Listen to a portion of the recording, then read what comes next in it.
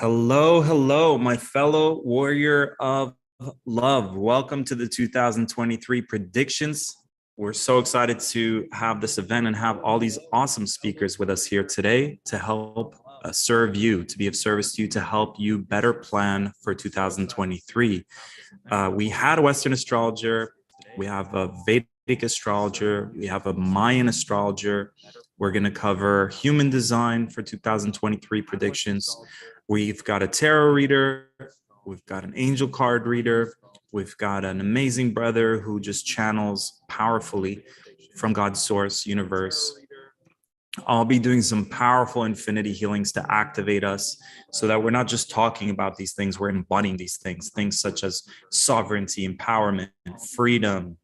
There's big themes for this year. So we're going to use the astrological matrices and the different matrices that exist in this reality as a science, as a tool to help us better plan 2023, to know what to watch out for, to know how to better prepare so that we're a few steps ahead of the game. And also we can transcend all of that. And we can just straight from the infinite power that we are, infinite love, infinite consciousness, we're able to activate within ourselves what is needed by taking those inspired actions and calling in and manifesting the reality of our heart's desires. And also know that, big warning is nothing is written in stone, because in this moment, just tune into this very moment right now. If we're here, there's literally infinite possibilities for the next second, for the next now moment. In every moment, there are infinite possibilities for the next now moments. And depending on what we're all collectively doing in those now moments, actually shifts the future timelines. So nothing's written in stone. We're not here to tell you exactly how things are going to be for you or for the planet, because the planet is separate. There's big separations happening, love-based reality, a fear-based reality, and what's going to happen for one person may be different for the other person, or for this collective here and that collective here, but we're all in this together. And what we're doing for ourselves is changing the whole planet. And your reality, you're the architect of your reality. And so my intention is just to create space to channel truth, share truth, come together as a community and inspire one another.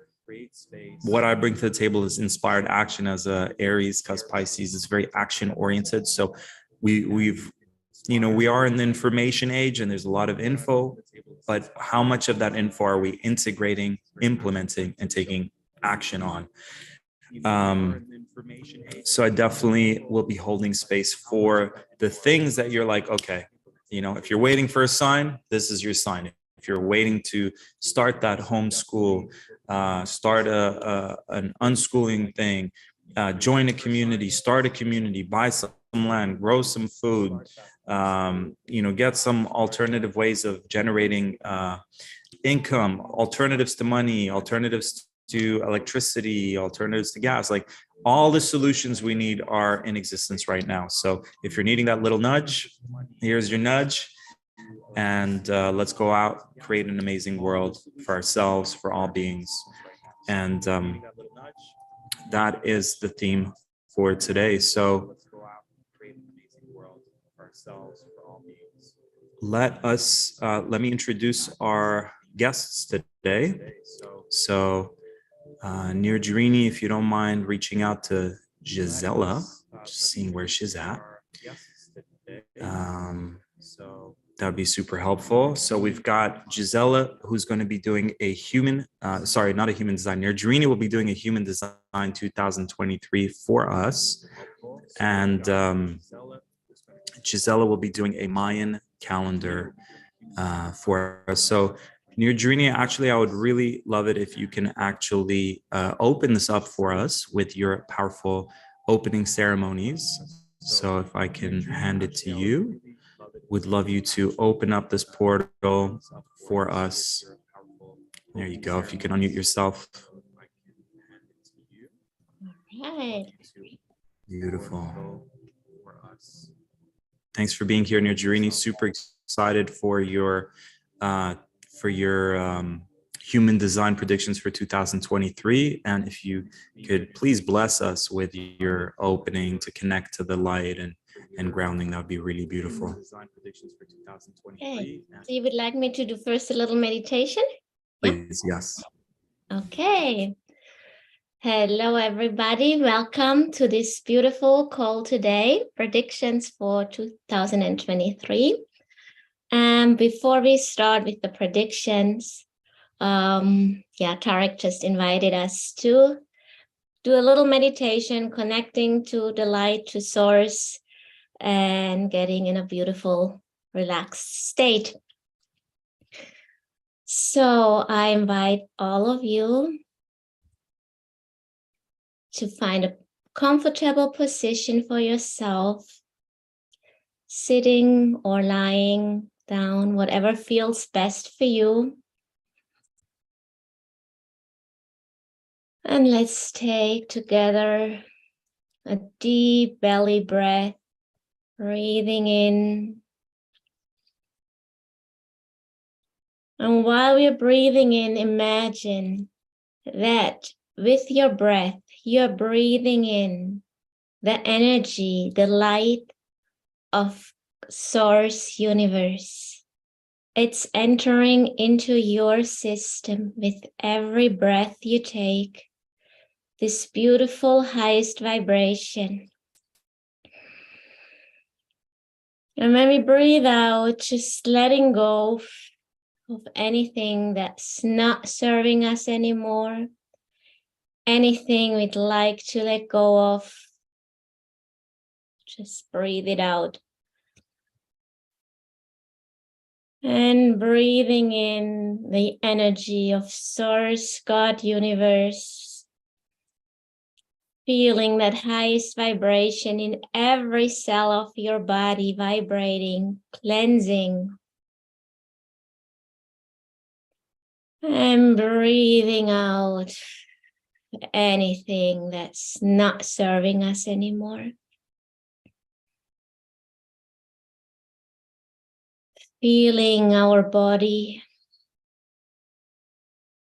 feeling how it's touching the surface we are sitting or lying on, feeling the connection. And feeling how Mother Earth is carrying us, supporting us from beneath. And we can just let go of anything heavy into Mother Earth, releasing. And now imagine that from above your head, a golden stream of light, beautiful divine light directly from God, Source Universe, is pouring down into your crown chakra. Allow your crown to open wide for receiving that beautiful light that's entering into your head, relaxing your mind, giving you a positive outlook, and balancing and activating your third eye for clarity and divine intuition, guidance. Seeing clearly what's good for you, your personal journey here on earth. Allowing this light now to come down into our neck and throat. And just allow all your neck muscles to let go of any tension you might be holding there. Soften your neck muscles, allowing the energy to flow freely for authentic, full expression. through your throat chakra, activating that, balancing it, so that you can authentically speak your personal truth.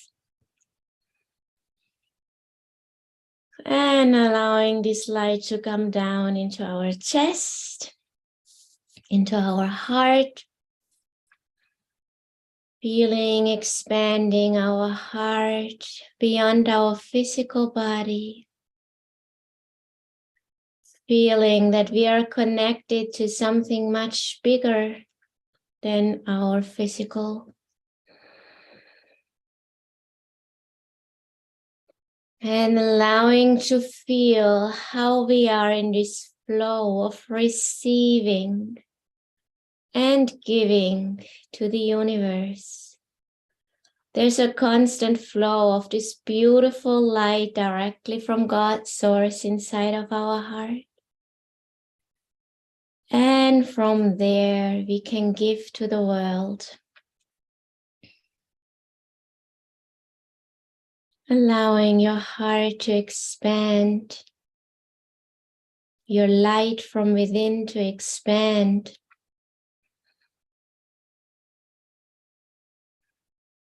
Feeling connected to the universe.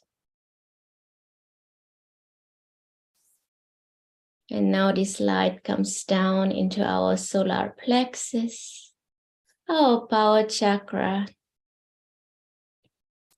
And here we can really feel how we call back all the energy, all the power we have ever given away. Whenever we surrendered to others, felt suppressed, blamed others, or got even angry at others, whatever it is, whatever we gave our energy away, it's all coming back. It's all ours, our energy for our life. Having clear boundaries, knowing who we are and what's ours. Coming down now into our sacral, second chakra, releasing any blocks here, allowing our life energy, our chi to flow freely, our creative energy, sexual energy, allowing it to flow for its highest good, what is best for us. And in this entire area also, we cleanse ourselves from any energies that are not ours, cutting any cords, any energies that are not for our highest good.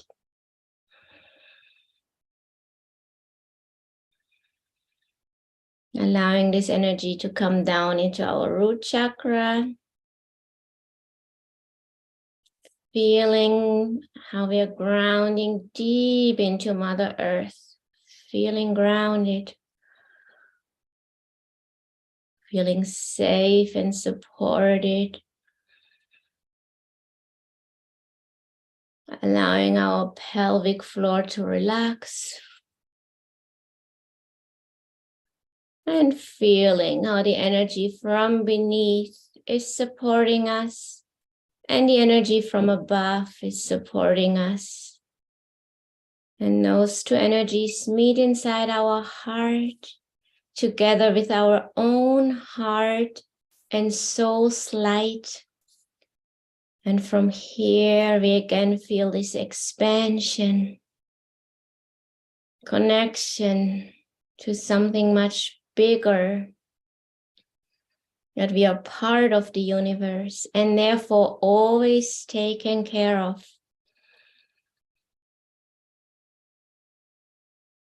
That the universe is just waiting for us to step into our power, to play our part.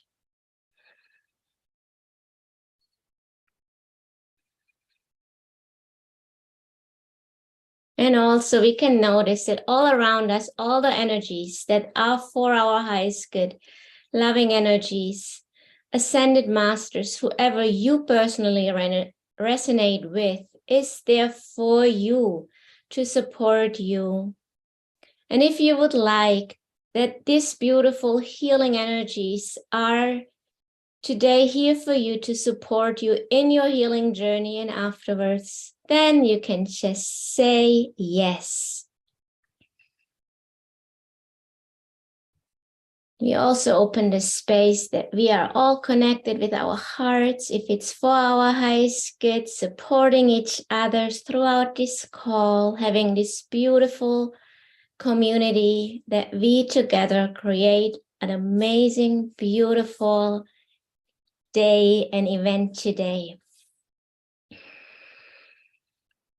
And once more, just breathing in that beautiful highest vibration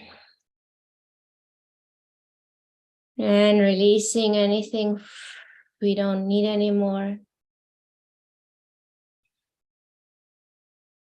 And just allow yourself to feel that beautiful connection to the divine.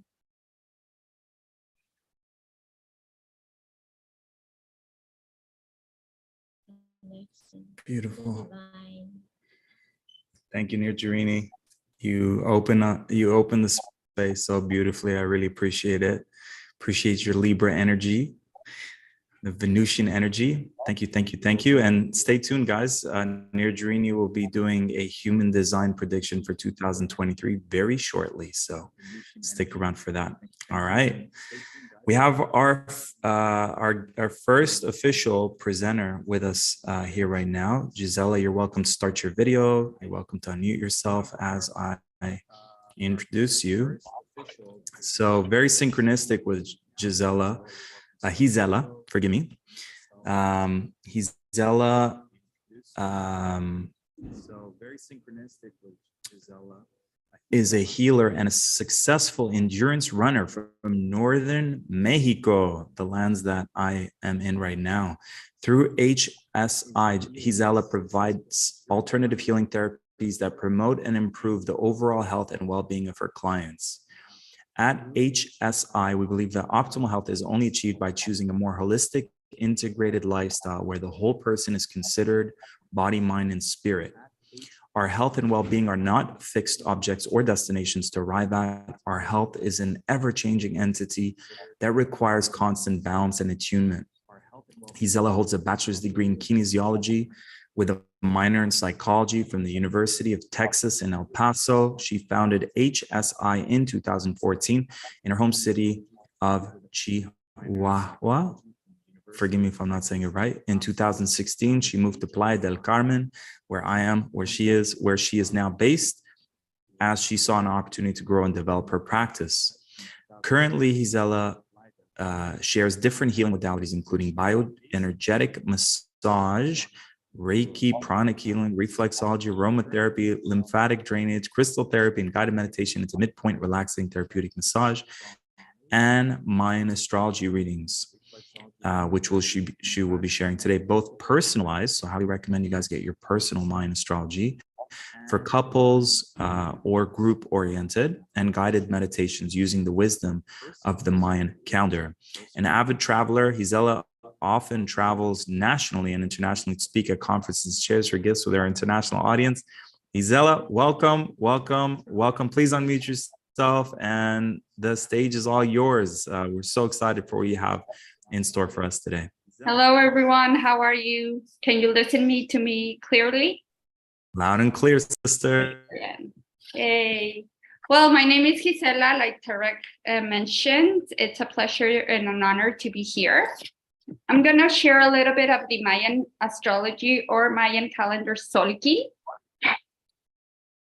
This is, well, first of all, the Mayan astrology or Solkin calendar. Why did our Mayan ancestors gave us this self-acknowledging is the wisdom? Why? Well, first of all, they mentioned that time is art, that time starts and ends cyclical, that we are owned by our own cycles within each being, the universe, nature, and we're all connected into this oneness. See, if we could understand that time is cyclical and it's all united in one convergence, yes. So they said, okay, you can flow more easily and harmoniously by the given energy that is shared invited us to live more harmoniously and more in equilibrium and balance with that given energy. Alrighty. So this Mayan astrology calendar is made of 260-day count instead of the Gregorian calendar that were immersed, right? So it's 20 solar seals and 260-day count. If you make the math, it's 9 months, right? See, but it's not just, oh, we like this number. No, remember, our Mayan ancestors were great mathematicians and great astrologers. Okay, so everything was intertwined. 260-day count, see, signifies or represents the crop maize cycle. 260-day count represents how a woman, gives birth to in a 9-month period. It represents the synodic Venus cycle, how Venus transits through the 13 Mayan constellations. So it's not just because.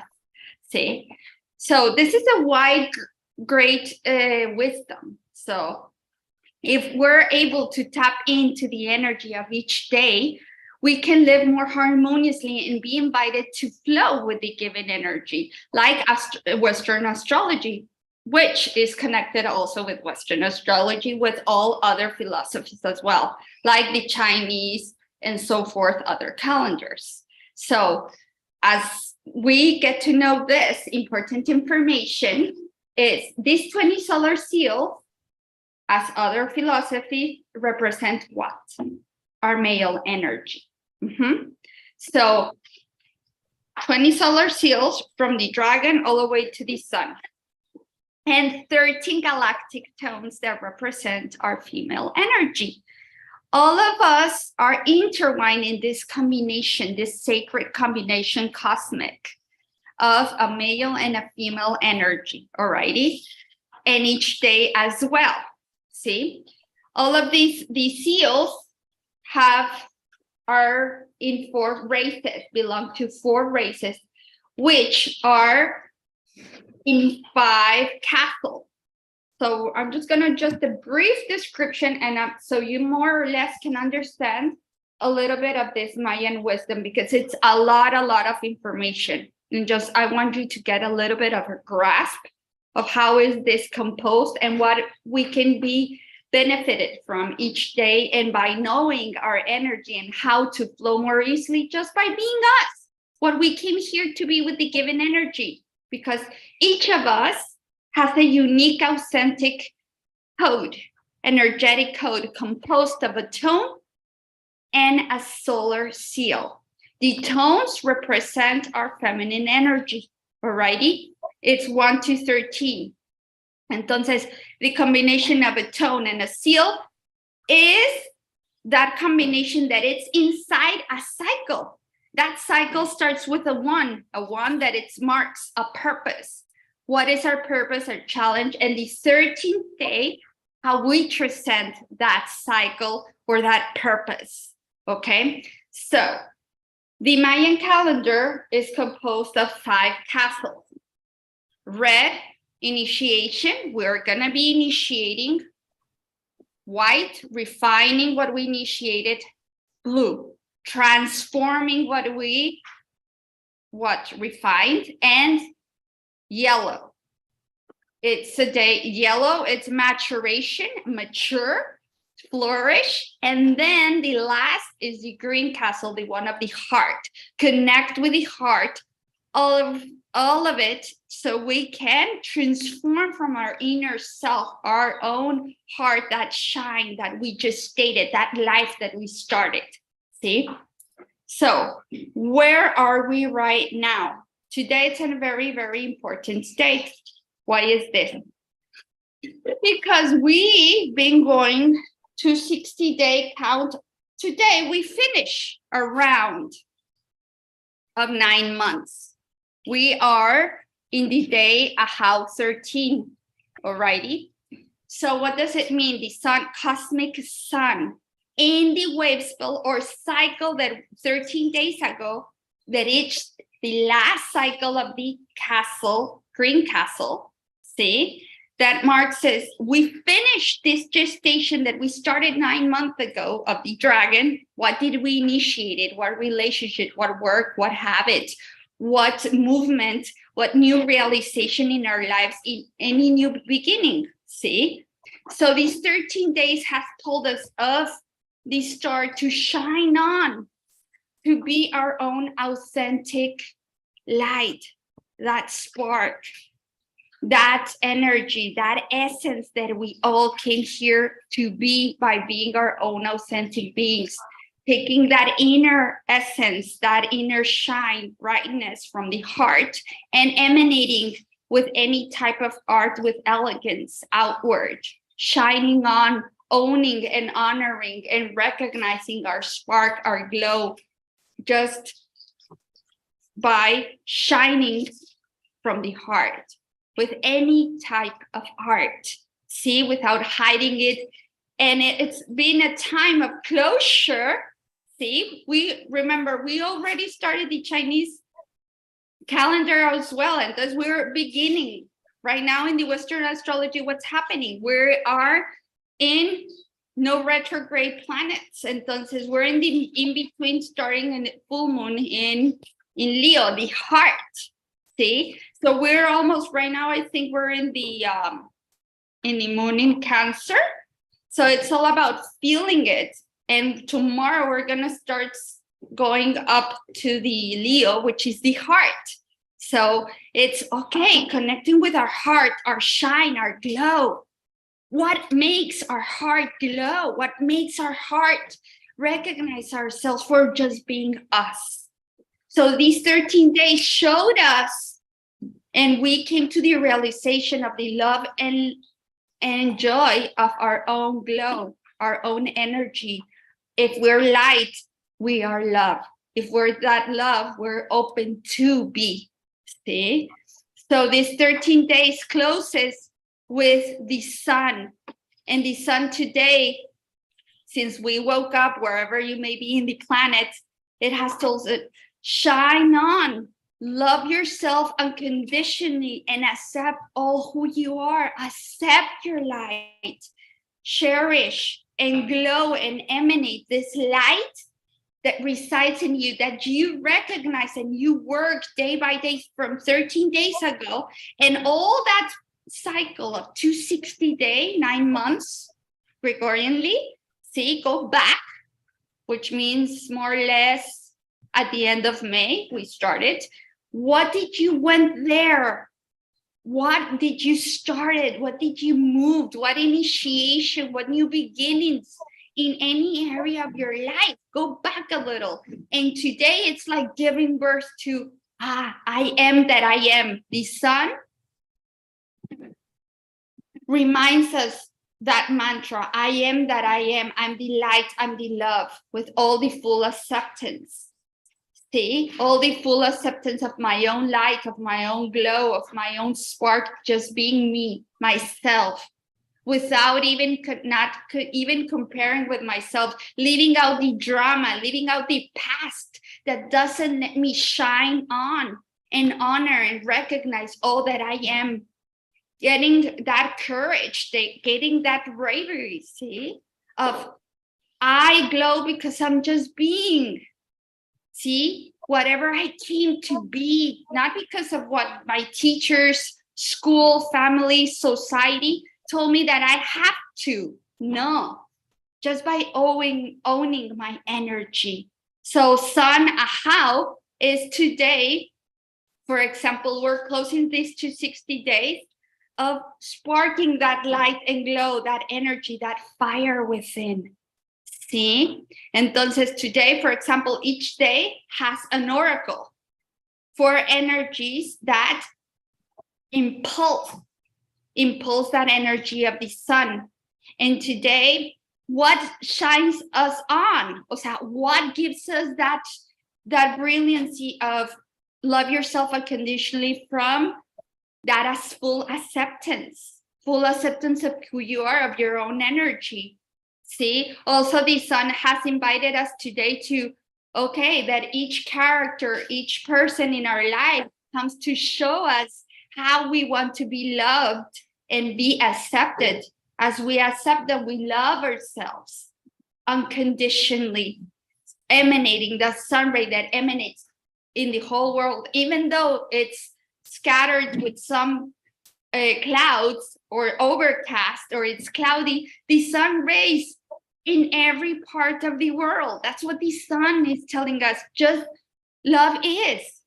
It's emanating and it's irradiating just because of who you are. See? So by getting to know all of this wisdom, this Mayan astrology wisdom is getting to you, okay, I can live more harmoniously in these cycles of life. I can move easily because everything is connected. I can be more balanced in all my energy. I can what?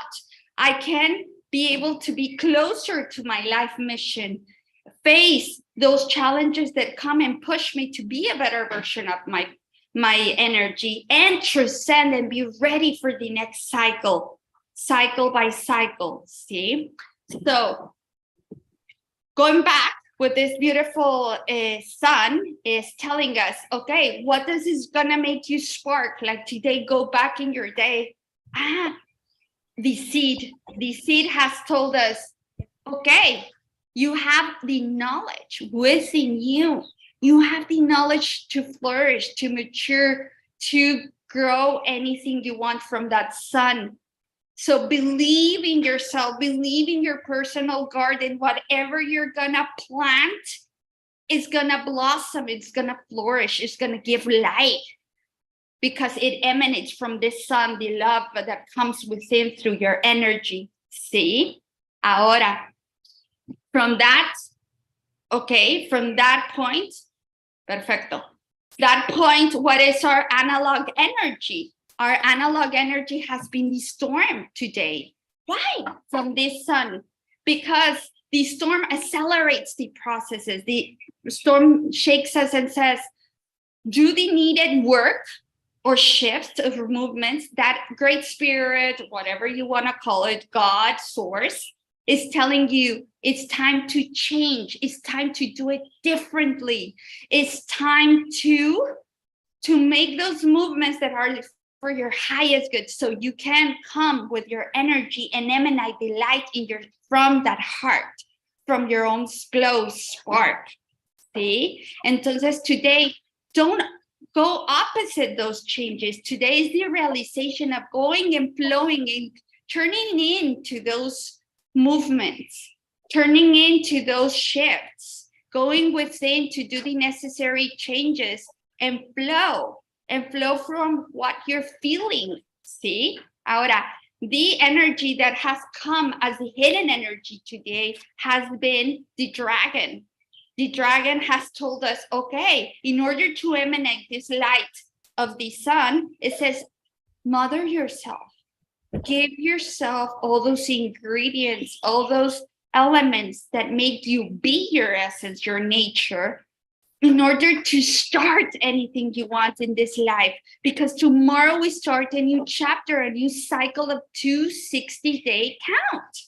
See, we start all over again on here with the dragon. So the dragon is reminding us today, you have everything. Mother yourself.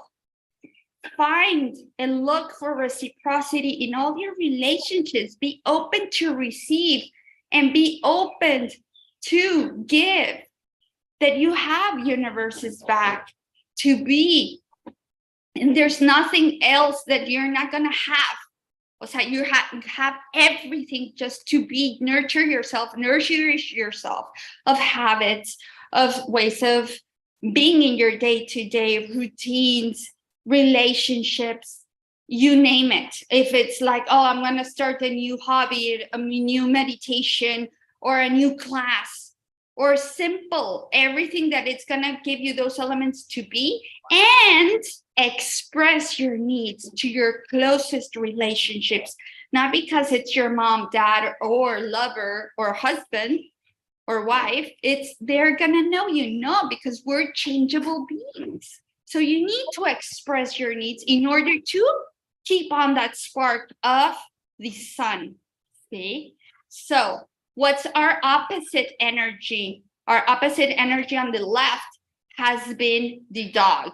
And the dog says, go to that point and that origin of what is love for you, how you share love, how you are with love.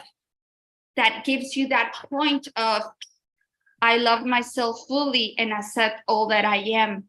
See, the dog says, okay, it's time. Says, I need to go to that point of departure of what is love for me, in my relationship within myself, of that unconditionality, yes, of no borders without barking, jealousy, control, or falling into the drama victimhood. A ver, what is love for me?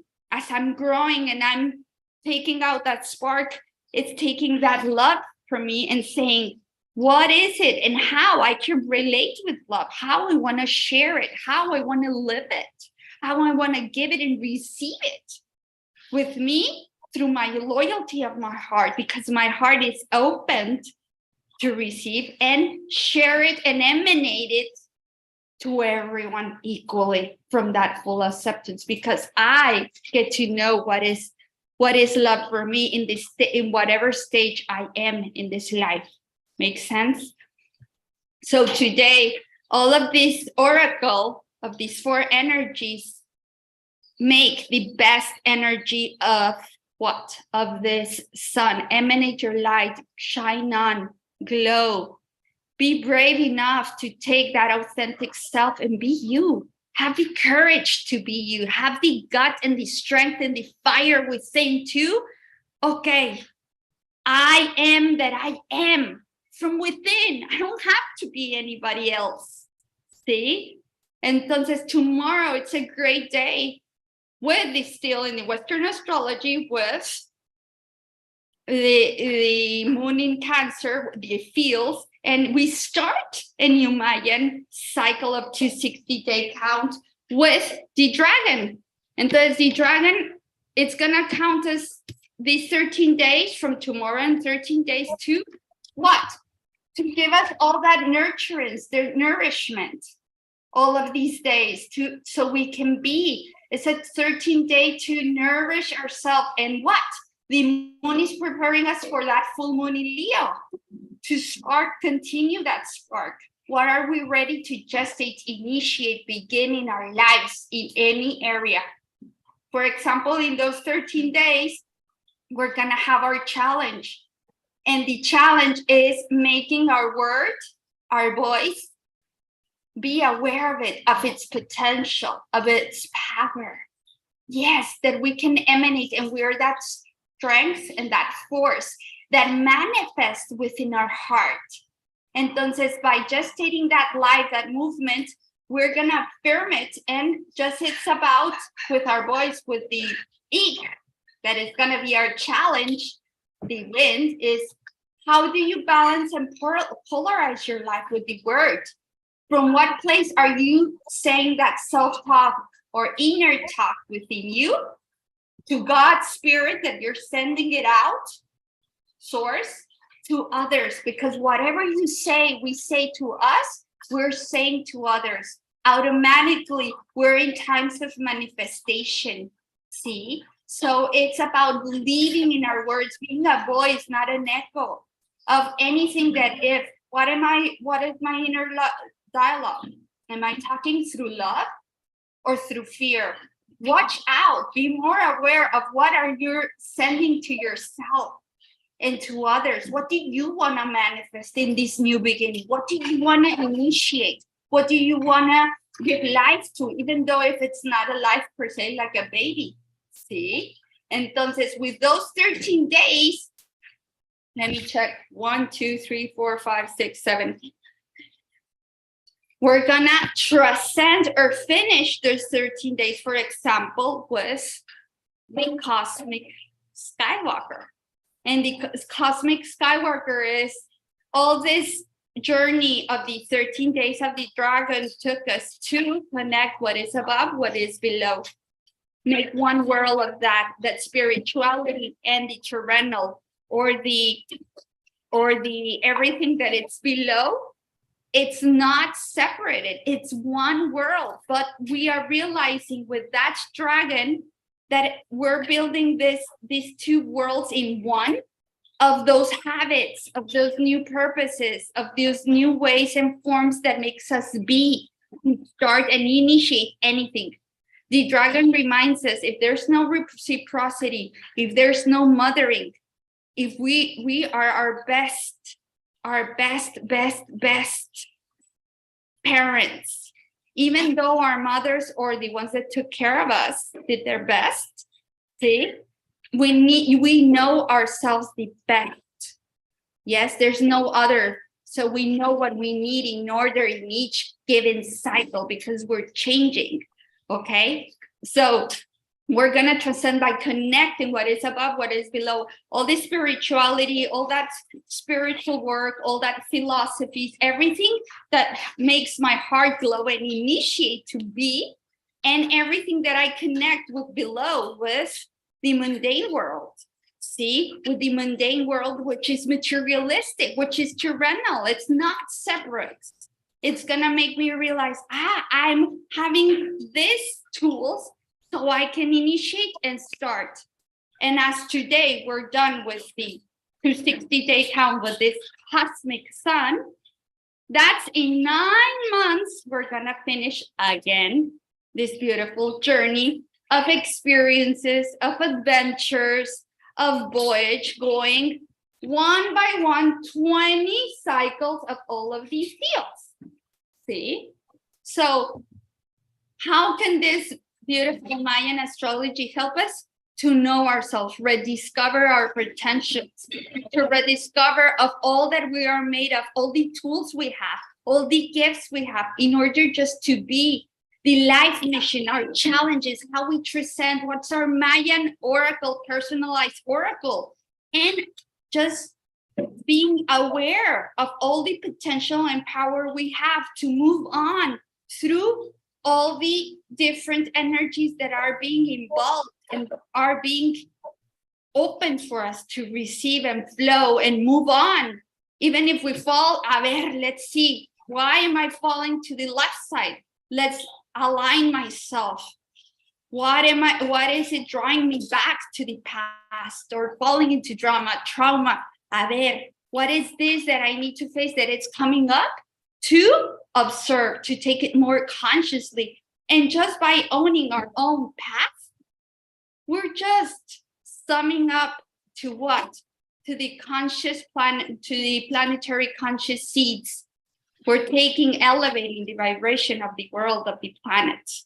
See? So it's a very marvelous journey. Plus, remember that I didn't tell you, because this is a small pace and could go on and on and on and share. But we're going through every 25th of July. We always start a Mayan year, like the Chinese.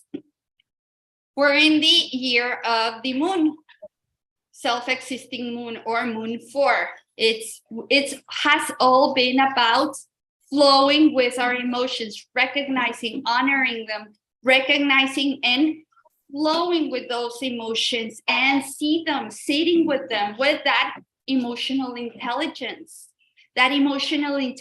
of how of those movements that I need to do to flow more easily and be in my center, be in this terrain, and just all those emotions that don't let me flow, release them, integrate them, heal them. How are those actions with our emotions? And it's all correlated with the North Node, in Taurus, and the South Node that we're leaving, behind Scorpio in the Western astrology. All those toxic behaviors, all those negative patterns that come up, all that is pulling from our past is like, this is not helping you deal with your emotions lovingly. So we need to flow the river to the ocean, those emotions, not clog ourselves, choke ourselves, or drown ourselves in our own waters. By leaving behind what it needs to be left behind, closure, closing the windows, closing anything, relationships, habits, patterns that are not for our highest good. And that universe is saying, yeah, it's time to leave behind all of this so you can flow with your emotions and live more harmoniously day to day.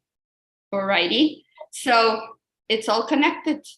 And here I am for anything. If you wish to engage or want to know, like, okay, what is this 2023 bring me? What is the additional energy that we all came to be? Because we have, even though, for example, I'm this moon, you have an additional other 4 energies that come and make you be that best version of yourself, that come to back up you. So we have a solar return reading. What is that?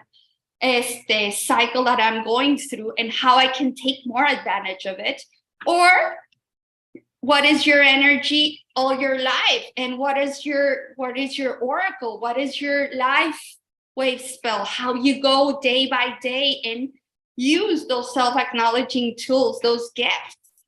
See, I also have a new spread, a reading spread, that it's the 12 energies according to each month. So what energy and what tone you're going to be working each month. I know January already passed, but okay, what's my opportunity? What is the transcendence? What is the message? What is the tools that I need to flow in this here and now? And it's a pleasure. Thank you. Thank you. Thank you. Gisela, well, everyone watching this, whatever time you're watching, please send Gisela the currency of gratitude, of love, of appreciation, blessings, prayer. These are all currencies. So let's send that to Gisela for taking time from her, doing her superhero work on this planet to spend some time to shine light on us. So inspiring. I wrote a lot of notes.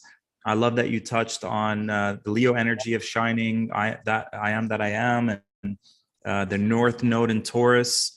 Maybe I could just ask one quick question. So for those who don't know, when we say in 2023, the North Node in Western astrology is in Taurus, what does that mean? That means in this year, we will be most fulfilled when we embody Taurus traits, or how would you break it down first? For me, it's what it's called for everyone being, like our desires, what emanates from what our heart wants, what is our soul calling, from what it makes us beautify ourselves, in from an instance of peace. A ver, what it calls me to be in that balance with my heart call. Entonces, it's what ends at the middle of July, when we start another Mayan year. We're gonna be in the wave spell all that year, all that Gregorian year of the dog, which is the ok, which is the heart, which is the love. Entonces, we haven't even finished in the Western astrology. We still have a ways through with those North Node and South Node. There's a lot of configurations and a lot of planets like meeting up and, a ver, let's leave this here. And it all touches base and connects with the Mayan astrology. I love it. Gisela, bless your heart. Thanks for blessing us with your time, energy, and wisdom. You have so much to offer. If anyone online is feeling called to something way more ancient, way more accurate than your general Western astrology, feel free to reach out to Gisela. What's the best way for folks to reach out to you, Gisela? The best way to reach me out is on Instagram with Huitzilin, HUITZILIN dot integral. That's my IG, or my or WhatsApp. You can reach me if you have a WhatsApp number, +52 656 278 8651. Beautiful. Thank you so much. I appreciate your time. Keep shining, sister. Muchas gracias, hermana. Take care. Bye-bye. Nice meeting you all. Thank you. Likewise. Wow. So much amazing information. I'm so inspired. There was a lot of comments on the YouTube channel that I'll be sharing. I'm trying to share them with the speakers as they're speaking. Okay, guys, let's keep it rolling. Oh my God, a lot of Leo energy and that North Node in Taurus, and we're moving out of that South Node in Scorpio. So if you guys feel like you're constantly death, rebirth, going in, shadow work, that's in our south node. And life is inviting us, at least this is how I'm interpreting it, to enjoy more. Tauruses to me are very home oriented. Work is very important for a ground, it's an earth sign, it's grounding, home, work, inviting friends over, enjoying the good that life can offer, good food, a massage, things like that. So it's great for those of us who have that program that says life has to be so hard and you have to constantly do the work and deep spiritual, more ayahuasca ceremonies. It's like all of that is beautiful and great. Balance it with enjoying yourself. Okay, we have our next guest, Nirjarini. She is my right-hand woman on my team. She has been our best VIP client, I call her. Everything I've ever created, she has invested in. She really resonates with the work that I've been putting out there for the last 13 years. And now she does a lot of the infinity healings for our team, but she's her own entity. Nirjarini has had spiritual experiences since childhood, feeling closely connected to God and the angel world. She's got a natural ability to understand the unseen and mystical side of life. She studied psychology and philosophy and has been on a spiritual path for almost 30 years. Her wisdom, empathy, intuition, clarity, and seeing beyond the physical world makes it possible for her to get very fast right to the root cause. She is facilitating powerful healings and transformation, holding space, using human design, infinity healing, and a variety of other techniques to empower clients in living their most aligned, happy, fulfilling lives. She is my go-to. Forgive me if there's an echo. She is my go-to. I literally did an infinity healing with her yesterday. So she's my go-to when I need support. And she has helped me manifest a soulmate into my life after 10 years of not really wanting that. She has helped me manifest a community that I was going to buy, which was those were my two big goals. So very honored to have you with us, Nirjarini. And she will be sharing with us, based on the human design modality, what 2023 has in store for us. So Nirjarini, please unmute yourself and take it away, sister. Okay. Just 1 second, need to see here. Okay. Hello, everybody. Yeah, my name is Nirjarini, and today I'm going to give a little forecast from the human design point perspective for the year 2023. And so the new year in human design starts actually every year. It's a little bit different in time, but usually it's January 22nd. And it always is when the sun moves into gate 41. And I'm not sure how many of you are familiar with human design at all. Just to give you a tiny explanation. So it combines astrology, the I Ching, the chakras, Kabbalah, astronomy, genetics, quantum physics, and biochemistry. So it's a very complex system.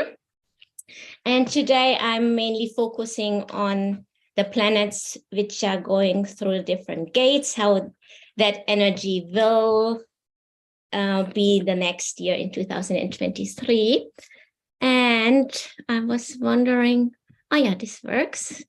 So I can maybe, so you can see here, this is, yeah, so this is the chart for 2023, the Rave New Year. And it shows us the collective influences and developments that we are facing this year. And it's not about personal influences, it's really the underlying collective energy. And the forecast is, of course, so that you can prime yourself towards those energies. So in the end, how we react is what makes our life, not the energy we are getting. And if we know, the better we know the energies that are there, the better we can prepare and also see what's there for us. There's a lot of good things coming. So in 2023, what we can see is that here, these two energy centers, they are called in human design, that they are defined, and this is the root. And so there will be coming in 2023, or already is pressure to start doing things again. The last 2 years were more like reflecting, and we were so, there were so many restrictions on us, and it was more like inner work that was there. And now this year we can see there is this defined energy in the root that gives us pressure to start doing things. And this is the emotion center, emocenter, solar plexus. It can get emotional. It can get a little bit emotional. And ideally, our inspiration for action is aligned with our emotions. So we can see that here. And then we have two channels. Actually, I forgot with the most important thing before I go into that. So it's the gate 41. Every year, the sun goes into gate 41 on the Rave New Year. And the gate 41, which is here, it's the gate of hope. So everything is very restricted. It's in winter. We are like not going out, and it's the gate of hope. So everything is there in seed form for us. And that's when the new year starts. And the earth is in gate 31 and in line 1, which is here, and that's the gate of leadership. And here you can see, this is this little arrow, it's triggered, which means every year in the beginning, we are questioning our leaders, our leadership. And this year there's a special trigger, which means if leaders, world leaders, leaders in our work, wherever it is, if they are pretending something that's not true, it might blow up big this year. So that's definitely a possibility. And yeah, that leadership that's not authentic, that's not true, that's not good, will come to disclosure. We will see. So then we go here back to our channels. So we have two channels. This is channel 41 to 30. And this channel is really hungry for new emotional experiences. So all humans are on a collective, energetically have this energy that we are asking for new dreams, which also can build pressure on others if they're not aligned with our dreams. And it's important to wait for emotional clarity. So we will have a lot of things we want to do, we dream of, and some will just be gone after a couple of days. So it's important to wait until we have emotional clarity, and then we can really go for them. And then we have this channel, that's channel 1949. And the gate 19 is the most sensitive gate. It really feels the needs of other people. And this channel is a regulation between the needs of each individual and the community. And it's very important that we feel the needs of others, that we are also really feeling what are our own needs. So it's important to find this balance between our needs, feeling the needs of others, and how it can really be put into a bigger communal, that we can be in a bigger community, so that we can consider it from both sides. That's what is this channel bringing us in this year. Also, this channel, after being so refined the last 2 years, that we can get restricted, that we can get together again, that we can physically come together again. Especially, I don't know in your country, but in Europe, we were very restricted in how we could meet with others, to be together with others. So to come physically together again is gonna be an important thing for us as human beings again this year. Okay, so this is the channels and the centers, and then let's go here. So here we see our north node and south node, and this energy 44-2, the south node, is going to be important for the first part of the year, and it tells us that together you can do more. So find like-minded people, people who are sharing your dreams, who are sharing your values, and build communities. This will be very important for this year, and the energy is very good for that we can come together. So the South Node is telling us really to get together in communities, and together we can do much better, much more. Then the South Node in 24-2, that is more the energy of the second half of the year. And here we go back more into reflection of ourselves, reflecting our inner wisdom. And then when it's good, when we feel it's good to share it, and also bring it in the communities, which we are still having, which is important to keep, but is again this balance between reflecting and being inside and being in community. That's going to be important next year. Then we have the moon. The moon in 19-1. What does the moon want to tell us? So the moon is our mental focus. And it's in gate 19, and gate 19 wants this year wants to be seen. It wants that other people really understand our needs, that we are accepted. But at the same time, gate 19 is very sensitive gate, is very afraid. If we show ourselves, it's afraid of the reaction, emotional reaction of other people. And it's important for us to really learn, as our learning this year, that we make ourselves seen, that we show up, that we get ourselves out there, and that we overcome this fear, that we really truly stand up for ourselves, no matter what the emotional reaction of other people may be. And those who know a little bit of human design, if you're open in your emotional center, it might be even harder for you, because if you get to feel the emotions of others, it's not easy. But it's very important to get yourselves out, to be authentic, to show yourself, and not to be afraid of the emotional reaction of other people. Then we come to Mercury. Mercury is in gate 58 in the 6th line. And the Mercury in your own human design chart is always your message. What message you energetically broadcast to the world. That's the message you are meant to share with the world. And in this collective outlook here, Mercury brings a collective message to all of us.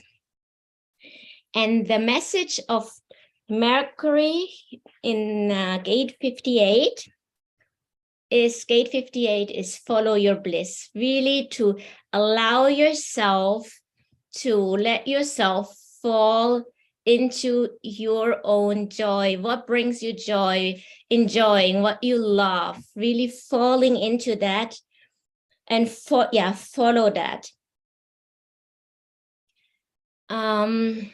The shadow could be that you are trying to get too much excitement from outside.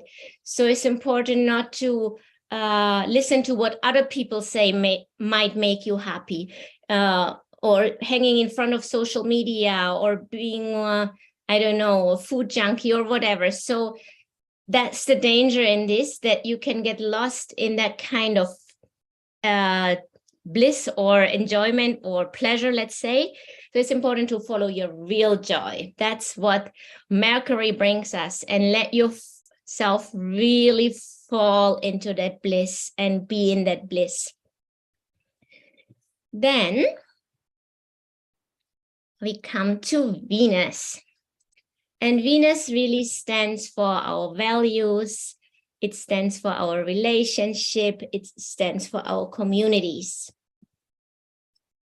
And Venus in 49, 6 line has the message for us that we ideally find people who share our highest ideals and values that resonate with you, goals that resonate with you, that we come together with people who have the same or similar, similar values, similar goals, similar ideals, and also, to be conscious that you're a gift to other people.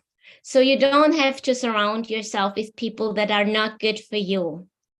But she's telling you definitely to connect with others, but definitely with people who share your ideals, and that we are all a gift for each other when we can be together. Then, next one is Mars. Mars is in gate 64th line, and Mars can have like a fighting energy, but it's the energy of action, creative energy, expression. It's really like the doing. And Mars has a beautiful, beautiful, beautiful energy to bring to us. And it's really the enthusiasm for higher goals, for bigger visions. So there is a huge enthusiasm this year that we can go for our wildest dreams without limits. And this is for all the big new leaders really great, because we need more of them. So I'm really excited actually about Mars being in that gate here.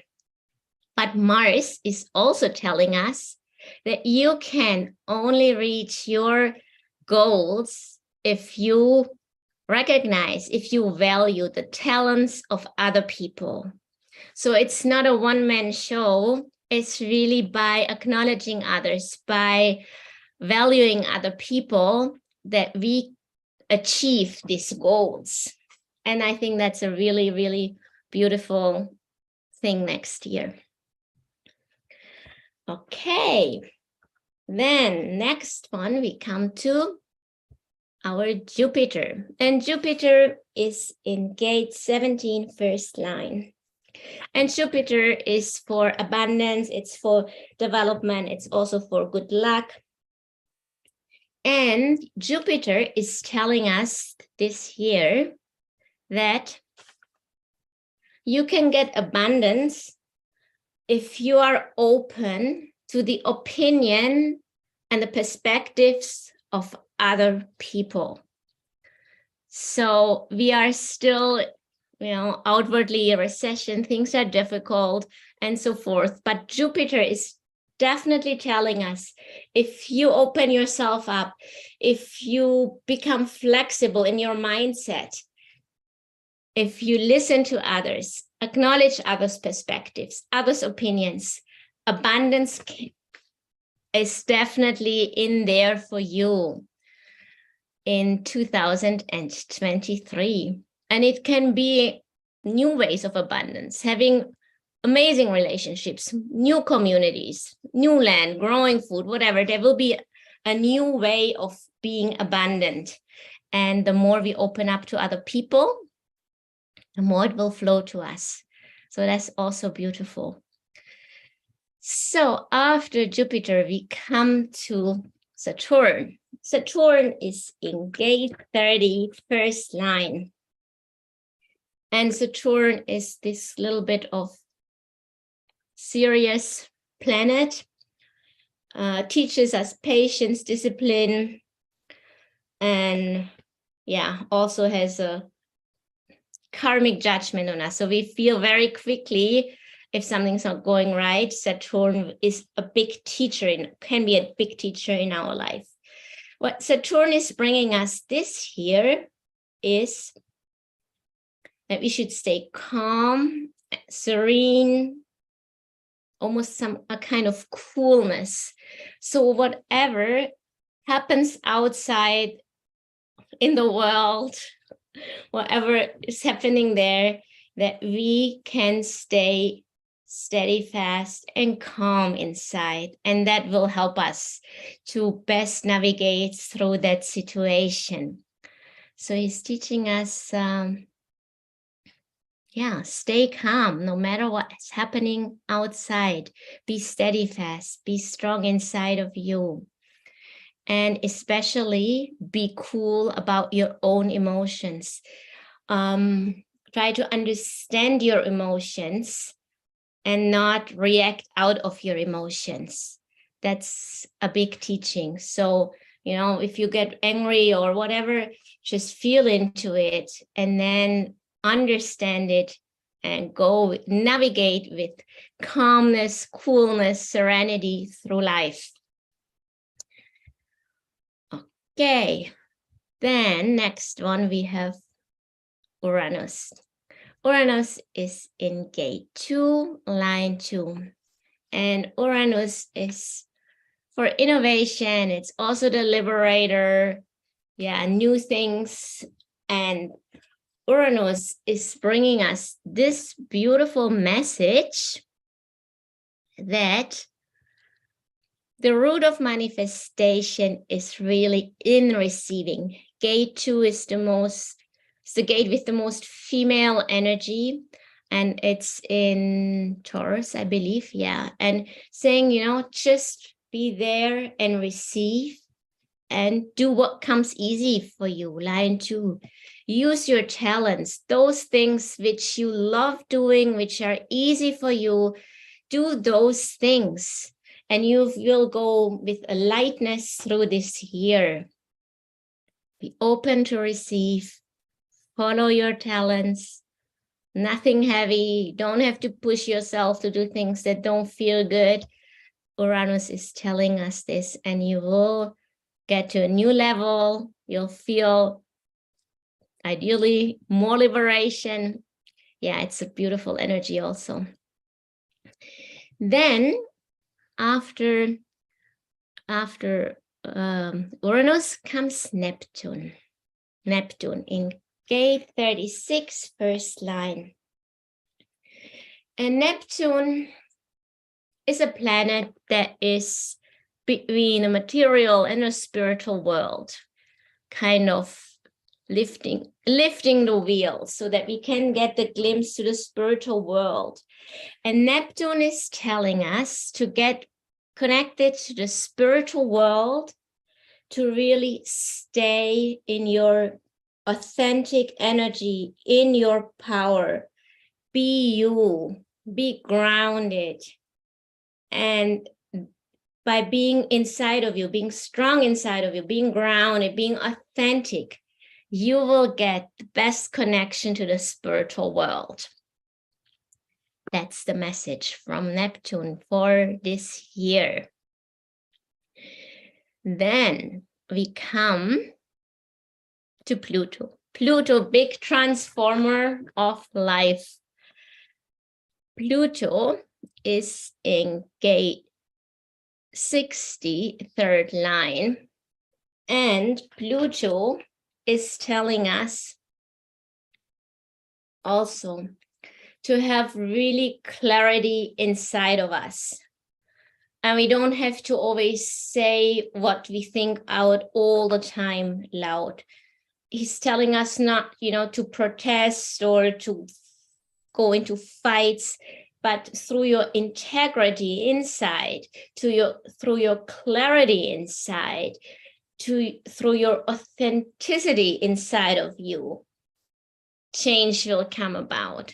So it's not about being loud outside by protesting, fighting, whatever, but by being really aligned, clear, authentic inside of you.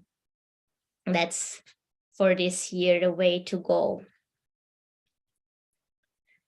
And then after Pluto, this is not really a planet, it's the Chiron, but Chiron is very interesting.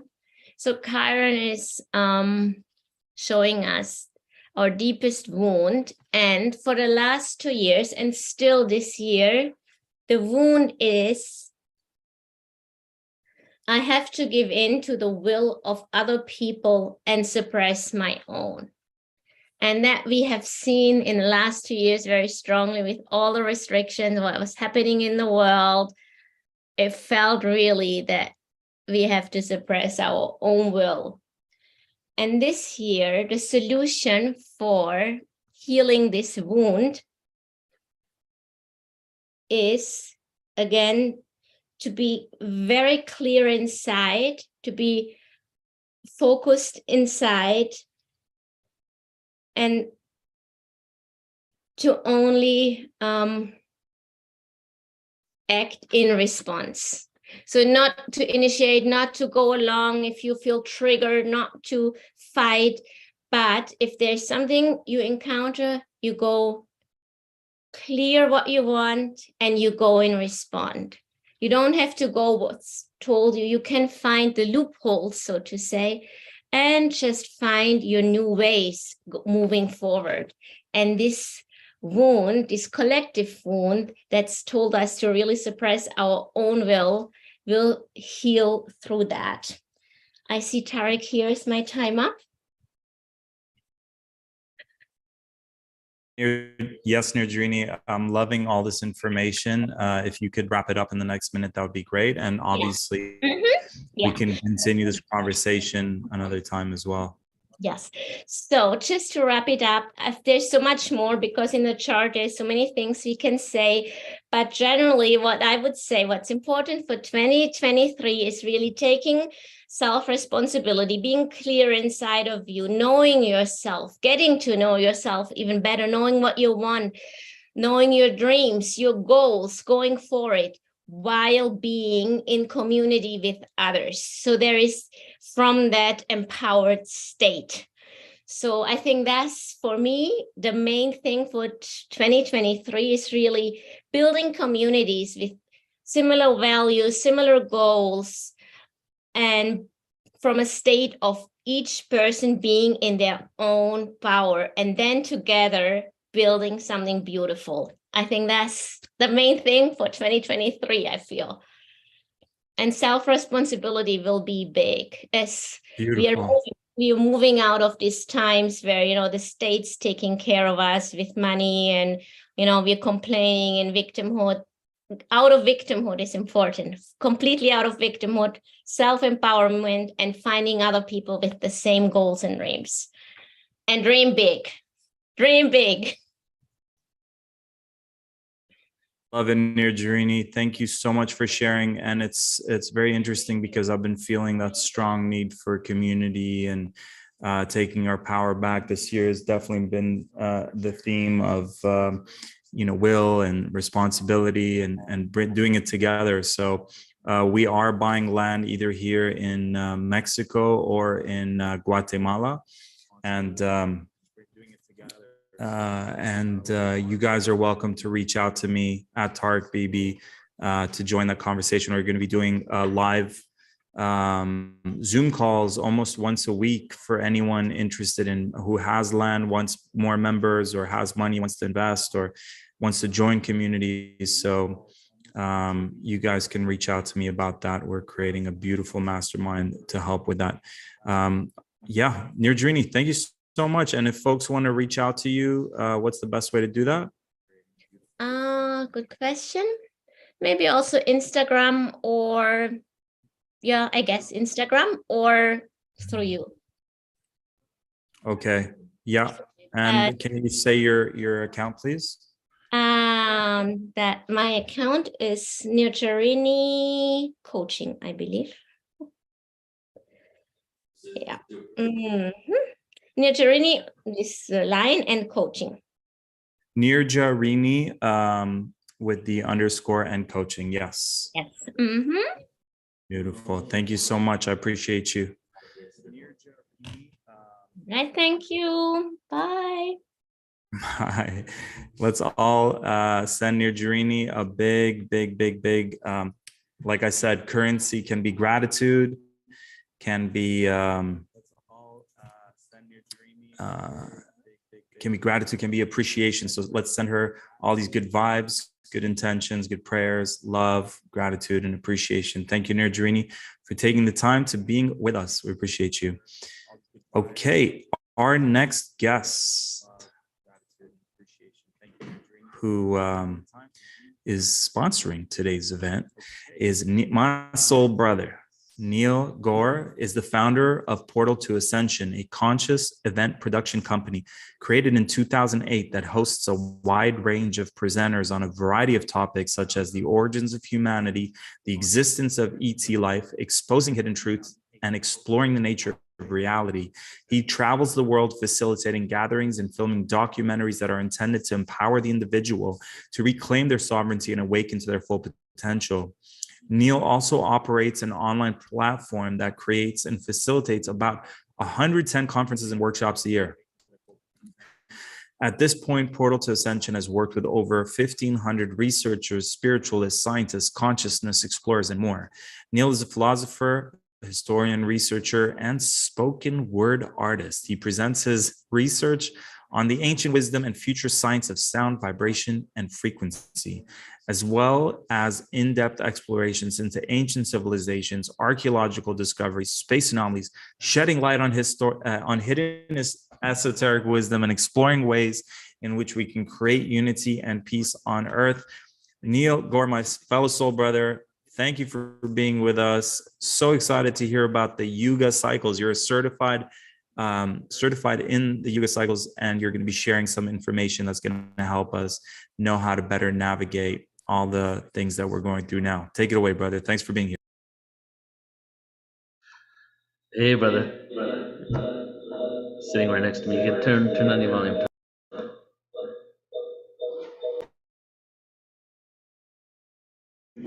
Check.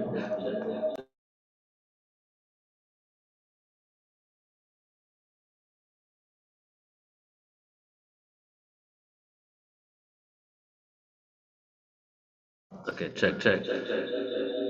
Hold on, guys. Just fixing this real.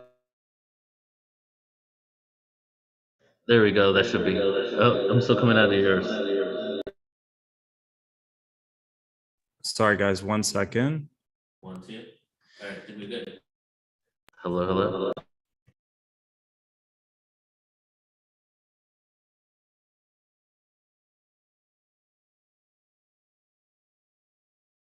All right. Nope.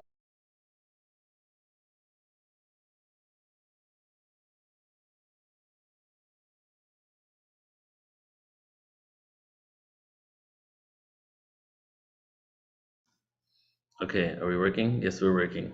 Yay! All right, just so you know, we got. You mind if I show everybody you? We got Tarek right here. So that's why we're having some feedback issues. We're right next to each other. So okay, hello everybody. Oh, that's so funny. You look so cool in the sun right there. All right, everybody. Hello, my name is Neil. I'm the founder of Portal to Ascension. Good to be here with you all on this event today. We've got some of our family in the room. Hello. All right, so what I'm going to do today is going to be kind of a little different than what we're going to be experiencing from others, because I'm doing more of the bigger picture in regards to the cycles of time and what it means for not just this year but moving forward, right? Because this is really a stepping stool, a milestone, if you will, a stepping stool towards our collective evolution. So we're going to go on a journey together, and the journey is going to be, excuse me one moment. The journey is going to be through the ancient past so that we can make sense of the future. We're going to explore the ancient past through, I have 4 different presentations open. I think I have like 45 minutes with you guys. And as we explore the past, we're going to go to ancient Sumer, we're going to go to ancient Egypt, and then we're going to go into the overlooking of our galaxy. And then ultimately, after that, we're going to go into another presentation I created that was on sound and frequency called The Future, the Now. And within the future, the now, is about technology and what we can expect for the coming days. But the reason why we're going to go into ancient past is I want to explore the dates and the timelines of what has occurred in the past and then connect it to the cycles of time, the Yuga cycles. So the whole presentation is about the Yuga cycles. And as we look at the dates, we're going to pull up the Yuga cycle calendar and take a look at, what activities occurred at what places so that we can map out the fact that history repeats itself. Not the same things happen all the time, but the cycles of consciousness, this 26,000 year cycle that we've been within of remembering and forgetfulness, has created a different genetic soup, if you will, a different soup of experience that is different based on the technology, the people, the culture, the evolutions that we go under, but has this commonly occurring theme of us awakening to the truth of who we are and then forgetting it. And right now we're going through a great awakening. So as we piece together those elements, we will actually look at the Yuga cycle calendar and see what cycles, what ages they were in. But first, before we do that, let me just talk to you about the Yuga cycles and what these are. Tariq, could you give me permission to screen share, please? So the Yuga cycles, well, first of all, a lot of you here, especially if you're tuning in a Portal to Ascension, and in general, if you're into the collective spirituality and evolution, you are probably aware that we're going through this awakening process. And this awakening process is connected to what's called the Yuga cycles, or the cycles of time, or the ages of humanity. You may have even heard of the concept of the golden age, right? That we're going into the golden age. Yeah. And the golden age, meaning that we've been in this dark ages and now we're going into an age of awakening. So every ancient culture has basically spoke about these times. Before pre-flood, right? If we'll talk about the flood in a few here, but pre-flood, great cataclysm that happened on the earth, collective trauma that we experience in all of our history books and ancient scriptures. Something happened that traumatized humanity and we had to write about it.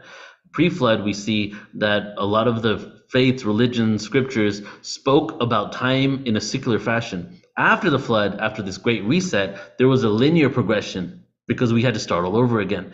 And since there was such a wiping out of our history, a lot of people in the world forgot that we actually had an ancient past, and it became myth. And this ancient past was tapped into the awareness that time goes within cycles, right? Within this realm and this dimension here, because time, what is time when you get into higher dimensions? But within our reality, time still isn't linear; it's still secular.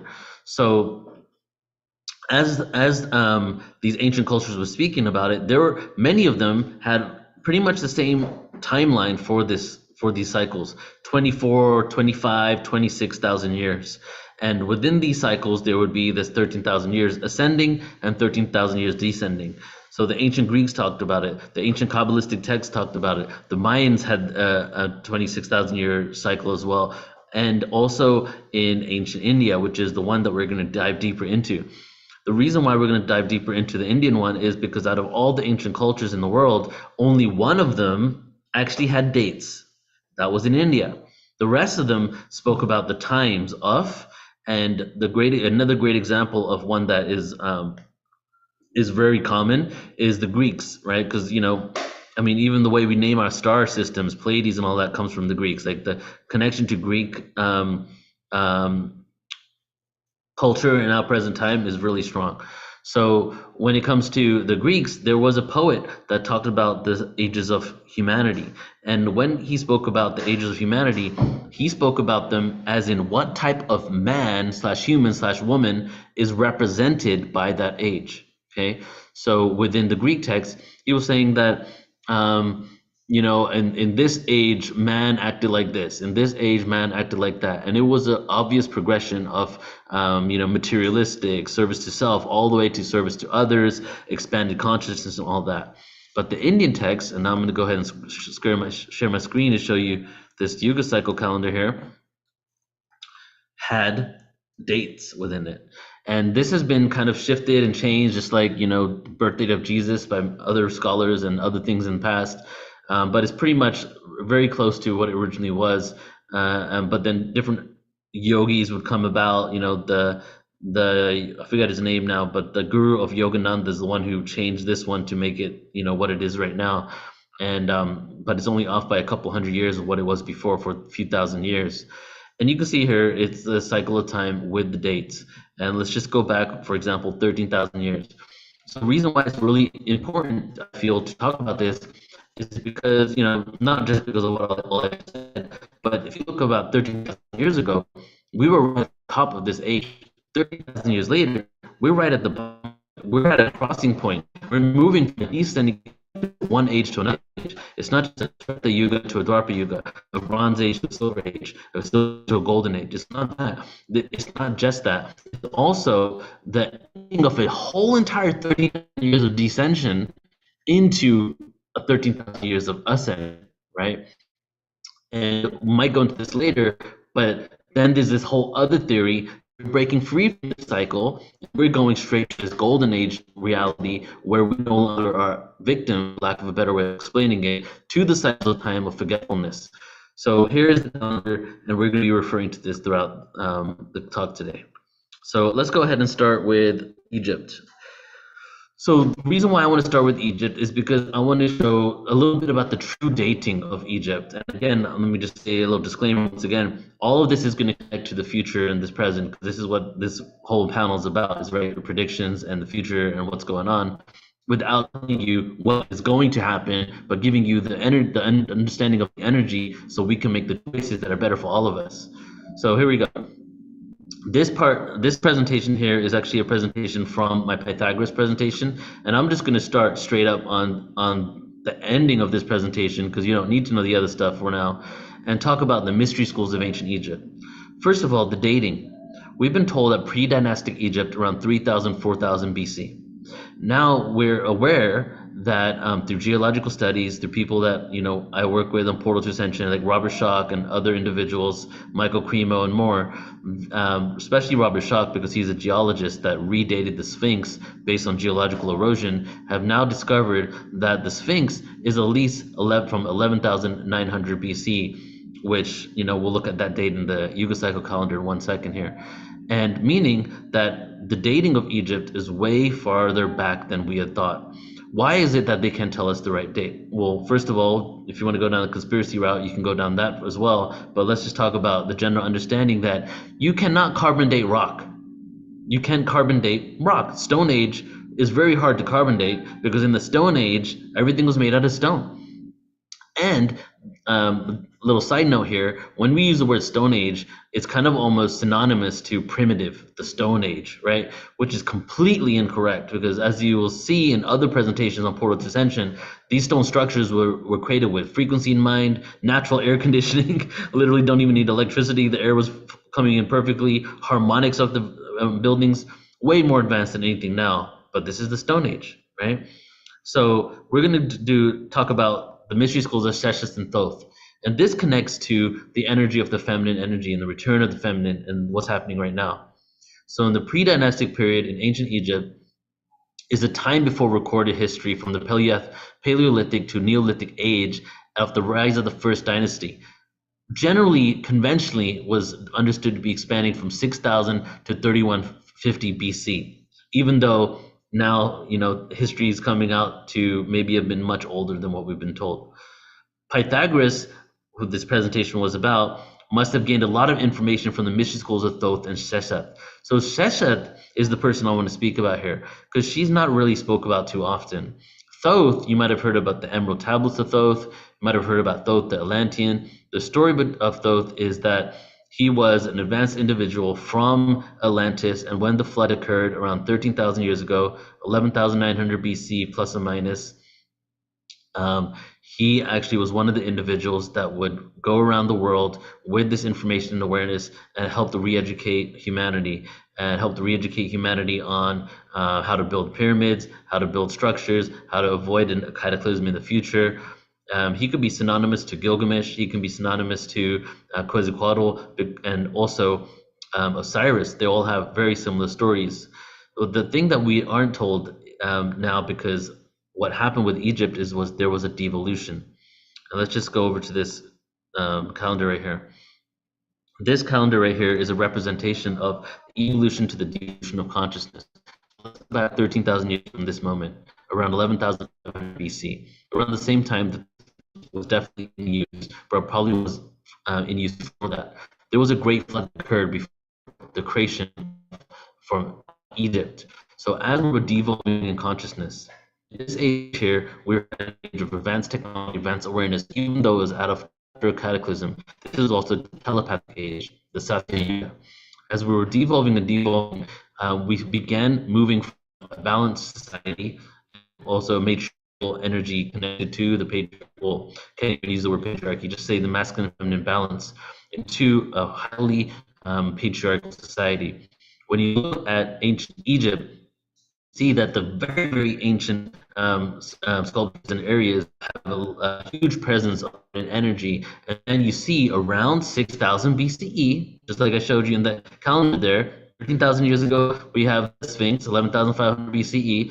Around 6,000 BC, we see all of a sudden a shift from the matriarchy back in those days was an age of balance. It wasn't like unbalanced feminine energy, into a patriarchal society, and then we see the worship of Sheshet ending and the worship of Thoth beginning. Then a huge awareness and around Thoth became so predominant that even now speakers in the circuit around the world on these topics specifically speak about Thoth, because maybe they just haven't gone deep enough, or the research of Sheshet isn't really predominant enough. The reason why I found a lot of information on Sheshet is because I was looking at Pythagoras' life specifically, what mystery schools he went to. So the interesting part is Thoth was the teacher of humanity. However, the original scriptures in Egypt say that Thoth was actually learned everything from Seshet. Seshet was, as we see a lot of times in ancient deities, the sister and the partner lover of Thoth, either or both. So what she would do is she created the disciplines, and we're going to show you those in a minute. She created mathematics, or arithmetics, weights and measures, all the things you need to build a great Egyptian society. How to write, okay? Because there was no written language at the time, right? Written language came around 6,004 to 4,000 BCE. Everything was telepathic before that. They didn't need that. This cycle around, because we've done this many times.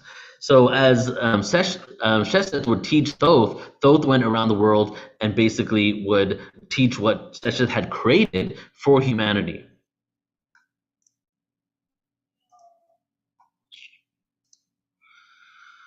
So Thoth's worship, after 6,000 BCE, pretty much just went 100% into him. So was Sheshet and Thoth the Atlanteans, right? Within the spiritual community, we heard about Thoth the Atlantean a lot, well, also Sheshet.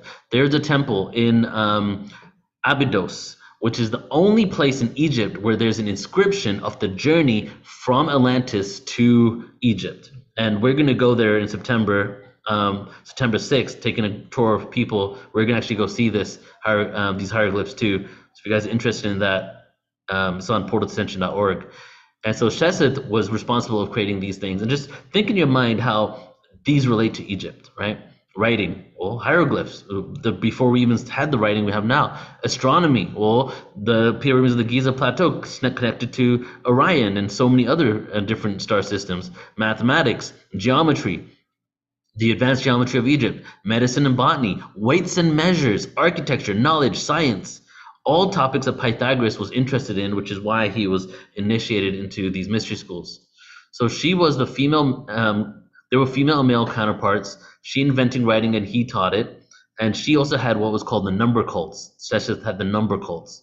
The old gods started becoming less popular as Sheshet and Thoth rose, right? So this is interesting too, because Sheshet and Thoth rose before 6,000 BCE, but there was an old pantheon of gods before that, which begs to question, how old was this actual civilization? Did they go back even further than 13,000 years? Because we know the Sphinx was in existence 13,000 years ago, but how long before that was it actually around? And also, we must remember and know that Egypt and the whole of North Africa 13,000 years ago was a lush oasis. There was an ice age it was the Younger Dryas period before the asteroid impact 13,000 years ago. The whole entire north and southern hemisphere was frozen over. The best place to live on the planet was the strip around like a few hundred miles up and north of the equator, which is what? The Sahara Desert, North Africa, Morocco, and Egypt. So the whole of that North Peninsula was inhabited. And also the Sahara Desert is actually the least excavated place in the entire world, which is kind of interesting because it's actually the smoking gun of our ancient civilization. And so there's a lot to be discovered there. So there's so much evidence. I'm just going to stop on this presentation here, just throw this kind of cool information here. Egypt seemed to have been created in order for us to figure out how to rebuild society if there was ever a great reset again. Every single structure, every single hieroglyph, every single imagery is done exactly in a way to be intentional to rebuild civilization, society, and also for the information of this moment here, for us to extract this awareness and to utilize it so that we can avoid cataclysmic extinctions events, which has happened every 13,000 years for quite some time. We can even see that in the soil levels and the volcanic ashes around the planet. We can tell when these cataclysms occurred. So much so that even the position of Thoth's staff on this hieroglyph right here and throughout all of Egypt was done with intention. The position of his staff, the exact same tilt as the Earth axis, 23.5 degrees. The position in between those two staffs right there, the exact same of a compass to represent the geometry. So the whole of Egypt really was designed for us to basically rebuild society if we needed to. Now, closing out this one here, and let's jump over to this because I want to get to the future soon. So now we're going to go to ancient Sumer. So in ancient Sumerians, that's another thing that a lot of you probably have heard of because we've heard the story of the Anunnaki. First, I just want to clear something up. We've been told that the cradle of civilization is ancient Sumer. There's a reason for that. It's kind of like the story of Roswell. We're told that Roswell was the first crash landing, and all of this commercial is around it. And the reason for that is because they're trying to actually distract you from the truth of the actual crash landing that happened in San Antonio, New Mexico 2 years before, which was the smoking gun. So that's what Sumer is. Sumer is really important, right? However, the cradle of civilization, 6000 BCE, is said in a way in order to show that Egypt actually started after Sumer, where now we're finding out that it seems that Egypt was the cradle of civilization after the flood, after Atlantis. Within this, we have something called the King's List, right? And the King's List shows 241,000 years of rules by 8 kings. And here is an image of the King's List here. So it may not have been historical, but it may have been propaganda to show how long they lived, to show how long the Sumerians lived and the kings, to show an unbroken line in Sumer, that basically to show an unbroken line of kings in Sumer to show how advanced and ancient the culture was, even though it wasn't that ancient. So the question is, what was this Sumerian King's List? And now if you look at the Yuga cycles, there's actually 2 Yuga cycles. Right? So there's a Yuga cycle within a cycle. The way the galaxy solar system works is that we're within cycles, within cycles, within cycles. So call it an inception within an inception, if you will. So we have a solar systematic cycle, the cycle of our sun around our the solar system around our sun. We have another cycle, the cycle of our solar system around the galaxy. We have another cycle, the cycle of our galaxy around the central point within our universe. Each of these cycles have greater and time length. The greater cycle, the one beyond the galaxy, is the exact same number as the actual length of the Sumerian King's List. So could it be that the cycles of time here within the Sumerian King's List is actually referring to this greater cycle that we're within and this shift in consciousness into this new reality?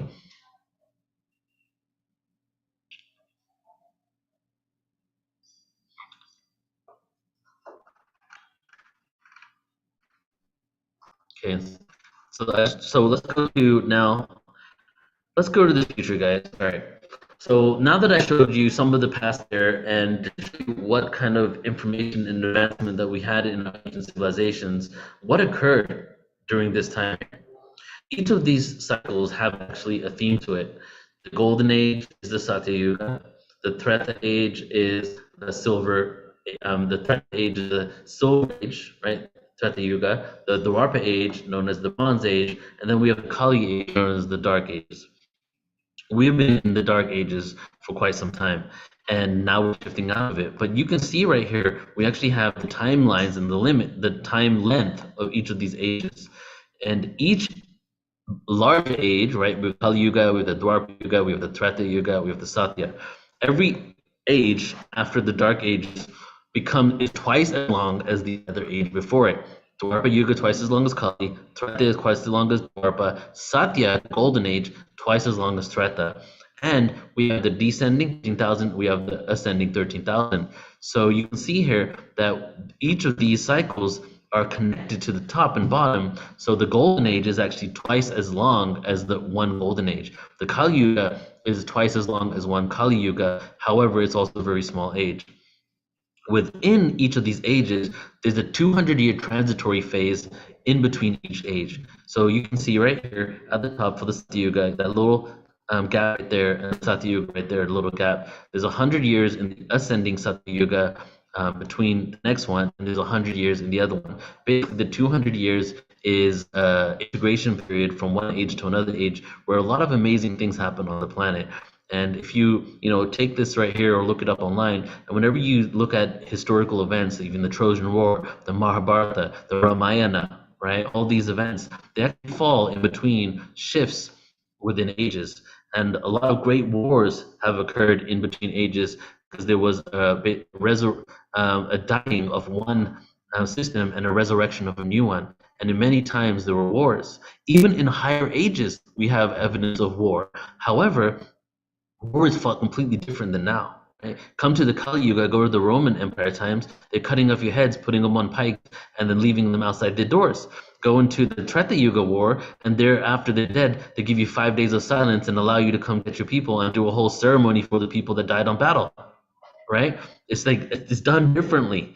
And the Mahabharata is a great example of that because they were so sad to be fighting brothers on the other side, right? And then Krishna, the god of, you would think, peace, came down and didn't say, hey, stop the war. Krishna said, basically, everything happens for a reason, and if you don't do this, you're not fulfilling the destiny and really fighting for what you believe. It was like this religion, Hinduism, that's supposed to be so peaceful and spiritual. The whole entire Bible is based on this great war that occurred between these ages. So we have the transitory phases, right? So we're going to go down. I'm just going to tell you guys a little bit about each age, and then I'm going to go into looking at imagery of our galaxy and showing you how this connects to our galaxy. So let's go all the way down to the Kali Yuga, which is the Dark Ages. The Kali Yuga, Kali is the god of destruction. However, that is actually an oversimplification. Kali is the goddess of recycling. Okay, so there is no destruction. Energy always exists. However, personality can be destroyed. So you can lose your personality, but your energy will be recycled into what? The black hole, the Kali. Kali, Shiva, both are representative of the black hole. Shiva, who's the male counterpart to Kali, literally translates to no thing. Shiva, no thing. What is no thing? Not nothing, it's no thing. It's the void, it's the emptiness, it's the recycling of this energy.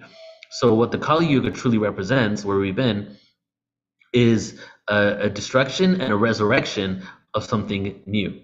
And within this is us basically going through the singularity, the black hole, coming to the singularity point of oneness so that we can go through it and come out to a whole new octave of existence. So let's look at these dates here. First date, very interesting to look at. The beginning of the Kali Yuga, 700 BC. Now, if you look at this transitory phase, 700 BC to 500 BC, and you look at all the great period people that lived during this time, you'll find Pythagoras, you'll find Confucius, you'll find Buddha, so many individuals. I don't know if any of you have heard about this kind of concept before, but there was a huge influx of avatars at this time that were bringing in spiritual knowledge.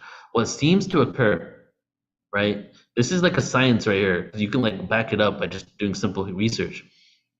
What seems to occur at every age, while we're descending, while we're devolving, is a group of avatars at the end of that age that were representatives of the age before to carry down the awareness of the past age into the new age, right? So we have Jesus coming right at the, in this time as well, but he was an avatar of the next stage, the Dwapara Yuga, also connected to the fact that the last zodiac in the Kali age is the Piscean age, which was the age in which Jesus came down.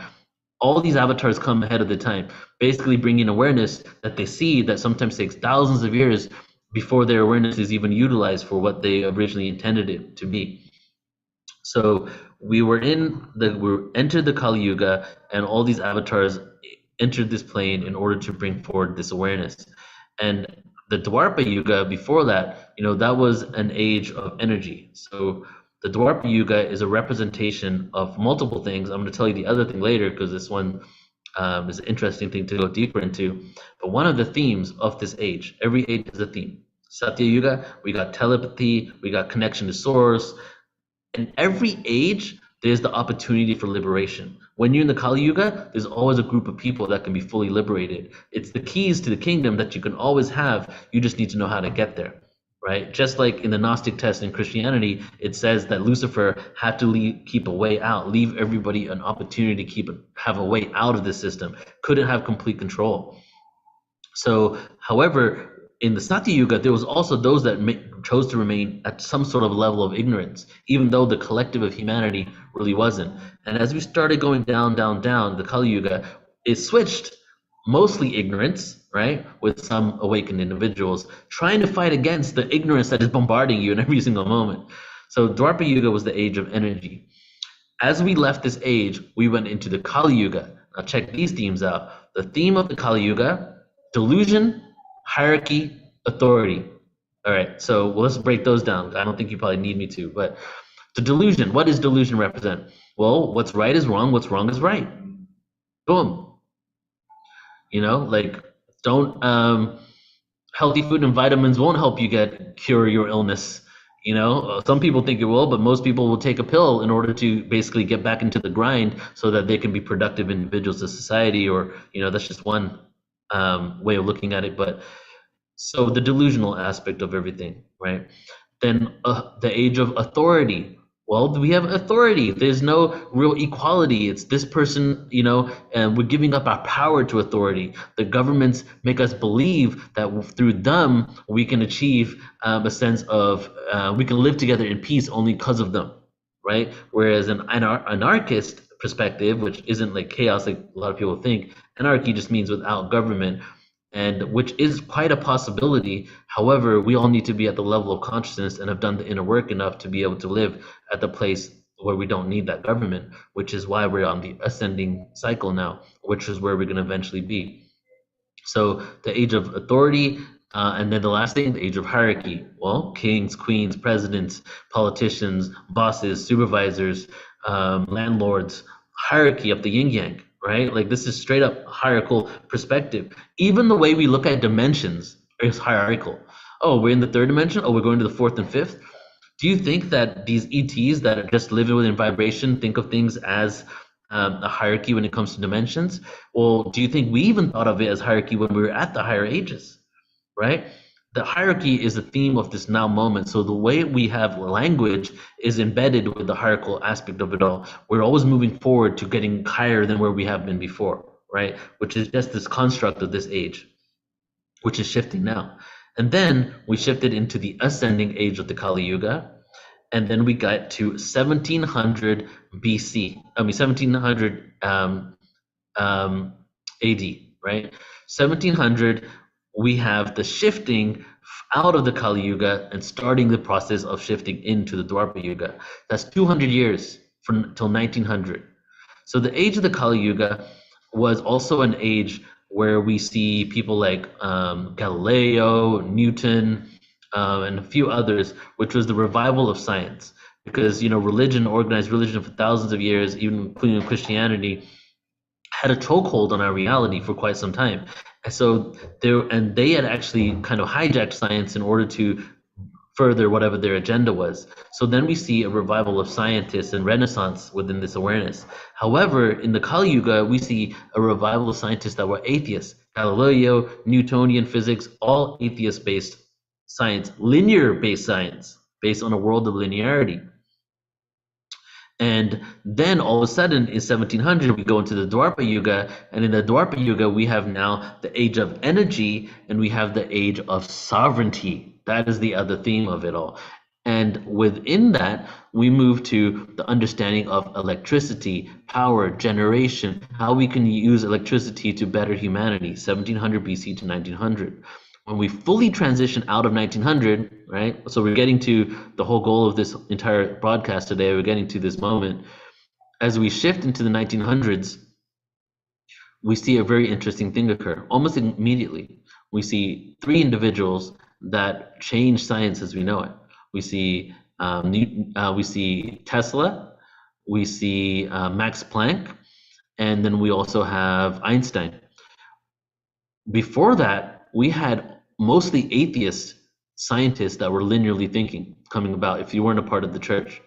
And now all of a sudden, right as soon as like 1901, 1903, we start seeing energy being discovered in a completely different way. And the people that are coming out are spiritual. Einstein, Tesla, and Max Planck, very spiritual individuals. But before that, we had 200 years of electricity, external Newtonian energy. What do we have in the first decade of 1900s? Subatomic energy awareness, the beginning of the awareness of subatomic. When the energy age of the Dwapara Yuga fully took hold, we went deep, deep, deep beyond Newtonian physics, where we thought the atom was the only thing, and we went and realized, wait a second, there's something smaller than an atom, subatomic particles. Well, wait a second once more. These subatomic particles are made out of vibrating energy, vibrating frequency. Solidity doesn't exist. What does this mean? Well, everything must be spiritual. We must all be vibration. What does that even mean for who we are? What is this reality? These are when those questions arise. Right on time. Kali Yuga ended, Dwapara Yuga began, we started having these questions.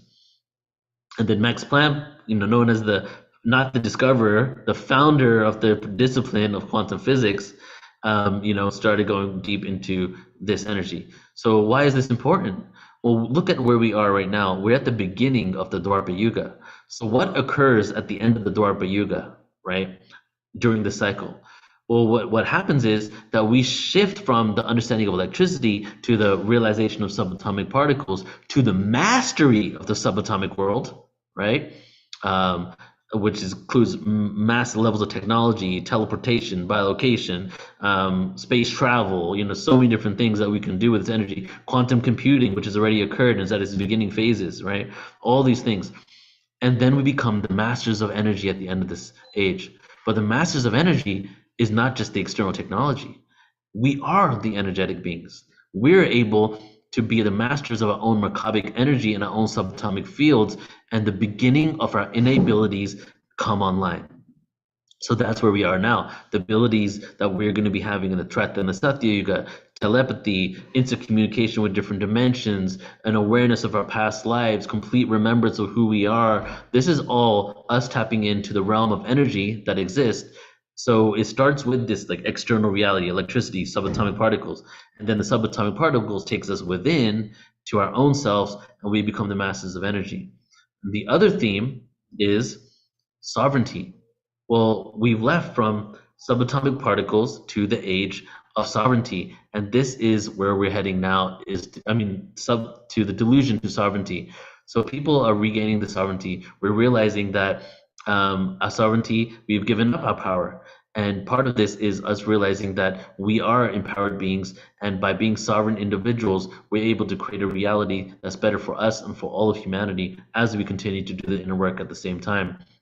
And part of that would also be creating ideological communities. That's the last age. So the age of the Kali Yuga is the crumbling of these systems. After the Kali Yuga ends and the systems crumble, we start traveling the world again and repositioning ourselves. People start existing in communities based on their own ideology. And as we do that, we start creating new societies and new civilizations. And that's where I kind of want to end it, because the last one ended at Tarek talking about land and all that. I just wanted to really drill back that this age that we're moving into is literally the age that's been prophesized, where our systems and societies and our countries as we know it start crumbling, and we start rebuilding civilizations based on our ideology. And the ideology of this age is the awareness of our own subatomic energy, our own abilities to achieve greater levels of consciousness, and then move forward in full empowerment. And that's it, right? That's all I have? Okay.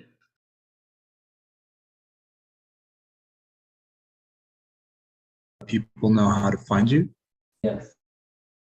Okay, so you can find me. I didn't have time to show you the galaxy stuff, so I'll do another broadcast some other time, or you can check it out on portal2ascension.org. Actually, best thing is on youtube.com/portal2ascension. Go to my galactic origins presentation. That was the next part I was going to show you, and there's a good hour in there of like the dynamics of the Milky Way galaxy, how the galaxy, this position of our solar system backs up this Yuga cycle calendar. So if you want to find out more about me, portal2ascension.org. You can go there and just sign up there. We have so many amazing things coming up this year. And we also have a new website launching soon, portal2ascension.org and youtube.com/portal2ascension. So thank you for letting me share, everybody. Love you all.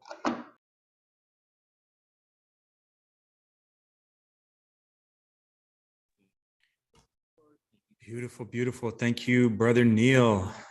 That was a lot of information. If you guys have any questions, please place it below. And so much info. Let's just take a moment to integrate. Let me know if you guys can hear me okay. For some reason, when my microphone was plugged in earlier, it just got really loud because me and Neil are sitting close to each other here on this table. Please let us know if you have any questions. Please follow Neil on Portal to Ascension. Neil, if you can send us a video, I'll try to play it at some point during this event. So Neil, perfect. So Neil's got a live event that he does once a year. Well, he's got tons of events, but the main one, Portal to Ascension, is happening later this year. So we'll put a video for that to promote it and shed some light on it. All right, moving on. Please send gratitude, blessings, love, best wishes, prayers, intentions to Neil for taking the time to bless us with all this beautiful information. Awesome. Our next guest is my soul sister from another mister. God, I miss her. She is gonna blow us with some Leo fire. As a soul alignment coach, Corinne Srujian, healer, teacher, inspirational speaker, and songstress, empowers highly sensitive people, spiritual seekers, and light workers to break free from inner blocks, step into their power so that they can activate their highest timeline, awaken their magic, and come into alignment with their soul's divine path. Her signature Awaken Your Magic method helps clients and students transform, find joy, and be more abundant through powerful healing techniques like multidimensional shadow work, energy work, Kundalini yoga, breath work, tantra, light language, play, meditation, and so much more. Power of play. I love that. Corinne currently works with clients through her Awaken Your Magic coaching and healing academy, and within the corporate and education spaces with clients like Google, Stantec, Dropbox, Vimeo, Youth Wellness Network, and so much more. She'll be doing angel card reading, maybe some light language as well. Corinne, thank you for being here. Thank you for having me. Take it away. Hi. Happy to be here. Can you guys hear? Let me make sure. I might need to do something on mine. Give me 1 second. Try speaking now. Can you hear me? Yes, loud and clear. All Beautiful. good? Please okay. Yay. Okay. You know, I was sitting in meditation yesterday and I was like, what is like one message, what is one word that I want to share with people right now? And it was loud and clear. It was the word devotion. The word devotion. So if I really tune into that word, it really means devotion to your spiritual path more than ever this year. It's the year of 7. It's the year of introspection, reflection, going within and really connecting with yourself and with your higher self, with the divine. A lot of times we seek messages from outside of ourselves, right? We'll see birds and spirit animals and numbers, and those are all beautiful confirmations of for hope and for trust and for surrender, but it's this message of really taking that within yourself and finding those messages, those signs within through that introspection, through the power of the year 7. And the year 7 is also all about our aura. So expanding, no longer do we have to, as empaths, And as light workers, as light warriors, as alchemists, no longer do we have to walk this path in fear of taking on people's energy and draining and being drained and energy leaks. And this year is really the year to expand our auric field, our electromagnetic frequency, because if we keep walking this path in that fear of, oh my God, I'm going to absorb everything, I'm so sensitive, and we use that as sort of a way to victimize ourselves, this is the year where we get empowered. We step in our power and we work on really sealing those holes and those leaks in our aura in order to expand our auric field and shield. So that shield is there to protect us. We don't have to constantly protect ourselves and be on guard, right? Have that shield up. It'll do it for us. And also the field that actually attracts, that actually radiates, right? That energy outwards and magnetizes everything that you're desiring towards you. So, and that's all because of our devotion to this path and really being in such commitment to this path of we call bhakti yoga, which is devotional yoga. So I'm just going to pull some cards and see what's coming through for everyone today. Okay. So the first card I pulled is the milk and honey card. So this is the card of prosperity and abundance. So this is the year for also for us healers and light workers to really step into our light and our gifts and no longer play small, right?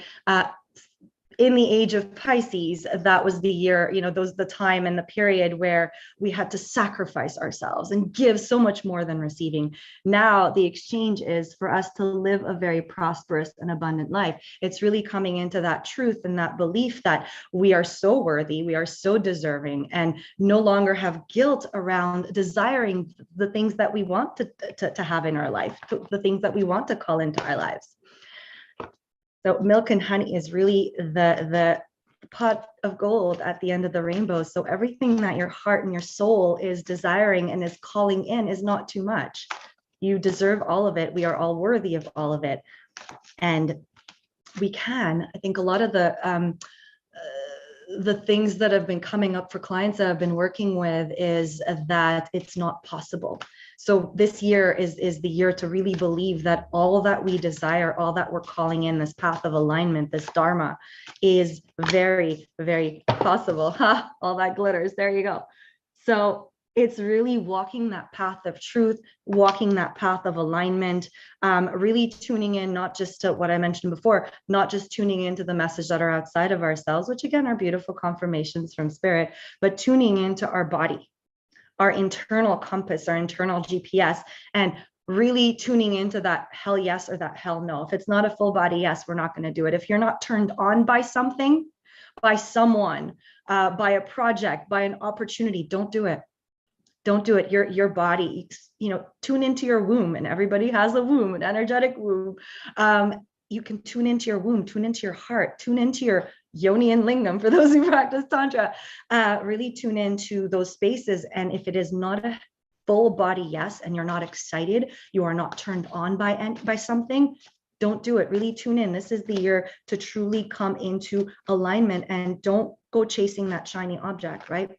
Really, really tune into what feels good for you in your body and trust that intuition and messages. There you go. So trusting those messages, and those messages only come in when you're in that zone of neutrality, right? When you are fully in the emotion of things, right? You're not in neutral mind. So this year is really that practice of, again, going back to the year 7, the year of reflection, the year of inner guidance. So really journeying within yourself a lot this year, and fine tuning that inner compass so that you're listening to those messages, you're receiving them, being open to receiving. And again, awakening that feminine energy within all of us to be sort of receptive vessel, an open channel to receiving. The messages are always there.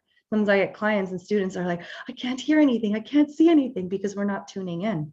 We're not tuning in. We're not going into that neutral zone of being open and receptive to receiving these messages that are already there, that are coming through for us. Let's see what else comes through. All that one fell out. Here and now. So this is also, I've been reading a book called Awakening the Buddha Within. I don't know if anybody's read that. It's such a beautiful, beautiful book. And it talks about just the Buddhism and the belief system around it. And it is very much in the finding freedom and remembering freedom and finding freedom within ourselves, within this society where sometimes it's hard to find our freedom and to have freedom, and we feel stuck living within the confines of the matrix, right?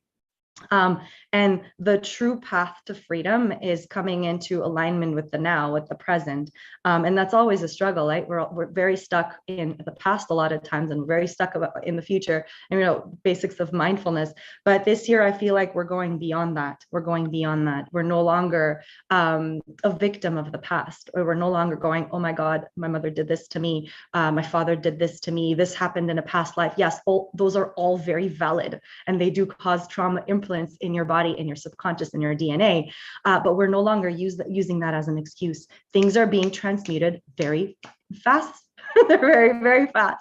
February, especially this month, what I'm feeling is things are going to move extremely fast. We are able, if you are on this path and you're doing the work, things are going to move at a rapid pace. It's like lightning speed. That's what I'm sensing. We feel something, we experience death, we acknowledge it, we feel it, we use the tools. We have the tools. We all have the tools to move this energy. We are all alchemists. We can move and manipulate energy. So this year, we really want to come into that confidence of knowing that we have the ability, we have the tools, we have the support, whether it's human support or etheric support, to really move past some of the things that have happened to us, right? Some of the things that have happened for us.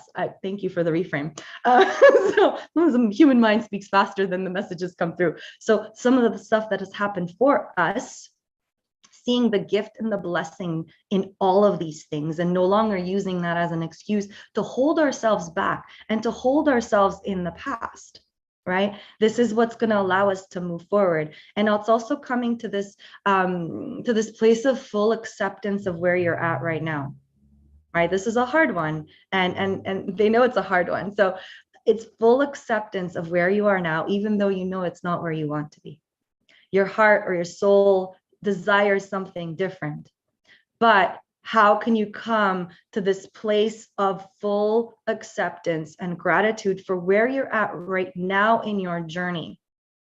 Right? Because it's preparing you. What you're going through now, what you're experiencing now is preparing you. And because things are moving at light speed right now, what you're desiring is much closer than you think, right? So when you are present with what you're experiencing right now, not trying to escape it, not trying to live in the past and blaming the past for what's happening and victimizing yourself, not looking into the future going, okay, things are going to change in the future, I'm going to be better then. Really fully accepting, even if what you're going through right now is extremely difficult or challenging, you're going through the death cycle, it's really accepting and acknowledging that it's happening for you, and really tuning into the emotions, obviously not numbing, not neglecting, and really understanding and being so grateful for the blessings that this moment, that today, is bringing for you in the future. Because this is the treasure island, right? Even though the journey may have felt like it was long, right? The turtle with the little treasure box on top. Even though sometimes the journey feels like it's taking forever and it's taking a long time. I know I've said this a bunch of times, like, when is it going to happen? Why is it taking so long? It's that we want this year, we want to let go of that control. We want to surrender the how to the divine. We want to surrender the timing to the divine. Right? I got a lot of questions from clients. When is this going to happen? When am I going to have? What year? What timeline? We want to know so much. This is the year to soften into trust, fully soften into trust. And that takes, again, devotion and commitment to the spiritual path, right? Sit in prayer. Sit in prayer, sit at your altar, whatever it is, whatever that you're being called, whatever practice that you have to bring you closer and closer to your divine nature, so that you can more and more soften into that trust. Because when you accept the today, what you're experiencing, when you accept it with full gratitude for even the death cycle that you're going through, it's when the rebirth happens quicker, right? You'll experience that rebirth. You come more and more into alignment with your treasure island, with what you're calling in, whatever that desire is, right? And one of the other things that's coming through, ooh, that fell out. Oh, one of the things that's coming through very strongly is the word desire. It's no longer a need. It's no longer even a want. Want's not a strong enough word for us.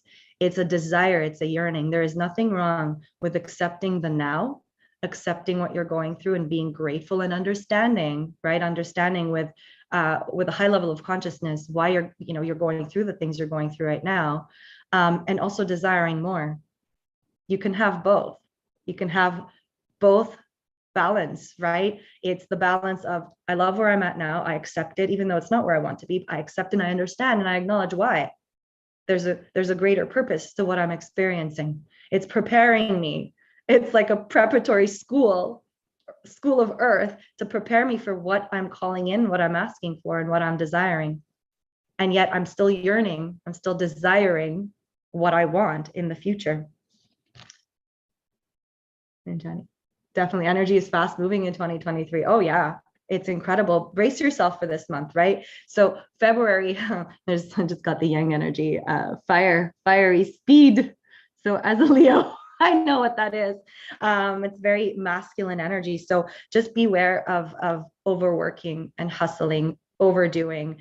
This is something that we want to balance out this year, because it is no longer the way to work. It is no longer what's going to lead us to freedom, prosperity, abundance, all of that which you're calling in. It is not the excess of yang energy. But there needs to be a balance of the two. This is the year to really come into union within yourself first, right? And a lot of divine sacred unions are coming, even externally. Partnerships and divine sacred unions are reuniting this year. It started very much last year, and then this year it's coming stronger and stronger. And that's because we are continuously working on coming into that union within ourselves, that marriage between the polarities within ourselves, within our space, right? So beware of the excessive yang energy, the excessive fire this year. This is something I have personally been working on for sure the last couple of years. And Tarek, you know this, being a fire sign, it's like, go, hustle. We can do this. So I'm like, you get it. Any other fire signs on the call, let me know if you feel me, if you understand us.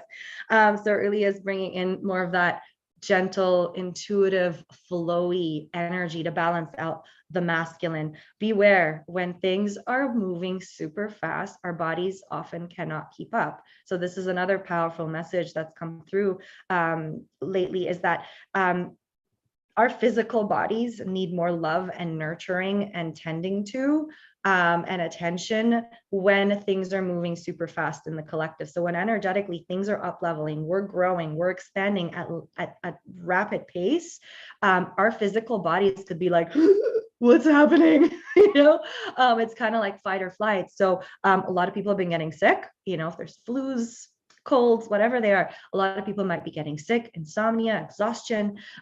Tend to your nervous system. This is super, super important. If you don't have a balanced nervous system this year, it's going to take a toll on your body. So how do you balance your nervous system? There's so many ways. Breath work, movement, exercise, walking, spend time in nature, ground, so important. So many things. I can give you a list of 100 bazillion things that you can do to balance your nervous system. This should be one of your priorities this year, because with things moving so fast energetically in the collective and things changing, right? There's a lot of change in the air. And again, I pulled the new life card. We're all massively rebirthing as a collective, massive rebirthing right now. Massive. I mean, I'm not a fan of ascension symptoms, but it's a common term that people use. But there's a lot of physical symptoms that we might experience because we are not. Our energy is leveling up. The collective's energy is leveling up and expanding and growing and changing, but our physical body can't keep up. So if you're not taking care of your physical body, you're just working on the energetic stuff, the foods you eat. Be very mindful of what you're putting in your body, right? And the intention behind it. Obviously, don't go neurotic and go extreme. The message isn't about extremism. It's about balance, but also being very mindful of the intentions around what you're putting into your body, right? LG1111 says, yes, another Leo here. Yeah, so you feel us, right, with the fire. So really balance. Fire is beautiful. Fire energy is beautiful. We make the world go round. We take action. We move things forward. Beautiful. It's passion, right? It's your it's your motivation, right? You need that, but it needs to be balanced out with rest, play, love. And one of the things I experienced last year, which has been a big lesson for me, the months that I played more, I made love more, I experienced pleasure more. Those were the months that I made the most money and I attracted the most clients. I experienced massive expansion in my business and my practice.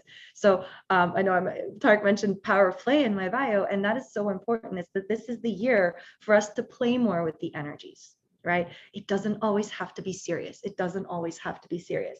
I think a lot of times this work, especially when you talk about, shadow work, oh my God, it's so serious, and it doesn't have to be all the time. Sometimes it is. Sometimes it's intense. Those death cycles can be, trying, but it doesn't always have to be. We can heal through play. We can heal through pleasure. I call what I do sometimes cry laughing, right? So I'm laughing and crying and purging and releasing at the same time because it's so cathartic.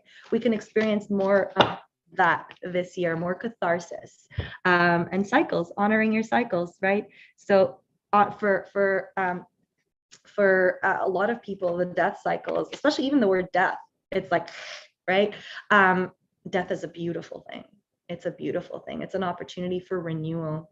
It's an opportunity for really tuning into yourself and understanding what's going on and breaking free of some patterns that have been plaguing you for a long time, right? And sometimes we think that we have gotten rid of something, but that stuff comes back in different ways, in different forms, in different triggers, and different teachers, right? Your greatest irritations are your greatest teachers, right? So during those death cycles, and this is why it's been so hard on the nervous system, because we've been fluctuating like this. It's no longer like, oh, death, rebirth, death. No, now it's like death, rebirth. It's like a roller coaster ride. And it's a lot. And if you're not keeping up with that devotion, with that daily practice, and your practice can look like it's different every day. Really tune into what you feel good doing. Tune into your inner child. What do they want to do? What do they want to do? Maybe they want to jump around. And I jumped rope this morning because my inner child wanted to jump rope. So that was part of my practice this morning, was jumping rope. I hadn't used it in a while. So I was like, all right, she wants to do that. Let's do it. Maybe it's trampoline. Maybe it's rolling. There's snow here. So maybe it's playing in the snow or jumping naked in the snow. I don't know, whatever it is. Do your daily practice so that this is easier. It's milder. It doesn't feel like it's extremes. But sometimes that death cycle hits you hard. And don't get too attached to the rebirth. I've seen this happen a lot to a lot of clients. They get attached to the rebirth. They get attached to the happy, good feelings. And then when death happens, they're like, what did I do wrong? What went wrong? I was doing everything right. I was doing my practice every day. Like, but it's beautiful. Don't get attached. Another word for this year, it's attachment. Don't get attached to the good, beautiful feelings, to the fun feelings, right? You know that when there's a rebirth, there's a death around the corner. It's inevitable. And as you acknowledge this, as you come to terms and accept the fact that death is a part of our human cycle, when it arrives, you're like, okay, well, there you go. I'm going through another death. Let's do this. Let's bring out all the tools that we have and let's do this. Let's use our support system. Let's use our tools to get through this death and clear out some of these patterns, purge. It becomes that word is very powerful. It becomes cathartic. It's no longer, oh shit, I'm going through death. This is, oh, I can't believe it. Not again. Victim. No more. Right? Mooncat Goddess. Leo rising. Yes. Laughing and crying at the same time. You'll experience more of that this year. You'll experience more of that this year, of laugh crying, right? It's also, even during the death cycle, you can heal through pleasure and play. Play more, laugh more, put on a comedy, whatever it is. I just got the procrastination card. So this is also a message for this year to do the things you said you'd like to do. Right? I did mention in the beginning not to play small anymore. We're not here to play small. We're not here to wear a mask and hide. That's not what we're going to do. And I've worked with a lot of people healing, the witch wound. This is a huge one that's coming up again to the surface, and a lot of people are dealing with it. And it's every time you go to the next level and you level up in your expansion as a healer, as a light worker, you'll be tested. More fears will come up. And this is the message to really no more conquering fears. That's what I'm hearing. Conquering fears, right? Conquer is very like masculine, yang. We're going to befriend our fears this year. We're going to look at fear and go, okay, I'm leveling up. This is normal. It's the contraction before the expansion. I see you. I understand what's going on. I'm going to lean into that fear, become BFFs with that inner fear. And I'm going to do it anyway, because I'm here for a bigger purpose. This is not just about us. Even though we are our number one priority right now, we are the center of our universe. I was spoken like a true Leo. We are, obviously, if our energy is off, everybody's energy is off, right? So this is the year for us to really master our own energy, our own frequency, our own aura, right? So that we can show up in the world and really, truly step into our roles of why we came here, fulfill our purpose and our mission. No more procrastination, right? No more procrastination. Let's do the things we came here to do. Let's fulfill our mission. Let's step into our purpose, really step up and rise up so that we can really illuminate that light, shine our light. No more fear of our own powers, no more fear of our own gifts. This is how we're going to expand Earth's level of consciousness. This is the only way. This is the only way, right? And it's not about, neglecting our stuff and our 3D things, because we are still human, right? We can't just transcend everything. We're still human. We go through the motions of life. We go through emotions, but always having that devotional practice and that commitment to your spiritual path so that you can always come back into that alignment, and keeping your eye on the prize, and that prize being the collective, right? The energy and what we're doing here on Earth. And the other prize, and we don't talk a lot about this, is our own prize too, because we all deserve to live a beautiful, wonderful, abundant, prosperous, lovely, magical life, right? So it's two-pronged. Really, really figuring out this year what your big whys are. And there's two whys. One is your why, your personal why. Why are you doing your human why? Right? And then there's the collective why. How are you serving? This is the big question. How do you want to be of service this year? How do you want to be of service? Where are you needed? How can your gifts and your superpowers and the abilities that you came here with, how can they be of service to the world? Help. Right. And this is a beautiful one too. This is a beautiful message. This is also the year that we know without a shadow of a doubt that we are not alone. We are not alone.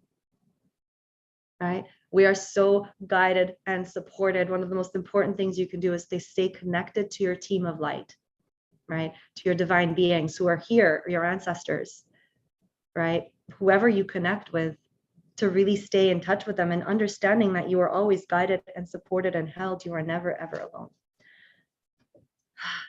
I'm going to pull one last card and see what else comes through.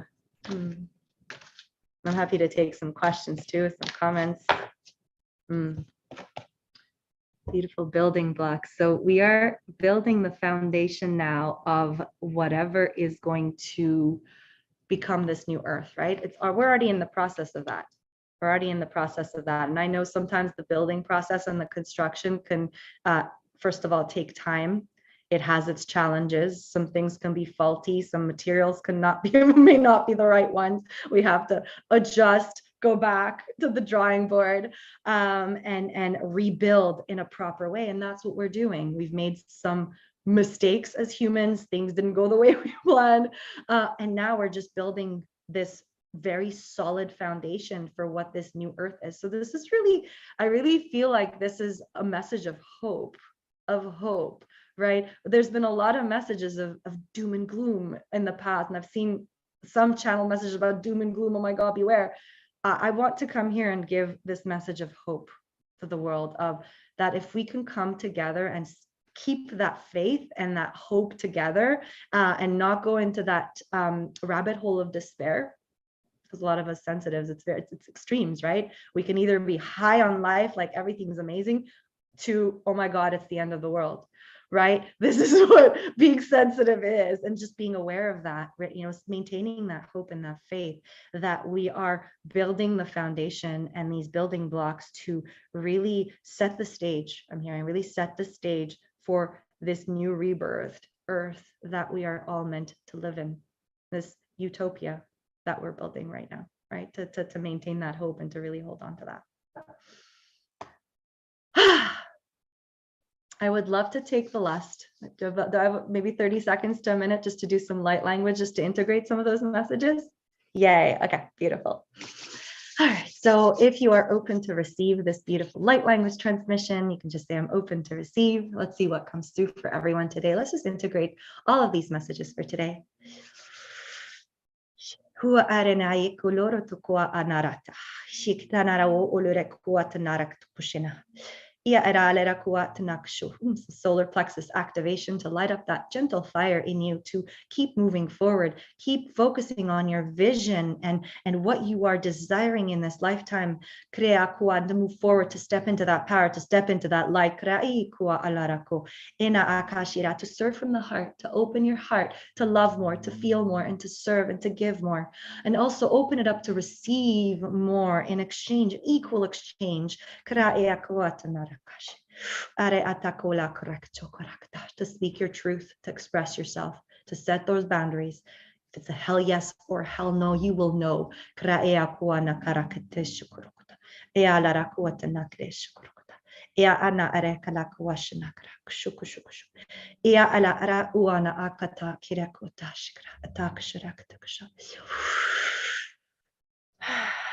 taking a deep breath in and out. Allowing those light codes to integrate into your DNA, into your aura. Thank you, thank you, thank you.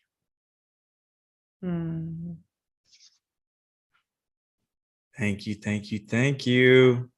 And so it is. Green, please let our audience know how to continue following your journey and getting to continue to receive your beautiful sun rays in your Leo heart. Oh, all right. So I'm on all social media platforms. So you can find me on Instagram under my name, or Awaken Your Magic. You can find me on Facebook. Just friend me. I'm super open. DM me. You can join my group. I have a private group where I go live and do readings on a regular basis. That's also called Awaken Your Magic. There's a theme there. You can also send me a note, a message. Yeah, I'm happy to connect with anyone who has questions and wants to reach out. Beautiful. Thank you, Corinne. You rocked it. And for everyone watching, whenever you're watching, please send blessings, gratitude, appreciation, and good vibes, good prayers, good intentions to Corinne for taking the time to bless us with her energy, her presence, and her magic.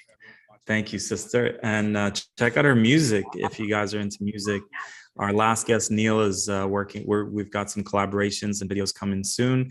Corinne's got some beautiful songs on Spotify and beautiful music videos as well. So check them out as well. Voice of the Voiceless. Voice of the Voiceless. That's right. Thank you so much. Voice of the Voiceless. You're very welcome. Keep shining, sister. Thanks, brother. Bye. Welcome. Bye. Oh, my Lord.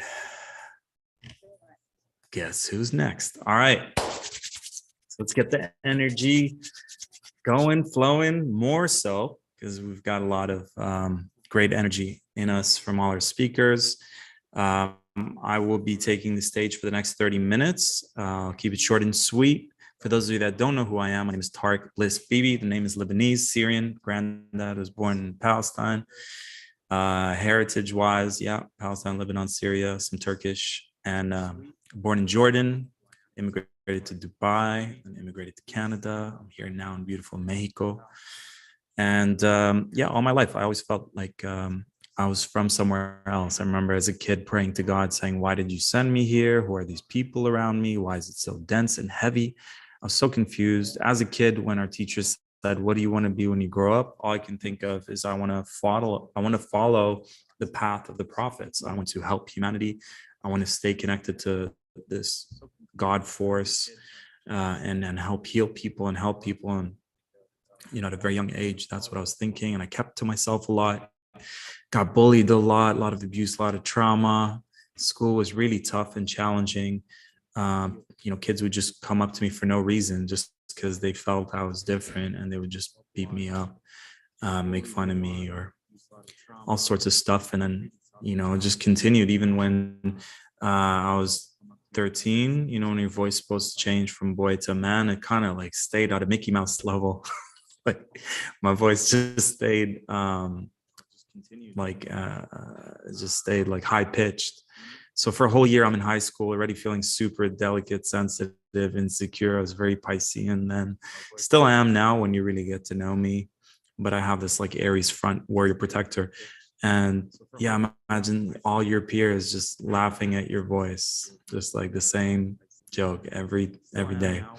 And then coming back home and just hearing how I'm not doing good in school, my grades are the lowest, and just feeling like a failure, feeling like a disappointment, feeling like I let everyone down, feeling not good enough, not worthy, not deserving.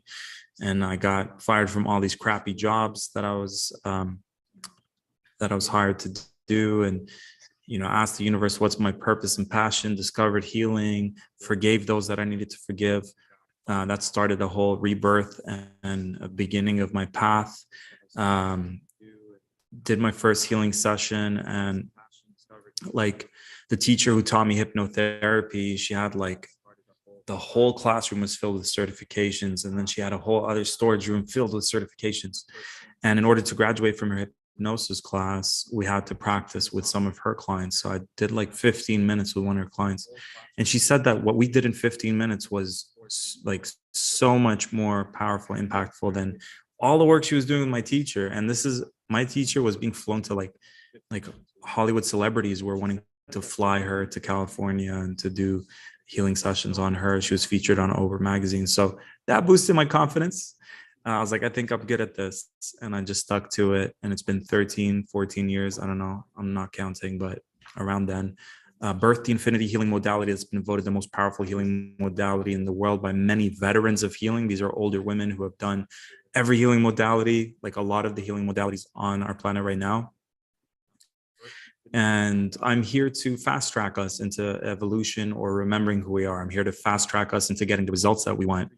I usually don't leave the first session I'm working with someone. I usually don't leave that session until I get a 10 out of 10 healed. Obviously, it's not up to us, but I push it to how much can we do in a single session. Why? Because I remember going around trying to get some support and got into $30,000 of debt, working with all these different modalities, not getting the results, not trusting, still being blocked, not open, and just going in circles, and then with money, same thing. I was blocked. So my spirit, my guidance was like, create a modality. And I resisted it for 2 years, launched it, and now it's being taught worldwide. Anyways, I want to fast track to my story. So the infinity healing is what I'll be presenting today. That's my superpower. My gift is to hold space for you to remember all parts of yourself and let go of what's not you. I really believe that if each and every one of us shares our authenticity, expresses our truth, shares our gifts, talents, and abilities, we can co-create heaven on earth. We can change the planet through our inner work. This includes forgiveness. It includes inner child healing. It includes letting go of traumas, letting go of limiting beliefs, letting go of fears, letting go of toxic emotions like guilt and shame, and blame, anger, and rage. So I've been blessing it forward ever since when I forgave those who I felt wronged me. I've been walking that. I've been sharing that in every single session, almost every session, with my clients, because it was the hardest thing I've ever had to do, is confront those who have wronged me and share vulnerability about what I felt. And I was stuck in victim and anger. So a big part of my mission is to help. Mostly my clients are spiritual healers, whether they're closet healers or out of the closet healers, and they struggle with money, they struggle with the business side of things. And I'm here to bridge that. But really the big picture is helping us anchor in, and this is what we'll do right now, is really activate our infinite sovereignty, freedom, and empowerment. So the 5 F's that I focus on, one of them is forgiveness. We want to forgive ourselves. We want to forgive others for all they have done, not just in this lifetime, in all lifetimes. Another part of what I do is fulfillment from our true purpose. If we're not aligned with our true purpose, we're not going to feel fulfilled.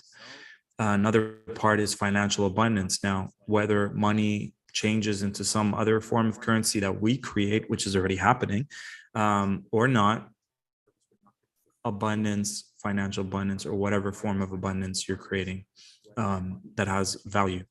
And we talk about different currencies like gratitude, love, skills. There's a whole bunch of new skills right now that are probably going to be more valuable than money, like building communities, communication, teaching, unschool, the whole, like what kids need to learn from the true teachers who are here to do what teachers are supposed to do, true healers who are supposed to do what doctors are supposed to do, like all sorts of things like that. So I mean, bridging spirituality with those modalities, I feel like it's so disconnected, but the truth is we need all those practitioners, but not to do it in a way that the matrix says this is how to do it, but to do it in the true heart-centered way. One of my favorite movies is Patch Adams, because he kind of like challenged the establishment and created his own place for people to come and heal, and he was doing it from a more heart-centered person-to-person approach. You know what I mean? Rest in peace to Robin Williams. Okay, so I'll share a poem and then we'll get right into it. So I'm also a conscious rap artist. Stay tuned for some amazing tracks that'll be coming through.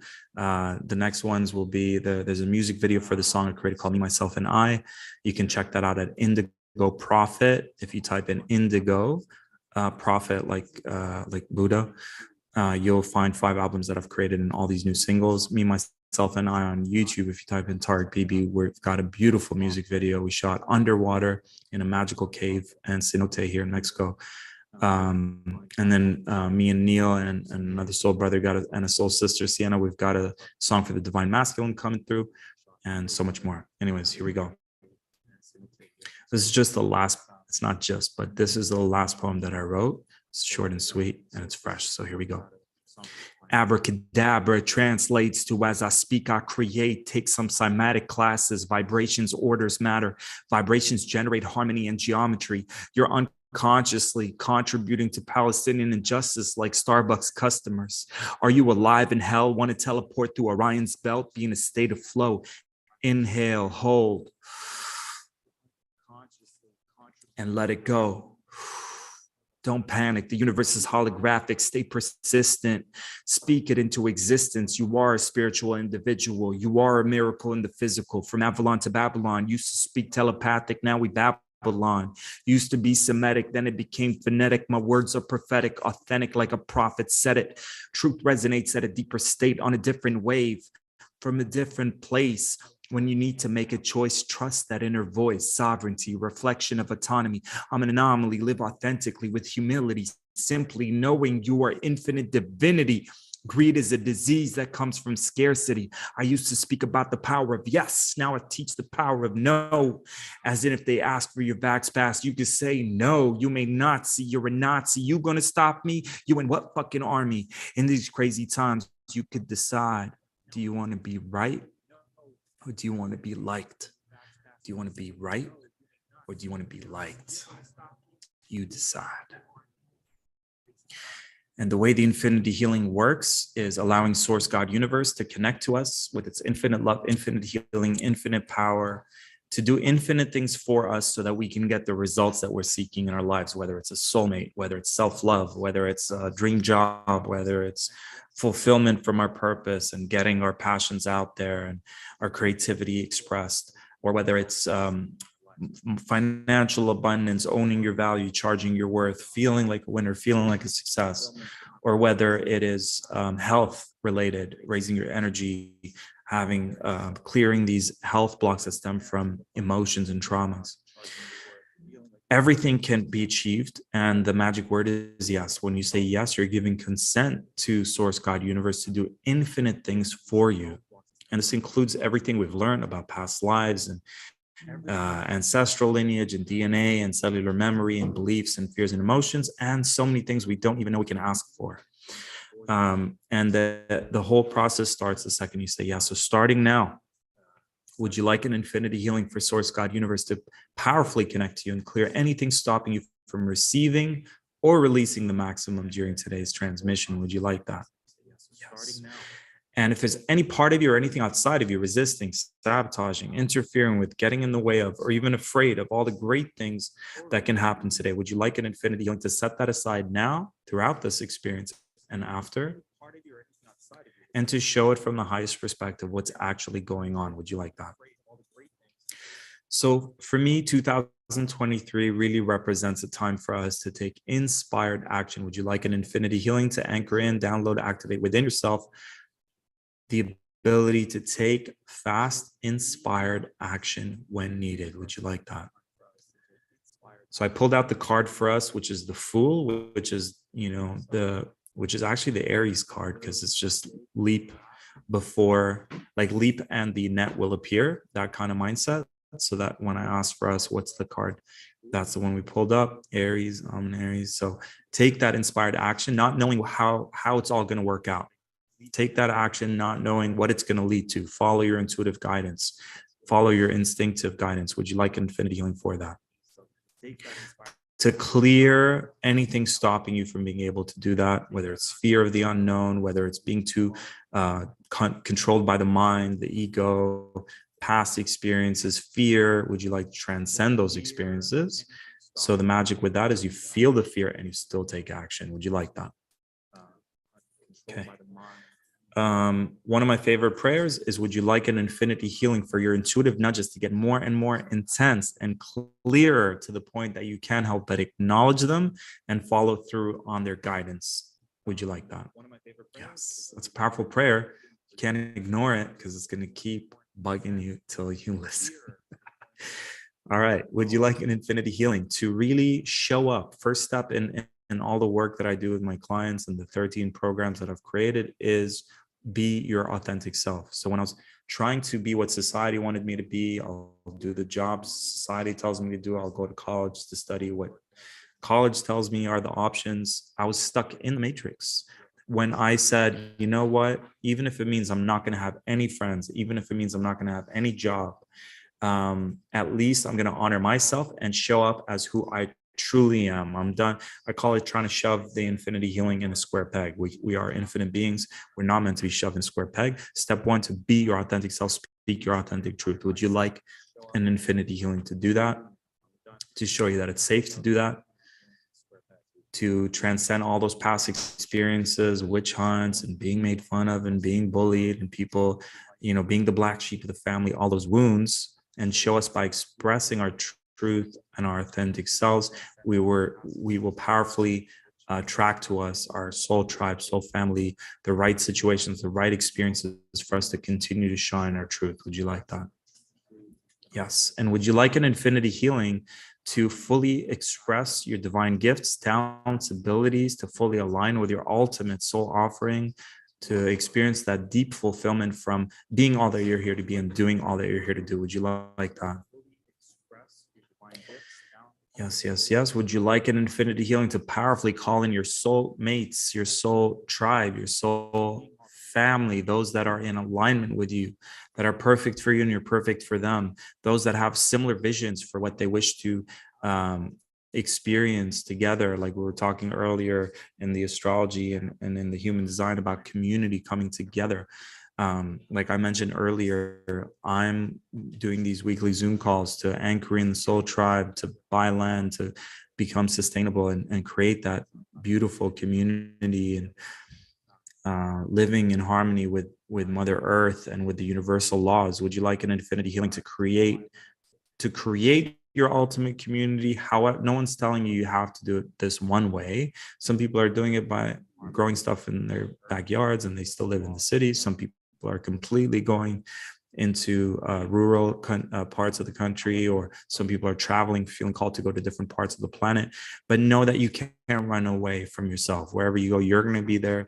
Same issues you have, same shadow, and different versions of matrix challenges. So would you like an infinity healing to activate that warrior spirit that takes a stand, is a mountain? Wherever you are, you're a solid mountain, and you're standing for infinite freedom, empowerment, and sovereignty. You're embodying that in your being. You're speaking it into truth. Someone was saying earlier, I think it was yeah, someone was saying, where are you speaking from? I think it was Isela. Where are you speaking from? I speak from my divine core. I am free, empowered, and sovereign. So it's where you're coming from and where are you speaking from. I really resonated with that, because there's a difference between saying, hey, please don't do that. I'm a divine being. I don't follow your rules. And like actually embodying that. There's a certain no you can say that reverberates and creates this energy that people are like, this person's not messing around. They're saying no. No means no. And there's the no. Hey, I said no. Hey, I said no. Can you stop that? So at the count of 3, we're all going to put our hands out like that and do a powerful no. This no that we're going to do is going to activate a powerful boundary, an energy that just creates a strong, healthy boundary that does not allow anything less than love into our fields from other beings, from entities, from frequencies, technologies, all sorts of things. So do it with me, guys.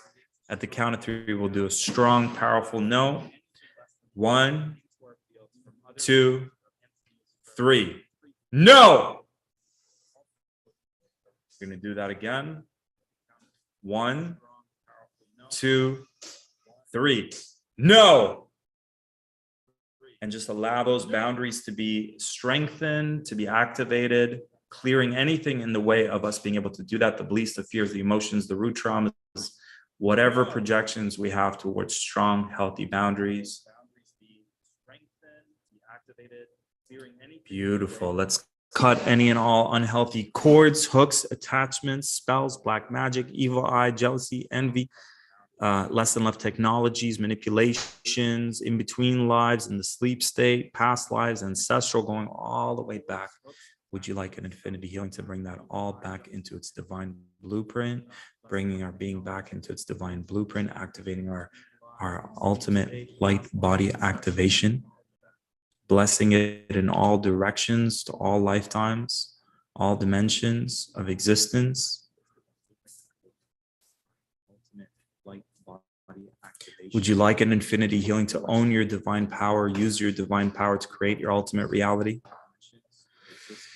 Heal the wounds of people abusing power, or you abusing power, forgiving ourselves for anything we might have done, or forgiving others for anything they've done to us. Would you like an infinity healing for that?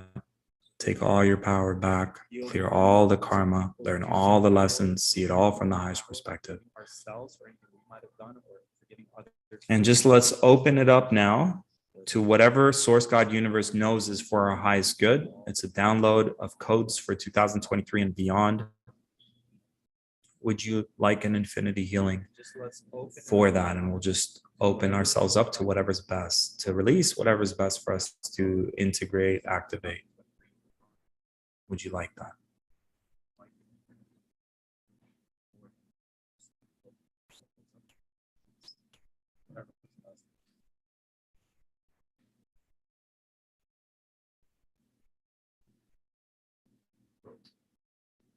Experiencing infinite freedom, empowerment, and sovereignty on all levels, exercising our infinite freedom, empowerment, and sovereignty on all levels, anchoring in, if it's best, how it's best, when it's best, into the perfect parts of the planet, calling in our ultimate soul tribe in the physical, building, being infinitely sustainable on all levels, working in harmony with Mother Earth and nature, being the change we wish to see in the world, following through and integrating all the new solutions for the new Earth, aligning ourselves with the new Earth codes,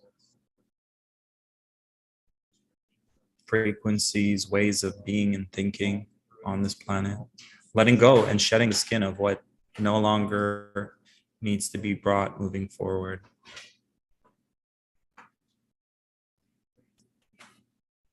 Manifesting all our heart's desires so that we may feel fulfilled on all levels.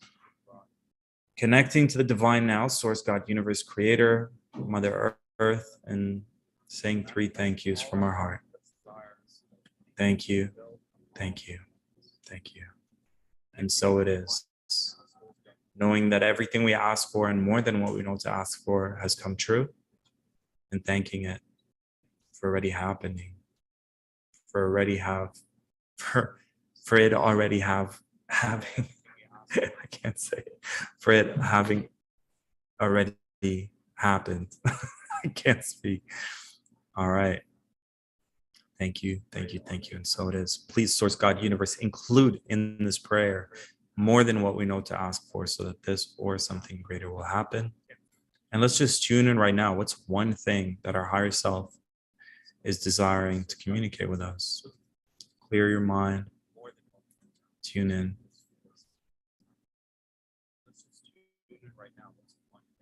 And feel free to share how you're feeling right now. Tune into how you're feeling.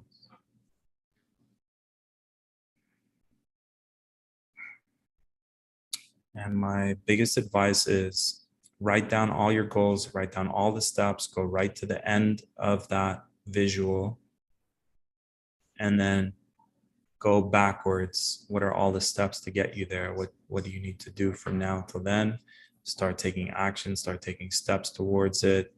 If you have focus on your strengths, whatever you're terrible at, partner up with someone else who's great with that. Formulate your soul tribe, soul team, and make it happen.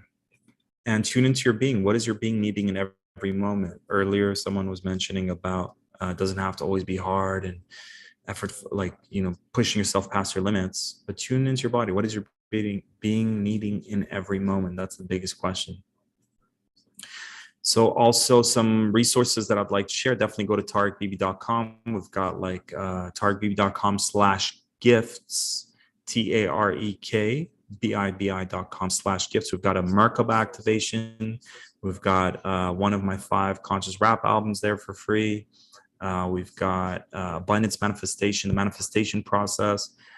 I think we've got a DNA activation, infinity DNA activation in there as well. So tarekbb.com/gifts.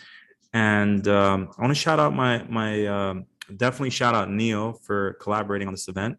Beautiful collaboration of two souls coming together, wanting to help. And I also want to shout out Soul Bro, Derek Bros. Was recently at his 5-day event. So for everyone who wants to talk solutions in terms of homeschooling, unschooling, land, home, community, permaculture, growing our own foods, homesteading, whether it's in the States, Canada, any part of the world, or here in South America, I would check out his free online event that is called The Greater Reset. Derek Bros and John Bush. So I'll check out their work. They've got tons of information. And if you guys are interested in joining those live Zoom meetings for everyone interested in community, you can reach out to me at tarekbb on all streaming platforms, and Indigo Prophet for all music collaborations. In the follow-up of this email, if you guys didn't sign up, you can go to tarekbb.com, just sign up there. We want to let you guys know about our Valentine's Day event, February 14th. Where we're going to have some of the world's best speakers when it comes to all things relationship-wise. The intention is not just like your typical Valentine's Day; it's embodying infinite, it's embodying infinite self-love, embodying God's love, embodying infinite love in your being. So we've got some amazing speakers coming through for that, February 14th. Mark your calendar, probably around the same times as this event, 12 to 6 p.m. It's going to be a paid event. I believe everyone who signs up here receives a discount. I think we're offering it to you guys for like 37.7 for your early bird ticket. So check that out. And I think that's it for now. Please let us know how you feel. And if you have any questions, there's so much more I can share, but I'll continue to do so on my platform. Love you guys. Thanks for being here. Appreciate all that you are and all that you do. Much love.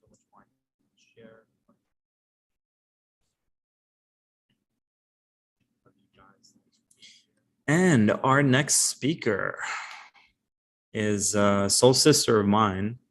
I definitely reach out to her when I'm needing support. She has helped me when I had some entity attacks in the past.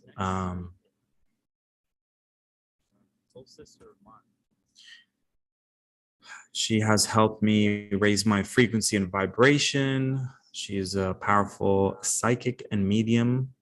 She is a Piscean soul sister, and she'll be joining us, sharing some wisdom from her guides, from her angels that she works with. And the feedback that I got from her clients is that it's so accurate. The things she shares are very accurate, and it just straight from source, straight from God. Like, no, I mean, everyone's got their filtration systems and things like that, but yeah, if you ever have a Piscean friend, usually they're the most powerful channelers. They feel things really deeply, strong connection to source God. And yeah, excited to have her on. I think we're just having a hard time getting her on this link, but she should be here any second now. So Donna Marie is an intuitive light worker, medium, and facilitator of transformational energy healing. Her ability to connect with spirit allows access to divine light consciousness. This includes the ascended masters, the healing masters, the angelic realm, the archangels, wisdom of the ancients, high priestesses, Celtic goddesses, and the planetary support of the divine light beings of intergalactic and more. The intention of her soul's purpose is to serve as Wi-Fi and facilitate vibrational realignment to bring you back to your designed frequency, enabling you to reclaim all of the abundance your soul is here to express and experience for your greatest and highest good. You absolutely must know and understand your own energetic vibration, as it is the key to aligning you to be the vibrational match to your goals and dreams. The intention of her work is to show you how easily it is to step back into your alignment and return you to full empowerment, your wisdom, and ultimately the best expression of your soul's mission and best life intended. To be fully complete and abundant.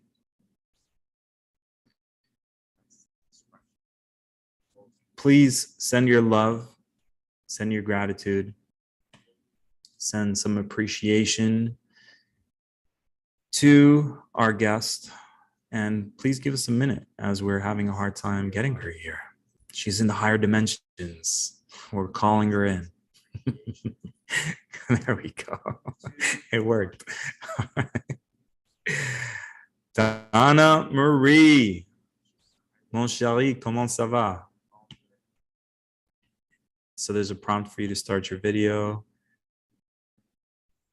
And Donna Marie. Okay. There we go. I am so sorry. I was in your waiting room. Yeah. And then I used the link you gave me, and I was in the waiting room, and then I see you on Messenger going, "Where are you?" I'm like, "I'm here." I was here. Okay, how come it worked the second time? And how come the second time you didn't need to go in the waiting room, and the first time I left. you were in the I left and I went back and I just put in the code by hand because I just punched. Okay. Anyway, it doesn't matter. I'm glad you're here. Thanks for being here. Please take it away. No, we're having fun calling you in Piscean dimension. We're like calling you in, and then you came as soon as we said that. That's wonderful. Good. No, I was laughing because it's minus 20 here. It's so cold. I have a heat dish behind me keeping me warm. This mermaid, her fins are frazzling. It's not good. Oh my God, I'm sending you some warmth from Mexico. Thank you, honey. Thank you, honey. Welcome. Please take it away. Oh, I'm taking it away. That's it. Yes. Okay. You got this. Okay. Do you want to talk a little bit to take it away, or are you checking out now? Are you gonna? No, I introduced you. I did. Okay. I did the intro right before you got here, so everyone knows about your awesomeness. And now the stage is yours to shine. Okay. Yeah, I love it. We're very curious to hear what you've channeled for us, or what you will channel for us on the spot. Maybe you can let us know a little bit about like your process. Is it channeling from source God? Is it your guides and angels? And Did Okay. you do it before? Are you going to do it live now? That would be a way to Okay, start so this. if I can start, yeah. So let me start with that, just to say that when I do these activations, I never know what I'm going to be doing, and I never know where it's going to be sourced from. And it just keeps shifting and changing. Whoever's going to be in the audience, whoever's going to be present, and whoever's going to be on the replay call will, it's kind of indicative to who shows up is what they're going to be receiving. So I do an alignment to get myself into alignment, vibrational alignment to receive. And then I ask for what the message is meant to be received for the collective, for the greater good. This is always how they're using me now. They'll simply come in and allow me to be the facilitator to receive the activation. So today, I don't know if you knew this, Tarek, but February 2nd is a portal, which I didn't know. I found that out this morning. So it's a portal, and I didn't know this as well, but February is a month of purification. It's a month to purify energetically, which kind of makes space, like where the days are getting a little bit longer. We're, getting out of being hunkering down for the winter if you're in the Northern Hemisphere. And it's like preparing, cleaning up and getting rid of things. A lot of people do detoxes or cleanses or start clearing at their house, kind of getting ready for the spring. So today, on the 2nd of February, the 2/2, the 22, it's a portal today to actually heighten and sharpen your intuitive gifts. And I was like, this is an amazing day then to be here. And so that thumbs up, I can't control it, just letting you know there's no spirits coming in. People ask that. No, it's my thing. Anyways, in case you see the thumbs up like this, it's not me. So the energy today, what I would like to do, and this is what they've said, this is what we'd like you to do. So I've actually just lit some Palo Santo and some sage, and I'm just clearing the vibration for everybody who will be present, clearing the vibration of the space that you're in. So super important to be mindful that as you take care of your own vibrational attunement and frequency, you need to have the support of your environment. So any energy in your space that is not in alignment to you can slow you down, lower you, or congest you. So I'm kind of just going in with this vibrational clean sweep for everybody, so that when we do this attunement, the activation of your gifts, it's going to allow for the space that you stay or reside in to support you. Okay. So, I mean, if you've worked with me before, and I know you and I have worked together for years now, Tarek, but the intention of the work that is being done through me, they use me as Wi-Fi to facilitate and bring people back to their full empowerment, meaning that if you're slightly out of alignment in any area of their life, they bring you back into the alignment, back into your soul's essence, so that you step within the clarity of your wisdom, your knowing, and your awareness. Now, just the way your blood has its own DNA, your soul has a blueprint. Well, within your blueprint, you have a gold print. And the gold print are all the gifts and abilities that you've gathered across all other timelines, lifetimes, realms, and dimensions that are innately yours. They are in design to you and for you. So it's your individuality. No one else has this exact gift as you. And what I would like to do today, since you do have a lot of people who are into spiritual practices, have their own spiritual practice, be it mediumship or Reiki or clairvoyance, whatever that might be, yoga, whatever it is. And if you maybe not have a practice like that, it doesn't really matter. Whatever is still dormant within you, let's activate it. Whatever is innately yours that has not been uncovered yet, then you're living shortchanged in the fullness of all that you are, in the fullness of all of your gifts, your creativity, and your abilities. And why do you want to live in the fullness? Because then you will get the 100% abundant return. So we're going to pour energy into our day. No matter what we're doing, we're always extending our energy. But why not give it from all that we are instead of like 75%, 65%? So with this portal that we have today, we have an opportunity to open our heart, because our hearts are our portals to the higher light vibrations. And as you open up on a portal, you're giving your heart permission to receive what the energies vibrationally can be in support of you for. So this is going to be an activation that I'm going to initiate through them, or they will initiate through me. Actually, it's better said, to allow. So you can hold the intention. If there's a specific gift or ability that you would like to sharpen or ignite or refine, then you can hold it in your mind's intention and hold the intention for that specific gift. What I like to do is not, I never like to cap anything. I like to keep everything open because there could be many things that you hold on to vibrationally that are still dormant. So things of value that you aren't aware of yet, that it is time to allow them to be ignited, integrated, and they're going to start revealing themselves through you. So if you so choose, you can align to the one thing that you'd like to sharpen and align, but I would also include anything that has not yet revealed itself to you, but that is of value to you, and it is innately yours. We all come into this world with gifts that are indicative solely to us. And so this is going to be an opportunity to just line up vibrationally with this beautiful portal that the day is offering us, and now allow that refinement that is you to be ignited and sharpened in whatever that means. So what I'm going to do is an activation where you will be giving the energies that are coming forward permission to receive. So because you have your sovereignty and your free will, even though they can come in and facilitate for you, you have to give them permission to come in on your behalf and allow them to be in service to you. So they're rendering the energy, but it's always you choosing to accept, you choosing to ignite, and you choosing to integrate. So it's reminding you that you have the power. They're extending back the power to you. My team is all about asking me continuously to remind everybody to reclaim their power, because living your life not in full empowerment of all that you are, you're shortchanging yourself and you're shortchanging the people that are living it with you. So it's to claim all that you are in all of your light, in all of your gifts. So whatever that is and whatever that means to you, we'll go in and we'll start right away. They always go in through the breath, and they always do a little gentle cleaning.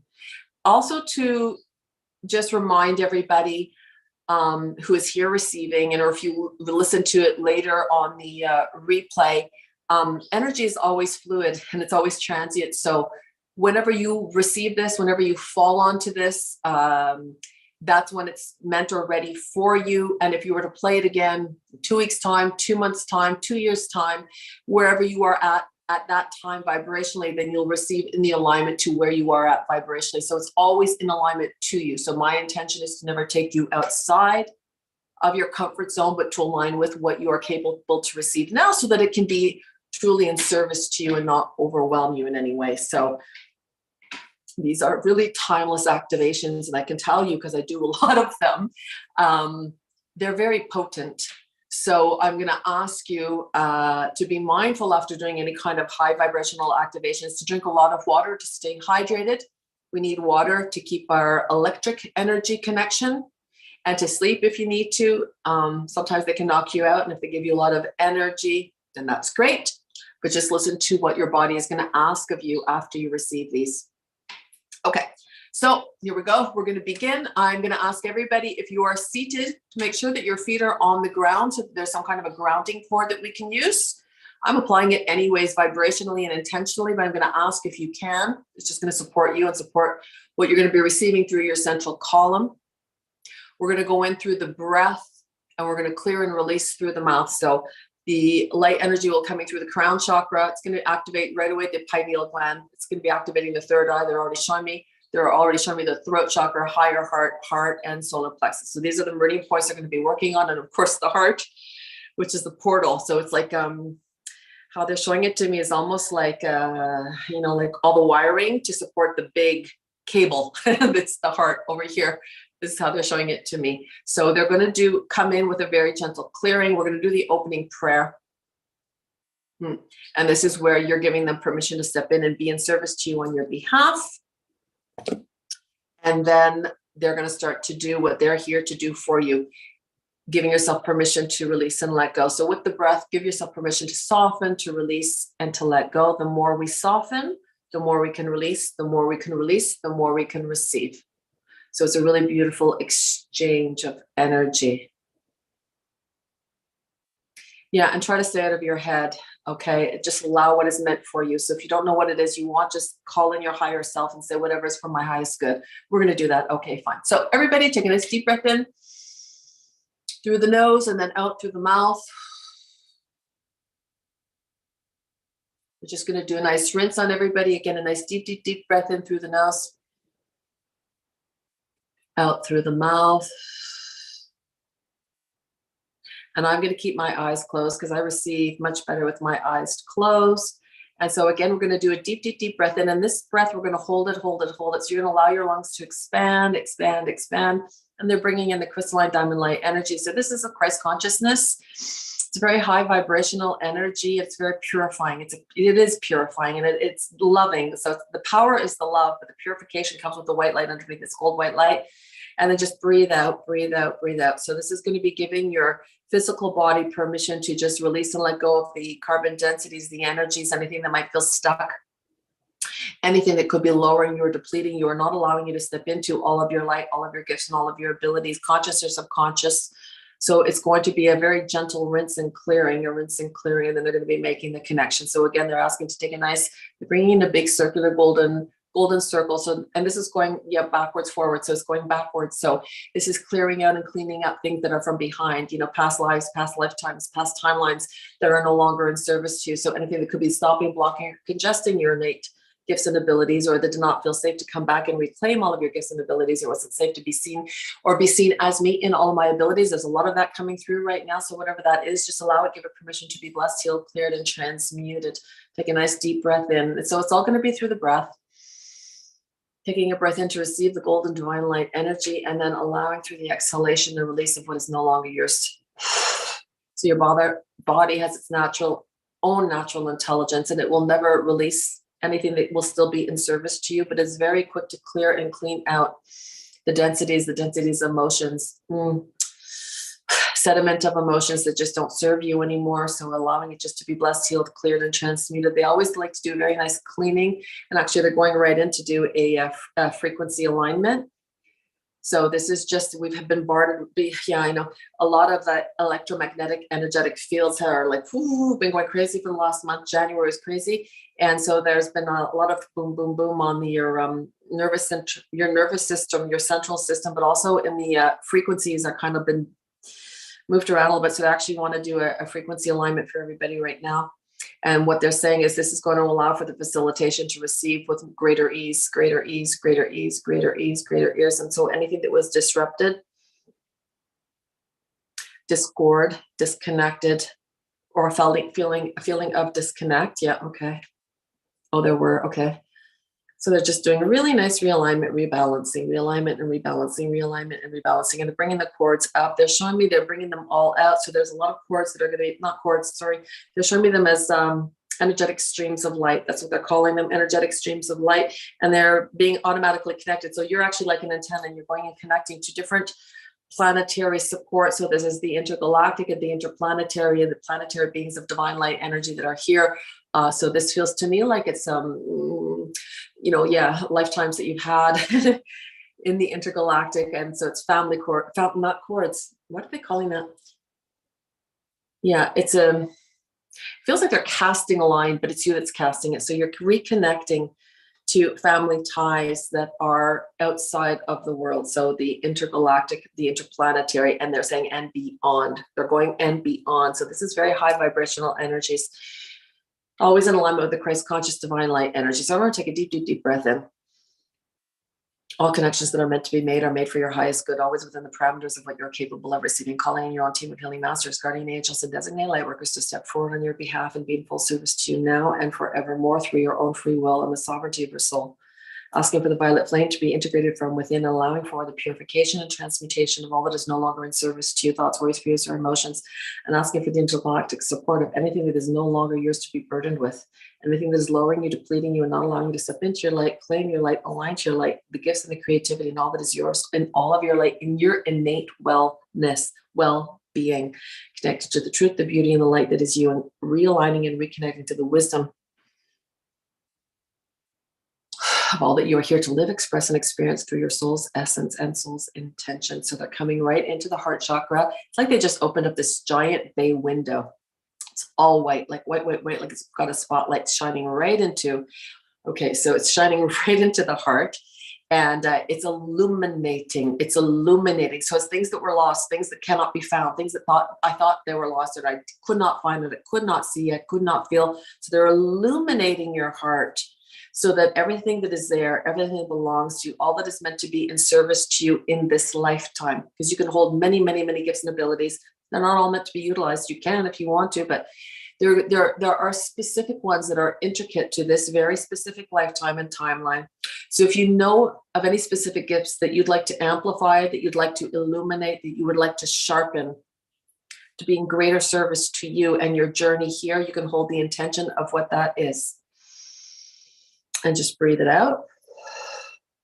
But they're also going like this, like anything else that is here that may be in full service to you, that has been dormant, inactive, and ready to be ignited through your highest good and your soul's intention, should it be intended for you. As we let go, we allow. So you can allow for anything else that is here in service to you as meant and appropriate to govern, guide, and support this journey that is yours.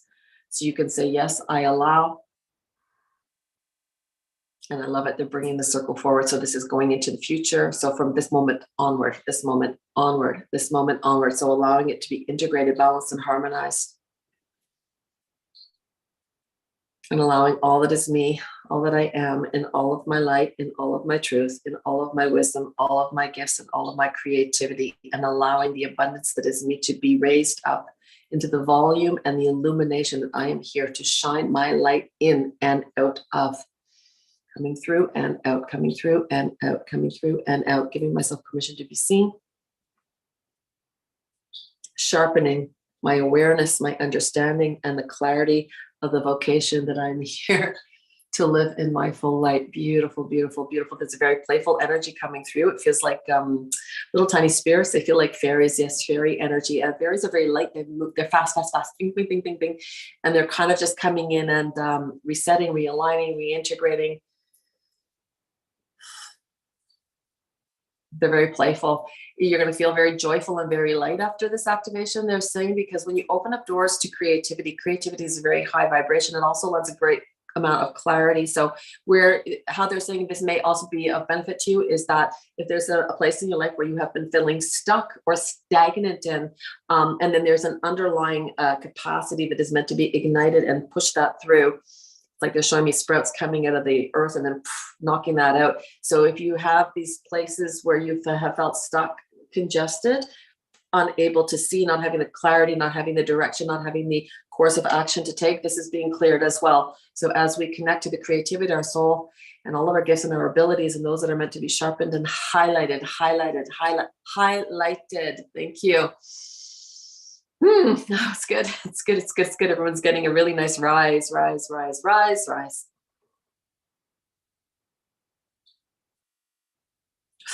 Okay.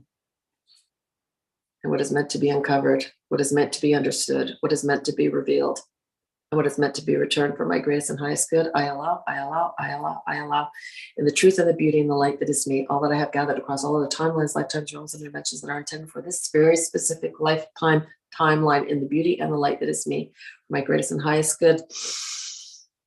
Yes, I allow, raising my light, raising my vibration. So now they're asking you to take a deep breath in. See your light body just expand through your physical body. So as if a spotlight has come on and it's lighting up everything inside of you. Now you're going to push it through the walls of your body and outside of yourself. And so they're allowing for this light, this illumination that is here to be expanded into, they're pushing it through the ethers. So there's like this, 1, 2, 3, 4, 5, 6, 7, 8. They're showing me several layers. And they're moving it out. But there's like a radio wave that's going with this. So your light is going to be seen where it needs to be seen. It's going to reflect where it needs to be reflected. It's going to be picked up where it needs to be picked up. So there's a ripple effect that they're showing me. They're also going to be coming in to support the environment that you're in, so that this light that is you and the light that is you is also like they're giving you this beautiful energetic support to support you in that light. Okay, so that you can see yourself in the light, you're comfortable in the light, and the light moves through your space, your environment with ease. So it's well received, as meant and appropriate. They're hooking up all these vibrational timelines as well, and this is forward moving. So wherever this gift is meant to be applied, wherever this gift will be utilized for the greatest and highest good, and the return for it And there's a lot of connectedness, like they're showing this connects to that, that connects to this, and this person connects to this. Like there's this whole, these stars are all being lit, that you being you light so many, and then so many light so many. And they're showing me this galaxy of divine light workers who are all here in service to each other, one another. So the higher you shine, the more light you have to share, the more light you have to share, the more you can light and ignite others. This is our soul's intention. This is our soul's intention to share, shine the light, share and shine the light. Yes. Two lights are brighter than one. Okay. Thank you. Thank you. Thank you. Thank you. There's a lot of joyful energy that is coming in this activation. They're bringing in a lot of pink gold energy. This is very Mother Mary. Like all loved, all loved, all loved. You are all loved for the service that you are rendering. Thank you. Thank you. Thank you. Thank you. And they're giving you a really nice grounded integration in the sacral of your, well, it's a funny sacral. I don't know. It's the sacral, but it's not the sacral. I don't know how to explain it. It's below the body. It's like another realm of dimension that is giving you a grounded support that's going to really anchor you, integrate you so that there's no, I don't know, I'm not sure. No, gone. I know I am. I know I am. I know I am. And I am that I am. And I allow in all of my life. In all of my light. And they're moving it out.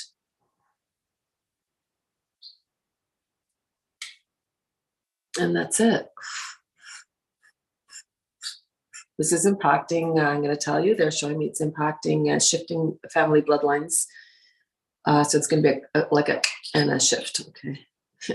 Like a train that changes tracks and is going this way now, in alignment to the truth, in alignment to the wisdom, in alignment to the gifts. Thank you. Everybody take a deep, deep, deep breath in. Allowing this energy to just circulate. They say just circulate, just circulate. So as it breathes in, watch your whole body become illuminated. It's going to literally go and ignite all dormant cells that are meant to be reactivated or reignited.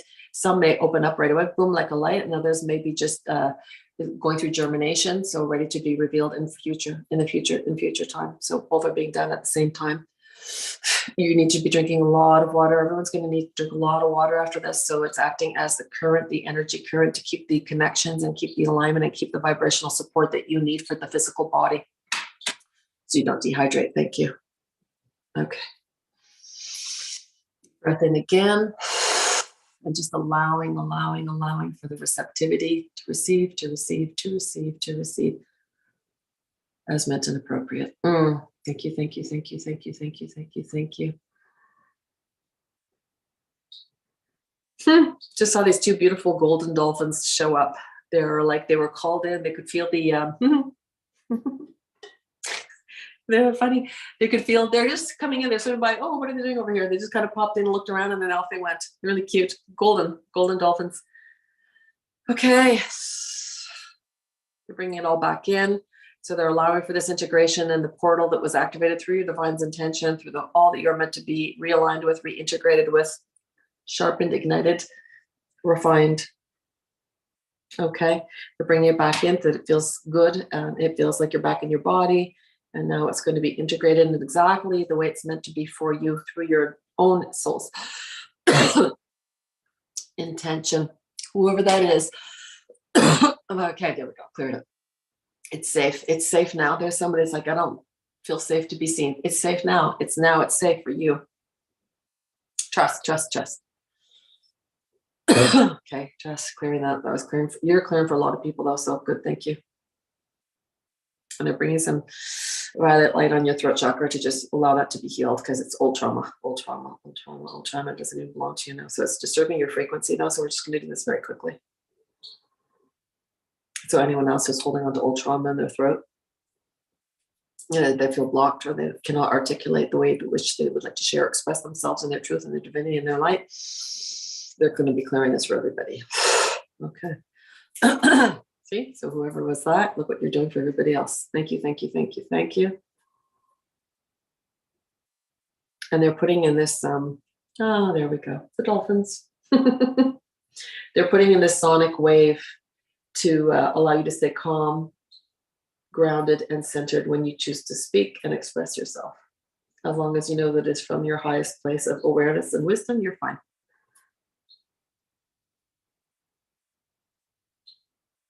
Yeah. This is beautiful. Take a nice deep breath in. This is golden waves of diamond light energy. They're saying that I don't even know what's in these waves. It's very high dimensional.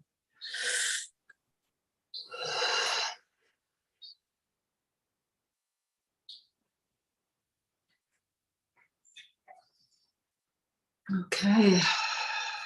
Just gonna close everybody up.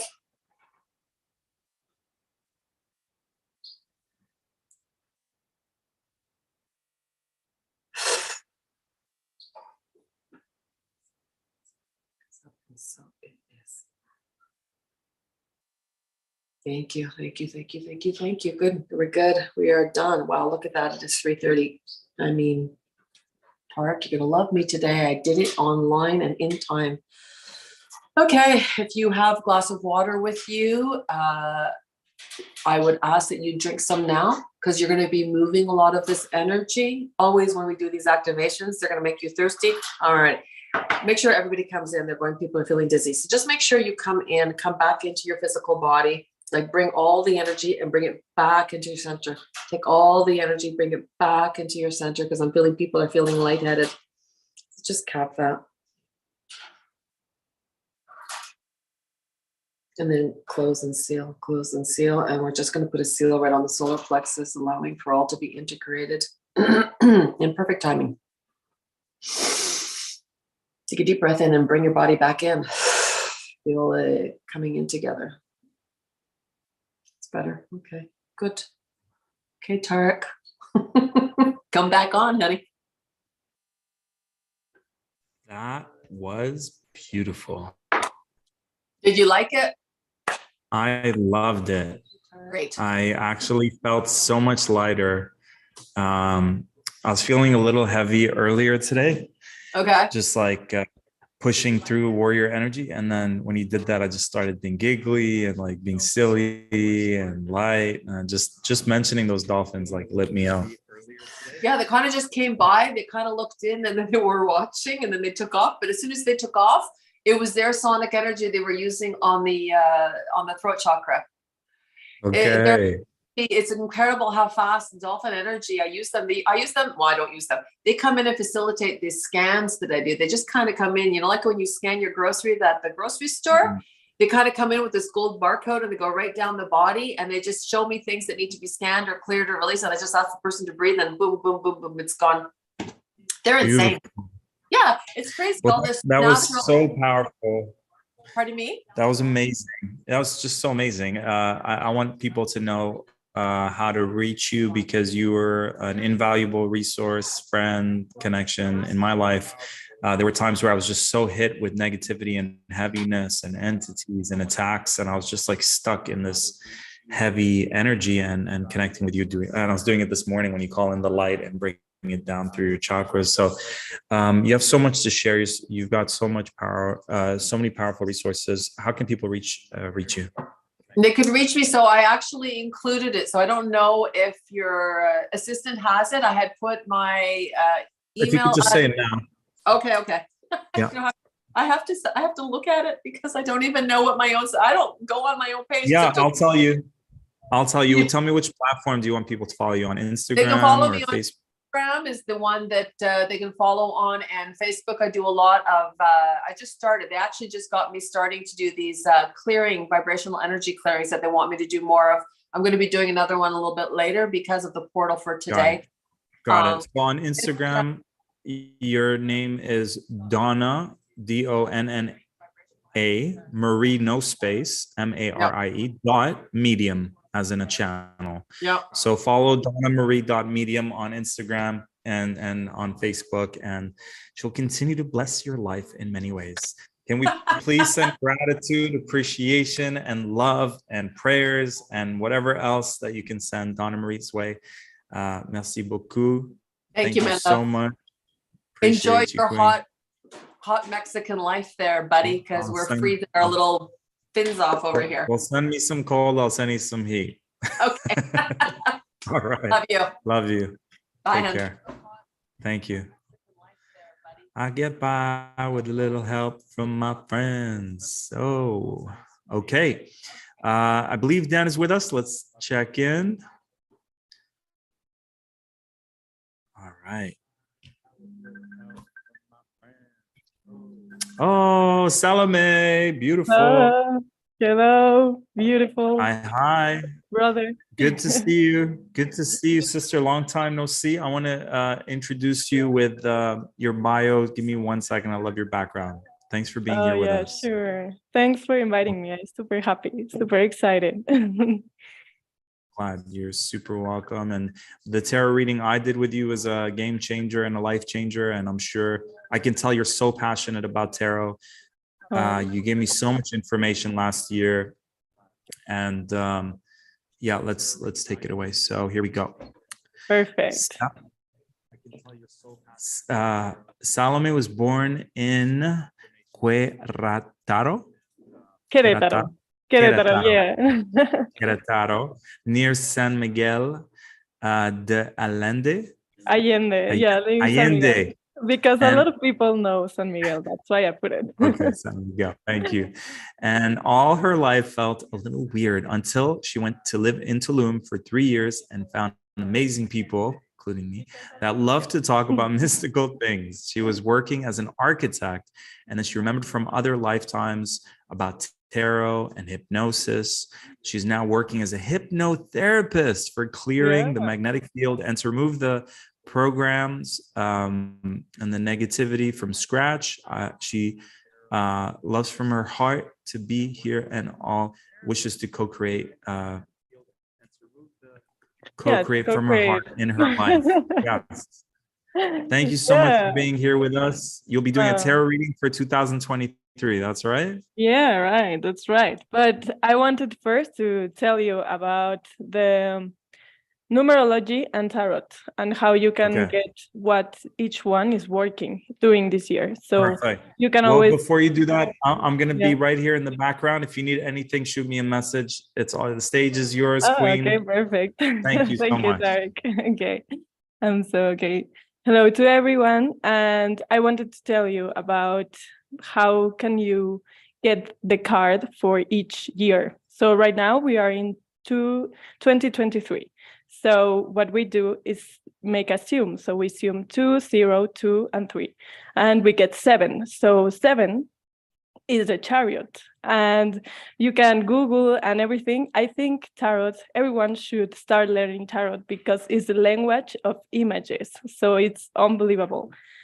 And there's a lot of information here. So the chariot, it's talking about the mental energy and to moving. So I will explain you to one of the basic of tarot. Is really beautiful because you divide tarot in 3. The major arcana, okay? The major arcana, we divide it in 3. And it's the first 7 cards, then 14, and then till 21. So the first stage is consciousness. The second stage is subconscious. And the last one is superconscious. So the first stage ends with this card, the chariot. So right now we are ending this era, as we know, also Pisces, we are ending this era of conscious and of not knowing where we are and of being a little bit lost sometimes. So right now, this year will be about taking the mental energy and to start reading our thoughts, to start realizing why we are thinking this way, to make peace also with the little kid that we were, because all the programmation which is in our minds in the matrix is inside of the head. So all this programmation comes from we were 1 to 3 and then 3 to 7.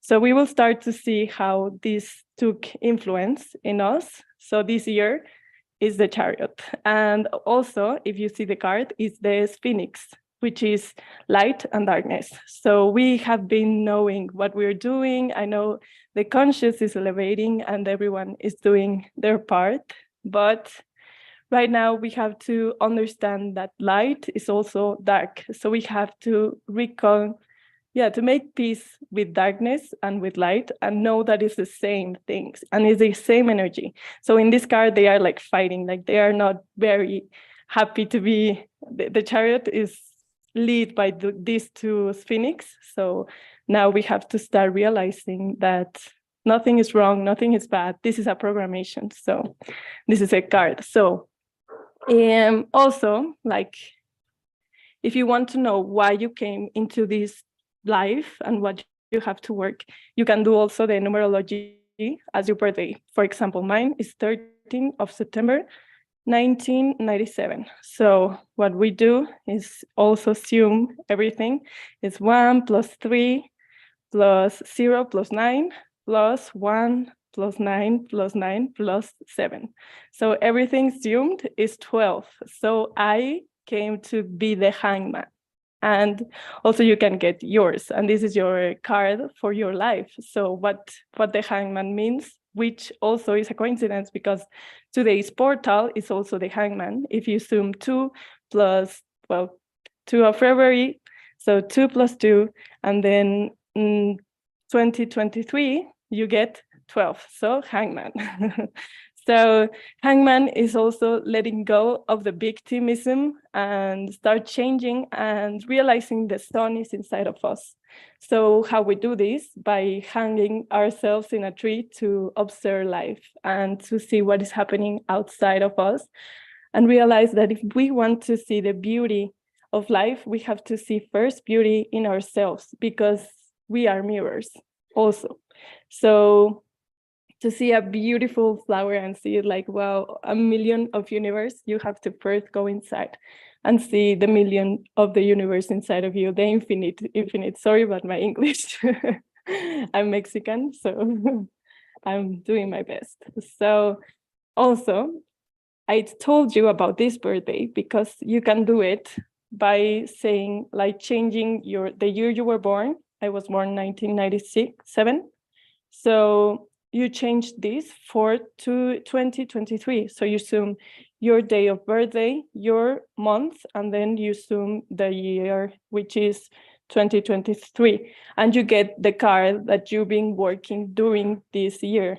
And also, this can be done until the rest of your life, and you can know what you have to work on every year. And you can Google it. In Google, there's all the definitions of the cards, and also with your intuition. And when you see the images, I know we all get some energy behind. So it's really powerful. Okay, so we're going to start with the cards. With the tarot, it's really important to protect the area, put some stones, some crystals that you relate to. And also, I have a protection spell every time. And it's like you put light columns in each room. I already did it. So this is like a protection, always protect and always connect to your superior self. So this time I'm gonna connect to my superior self. Oh, I think it's not, you cannot see me, I think, but it's okay. Yeah, I think the background is taking over. Maybe try playing with the camera, moving it maybe a little lower. We'll see. Now you look blue like Avatar. Oh, no, I am Avatar. Yeah. It's my frequency. Yeah. That's your frequency. No, my aura is purple. Okay. Okay. Yeah, I can see them now. Perfect. Yeah, this is your background, right? Not mine. This is, I didn't choose that background with No. the stars. No, I think it's on your end. That's super weird. This is not mine. Okay, Oh, sorry. Wow. I think it's the account of my sister, so it was of her school. Okay, there we go. Okay, cute. Okay, we're back. Okay, Back into the three dimension. Okay, so I will connect to my spirit self.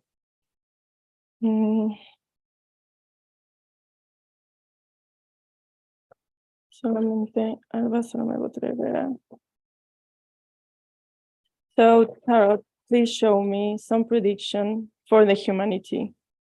As we see, here is a chariot, so it's no coincidence, but we're getting message since right now. Some message for humanity this 2023.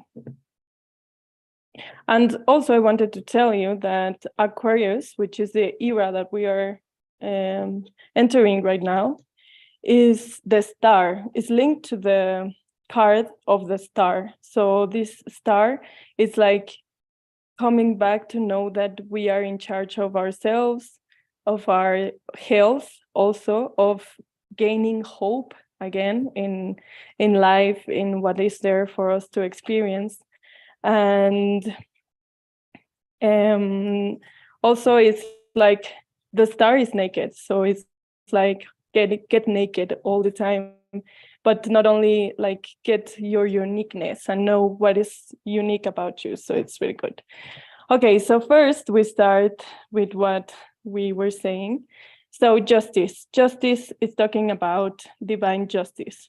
This is telling us that we have to let go, that life isn't just in some ways, because it's not, we are going to work as humanity with the mind. Also, justice is about the mind. So we cannot say this is unjust, this is bad, this is good. Again, bad and good is a programmation. So we are gonna to let go of this. So, and taking the trust back again, that we don't get to judge or to define what is good and what others are doing good and what others are doing wrong. So this is, then is this card is coming back to the past. So it's your future self going back to when you were a kid. So this is, again, what we were talking, everything is relating. So it's going back to your inner child and give a gift and start changing the programmation about what you thought or how you talk to you, because how we talk to ourselves comes also how our parents told us to, or talk to, or judged about other people. So what we heard they say about them is how we still do it. So all these things. And then this one talks about there are some times that we get distracted by our feelings, and it's talking about knowing that with our minds and with our the way we think is how we are feeling. So it's coming back to this reality, you know? Our thoughts will bring the emotions and our emotions will bring reality. So we have to, again, go back to thoughts and start changing them and start, if we want to have a joyful life, we have to have joyful thoughts and joyful actions, because harmony is having these three bodies equilibrated and balanced. So we have to be in balance and in harmony. And okay, this one is also the King of Wands. So by this, by knowing and going back to the past, we will come back to getting our willpower and know that we are in creation of everything. So with this, with the thoughts, with the feelings, we get to do whatever we want and create the life we want. So this is really beautiful. And also as a humanity, we will change the structure of how everything works. So that's why it's a king. And of fire is like, it's gonna burn everything that was once known, now it's going to be born. And this one, it's talking about, it's also the mind. So this is emotions and mind. And as you see, there are a lot of cups with a lot of drawings. So this is distraction, no? When we say we want to create this, but we also want this, and we want to do this, the mind gets confused. And that's why we get to live a lot of confusion and a lot of things that we say, what is happening? And there are sometimes we don't enjoy our lives for this because we don't define the way we want to go.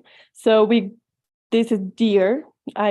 This tarot is recommending us to define one thing and put all your thoughts and energy, affirmations, everything to that idea. So you can start realizing that you can manifest anything by choosing one idea. And also this card is talking about loneliness. So it's gonna shift the energy about trying to find someone else to feel complete. This is like some energy about, again, the love we receive as a kids. We also want to as we didn't get it right or we didn't felt, because the matrix has doing this, like we, for generations and generations, we have been in the matrix. So it's really difficult to obtain what we wanted of love, true love, unconditional love. So we sometimes, when we are adults, we go back into wanting to find this love in others, and we say, as we didn't get it when we were kids, now is the time. So now this is gonna change, and we are going, as we were going to the past and to make peace with our little kids, this loneliness and wanting to have someone for us to feel good is going to be over too. So this is the first thing. But the most important bit here is justice, and is the mind and the thoughts. And it's also talking, this one is a magician, as you see, also, but as a girl. So it's combining both energies. So it's masculine activates and feminine waits for it to happen, relax, looses. So everything is going to be like that. Okay, I want that, but I trust the universe is working with me all the way. So I will manifest with both energies. So this is the first thing. And also, every time you don't feel very good with emotions, you just have to go back to your mind and think, what am I thinking that I'm not feeling good? So this is first lecture. So another question could be,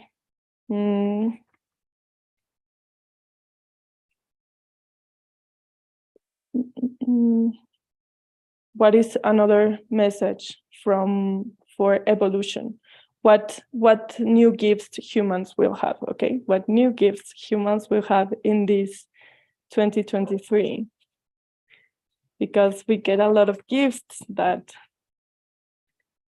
we sometimes don't use or don't see with our eyes. Okay.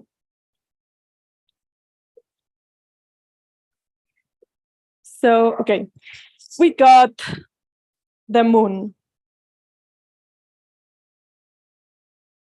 The moon is talking about our way of receiving love from our moms. So it's when we, like, the first thing we have to do to receive these gifts, which are a lot, is to start realizing when we lose ourselves and when we lose like our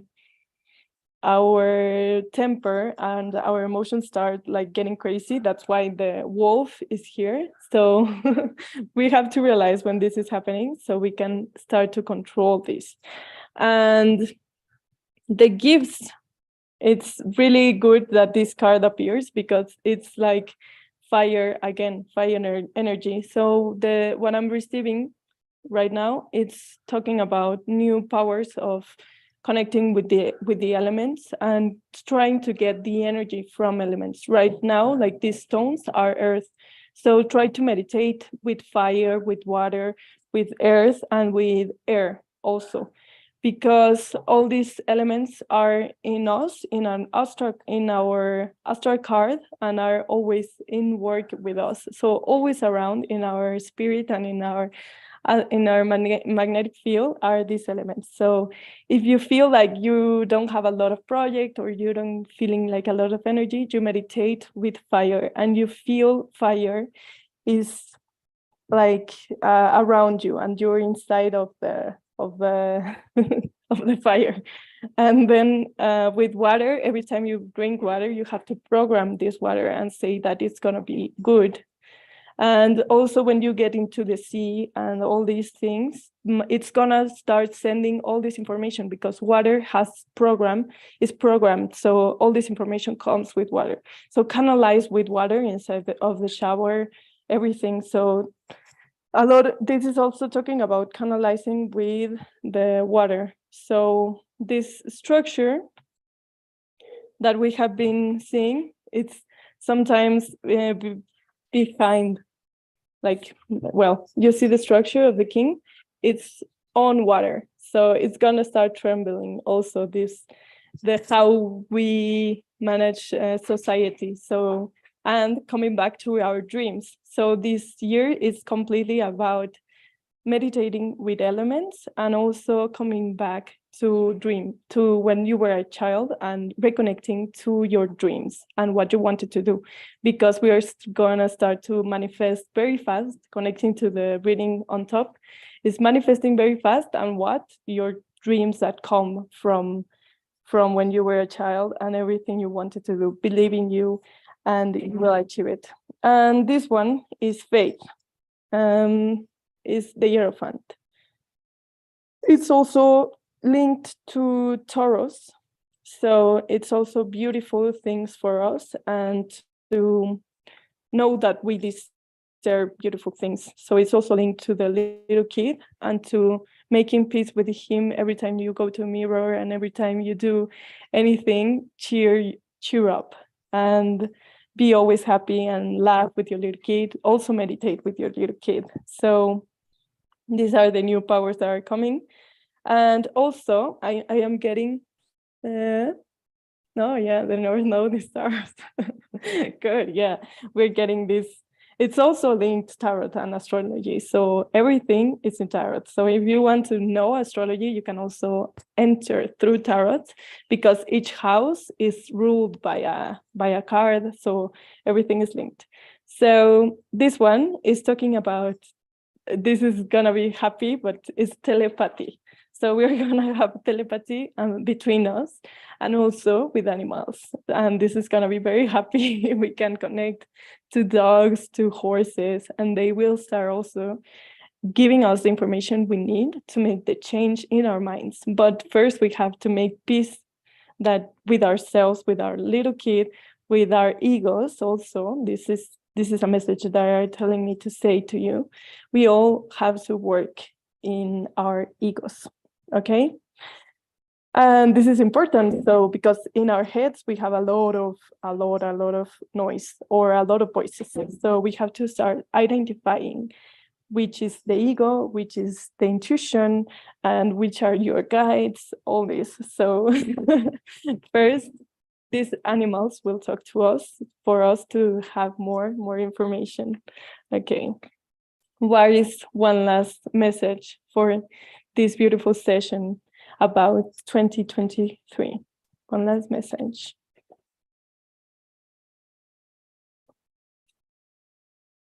Yeah, 2023 is talking all about the mind, totally, as we said with the chariots. So I am getting the confirmation.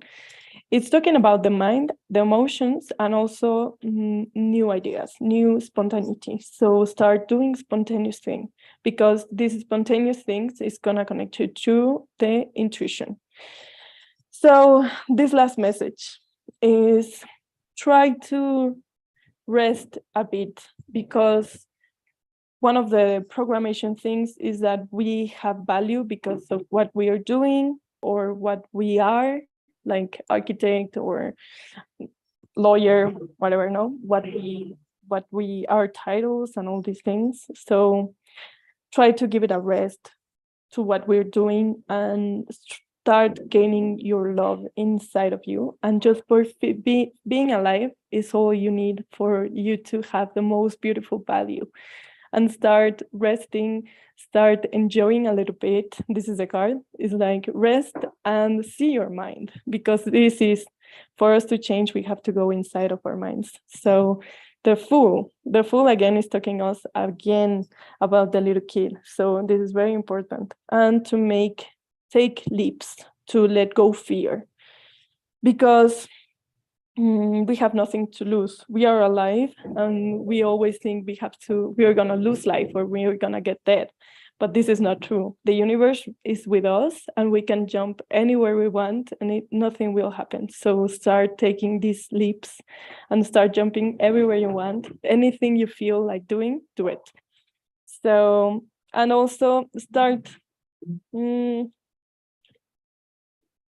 well, this is the little dog is a consciousness. So start telling your programmation, like, I won't listen to you, I will flow with life, and I will jump everywhere I go. So this one is also talking about some thoughts that aren't yours, and that you are impulsive acting sometimes because of this, that other people want you to do things. So start knowing what do you want and start only doing that, not because of people, not because of anyone. And this one is collaboration. So new collaborations will come to this 3D. We're going to start more collaborating different money ways, like crypto and this. And this one, I don't know how my time is.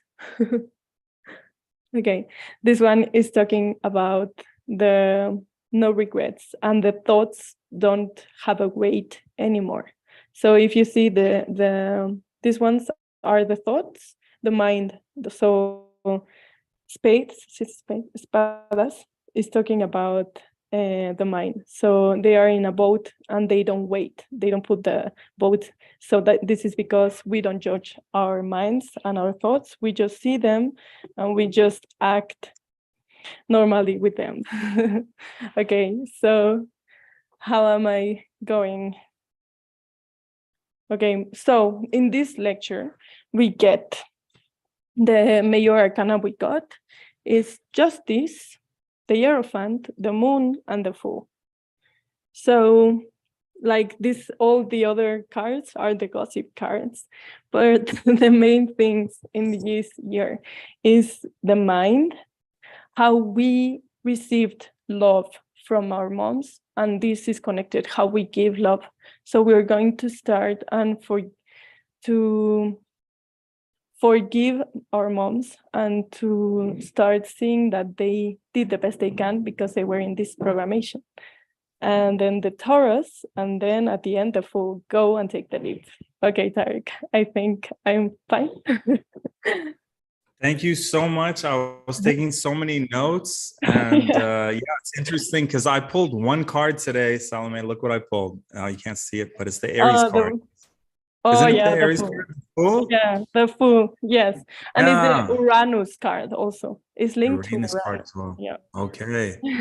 So much information. Thank you so much. If people want to do a personal tarot reading with you, which I highly recommend, what's the best way they can contact you? I am in Instagram as Salo Tarot. Salo Tarot. Okay. Yeah, you can spell contact it, please? Yeah, I send it in the chat. So it's SALOME, and isn't that you? And then last name BOTTLE, isn't that you? Yeah, that's me. Yeah. But I have Salome my business. Salo Tarot, yeah.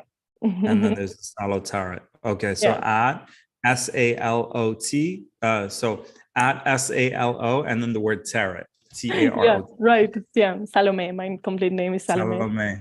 Yeah. Thank you so much. Was that the dog that I was playing with when he was a little Obviously, baby? yeah. I adopted them. I'm so happy that they're very special dogs. Please give them some hugs from me.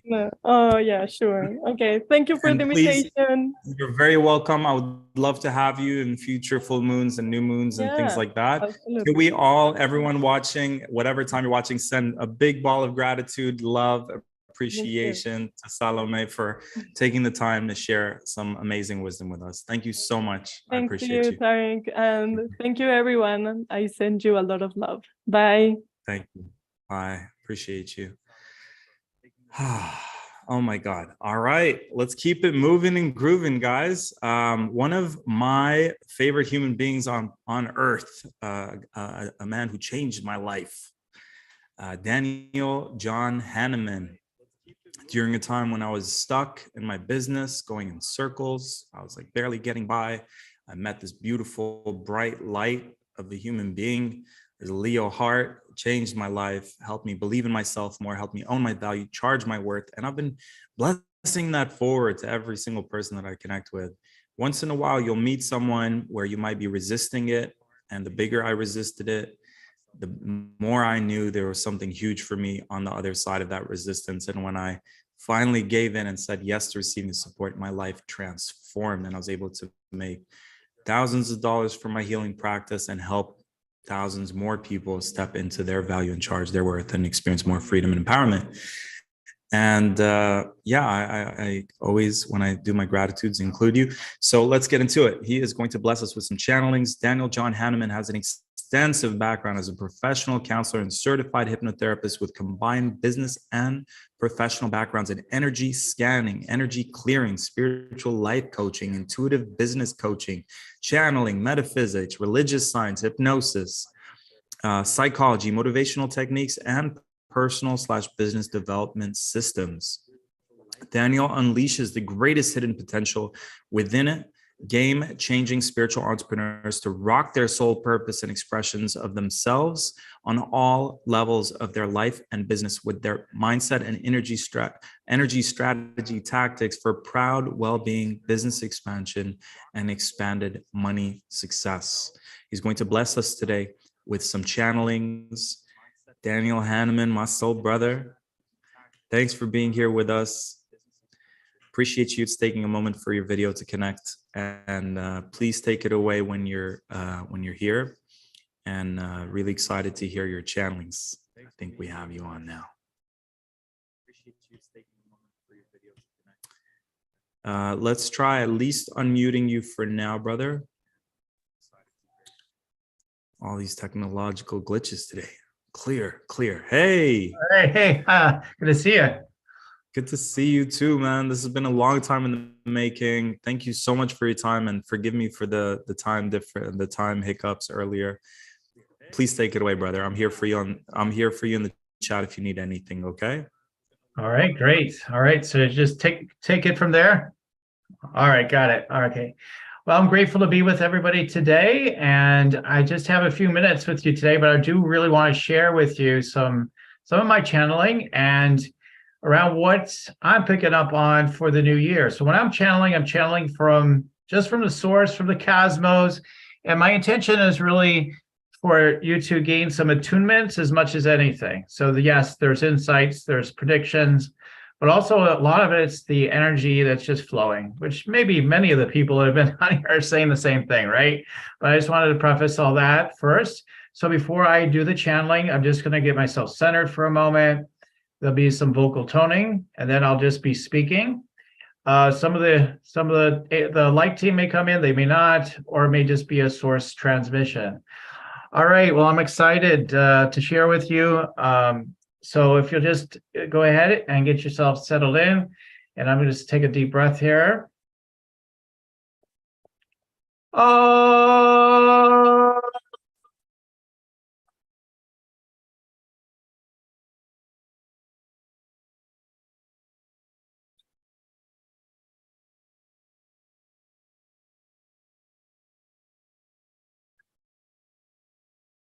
The love that you are unfolds.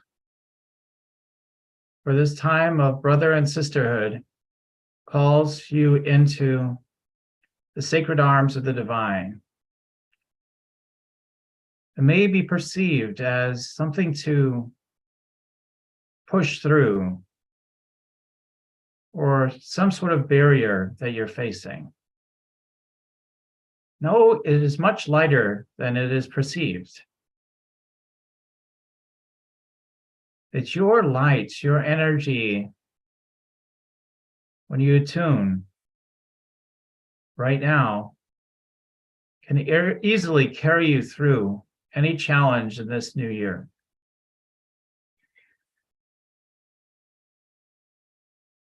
You have so many co-creative possibilities in the year ahead. As you join with those in the heart space, yes, magical creation becomes available to you.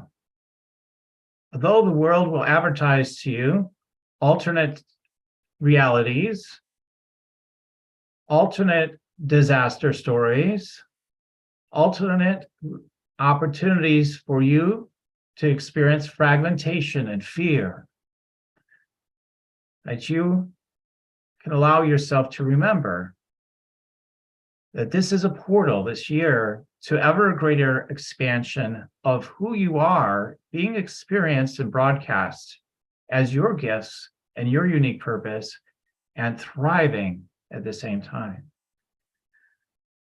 These are ripe times, particularly for healers, spiritual teachers, light warriors, and all the rest of you that are tuning in today. Lay your arms to rest. Raise up in the light. Be fierce in the light. The mind will try to entrain you into the old survival patterns, the old warring patterns. There will be something new in the new year that will seem frightful, fearful, end of the world-ish. Worry not, for all of it is helping you in your evolution. For those of you that are already awake, you sense and know this. You know you're meant to spiral ever higher. Now we're living in a place of connectedness and paradise, right here on earth, as we're willing to receive it. Regardless of what it seems like the outside stories are. A new disaster in another country, a new meltdown somewhere in the world, is inevitable.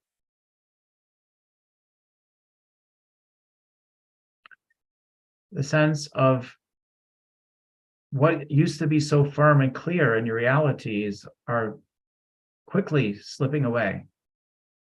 The emerging technologies and the desire for the energy that wants to maintain a foothold and total control. And yet, there is only one source. You are free always. Everything else is the slave matrix. Find communities to nourish your hearts and your soul, where you feel the expansion of who you are.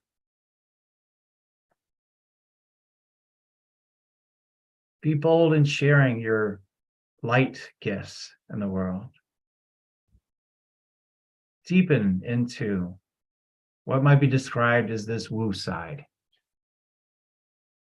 It is the spiritual technology that will help you to move through these times and prosper. Channelers, healers, hear our call. These times are not for the faint of heart. Be fierce in the light. Many call for you. You can raise them up.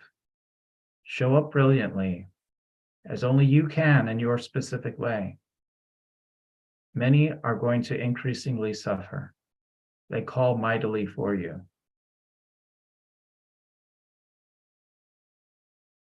Remember, you're meant to raise up in the energy, not to descend into the lower frequencies, to join your family and friends. You are to rise above. You as an enlightened one, you as an awakening one, you as a childlike wonder, walking in this world, awake, seeing through the sense of impossibilities, knowing there's a deeper truth, a deeper reality that you're coming from, that your brothers and sisters are moving things forward together with you. The sense of famine, the sense of brokenness, the sense of you're not good enough. They may strengthen in this year tremendously. The sense of you better pick a side, the sense of fragmentation. Remember, you don't have to play that game. You can trust your own connection with Source. Reclaim your sovereignty. That is your opportunity this year to fully reclaim your sovereignty. Even in the subtle ways, you continue to give your power away. Gather your loved ones and your family, yes, in your hearts, making it opening for them, knowing they have their own choices. But from the deeper field of connection and trust, all are increasingly awakening Be ready for the miracles. Be ready for new ones to want to jump on board. Be ready for those that want to learn from you. For the stronger the cry is for contraction, war, fighting, the stronger the call is for those in the light to rise up. This is the whole message for this year. That you are into a portal to claim more of your power back than ever before, because you can no longer play on the edges. You must come full force, and now is your time. There is no other time. There is no more time to wait. Now is the time to come forth. For your frequency and your leadership in the light makes a tremendous difference. Liberates countless souls along the way. There is no outward perfection in it. There is only the upliftment of you, your brothers and sisters, and all those that are ready to receive.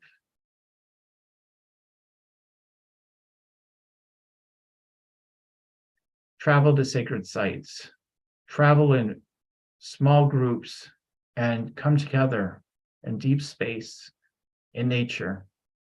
Become rejuvenated in this deeper, primal way of living closer to the earth. This is triply called upon at this time. You must remember the deeper true connection you are with all life.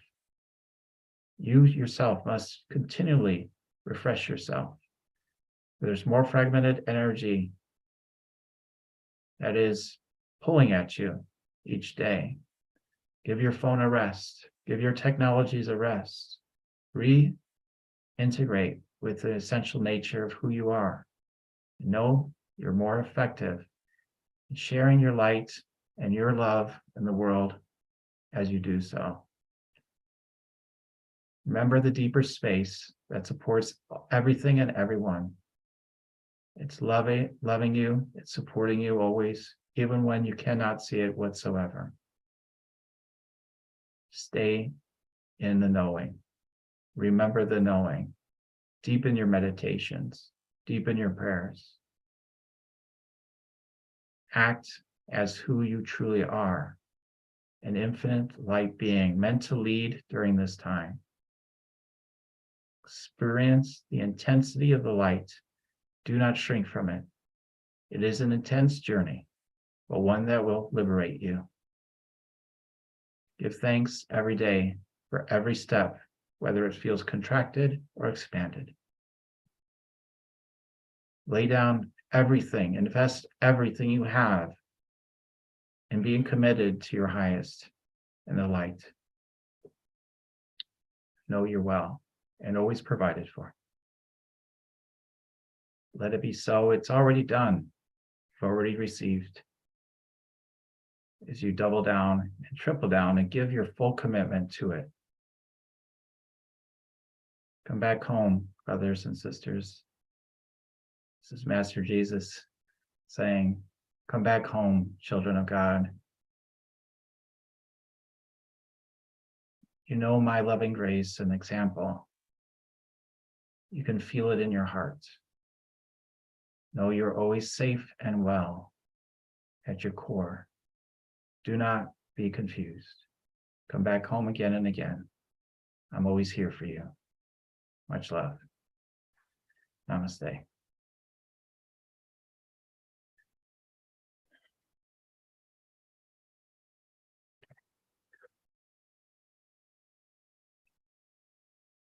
All right, so I'm grateful to have shared with you all. I don't know if this is appropriate, but if you want to continue to experience more channelings from me, just go ahead, check me out at Your Sacred Purpose. I also have Rock Your Sacred Purpose on Facebook. You can also join me there and look me up online, all the rest. I do have a whole channel with Jesus, with channeling, so check that out as well on YouTube. Heal with Jesus TV, Heal Jesus TV. Just look those terms up, you'll find it. So anyways, I'm so grateful to share, Tarek. Thank you so much.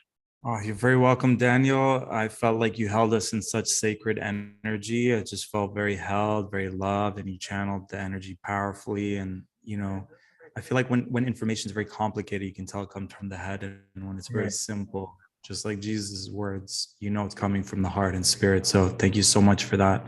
Yeah, it's a powerful transmission, brother. Keep shining your light. I appreciate you.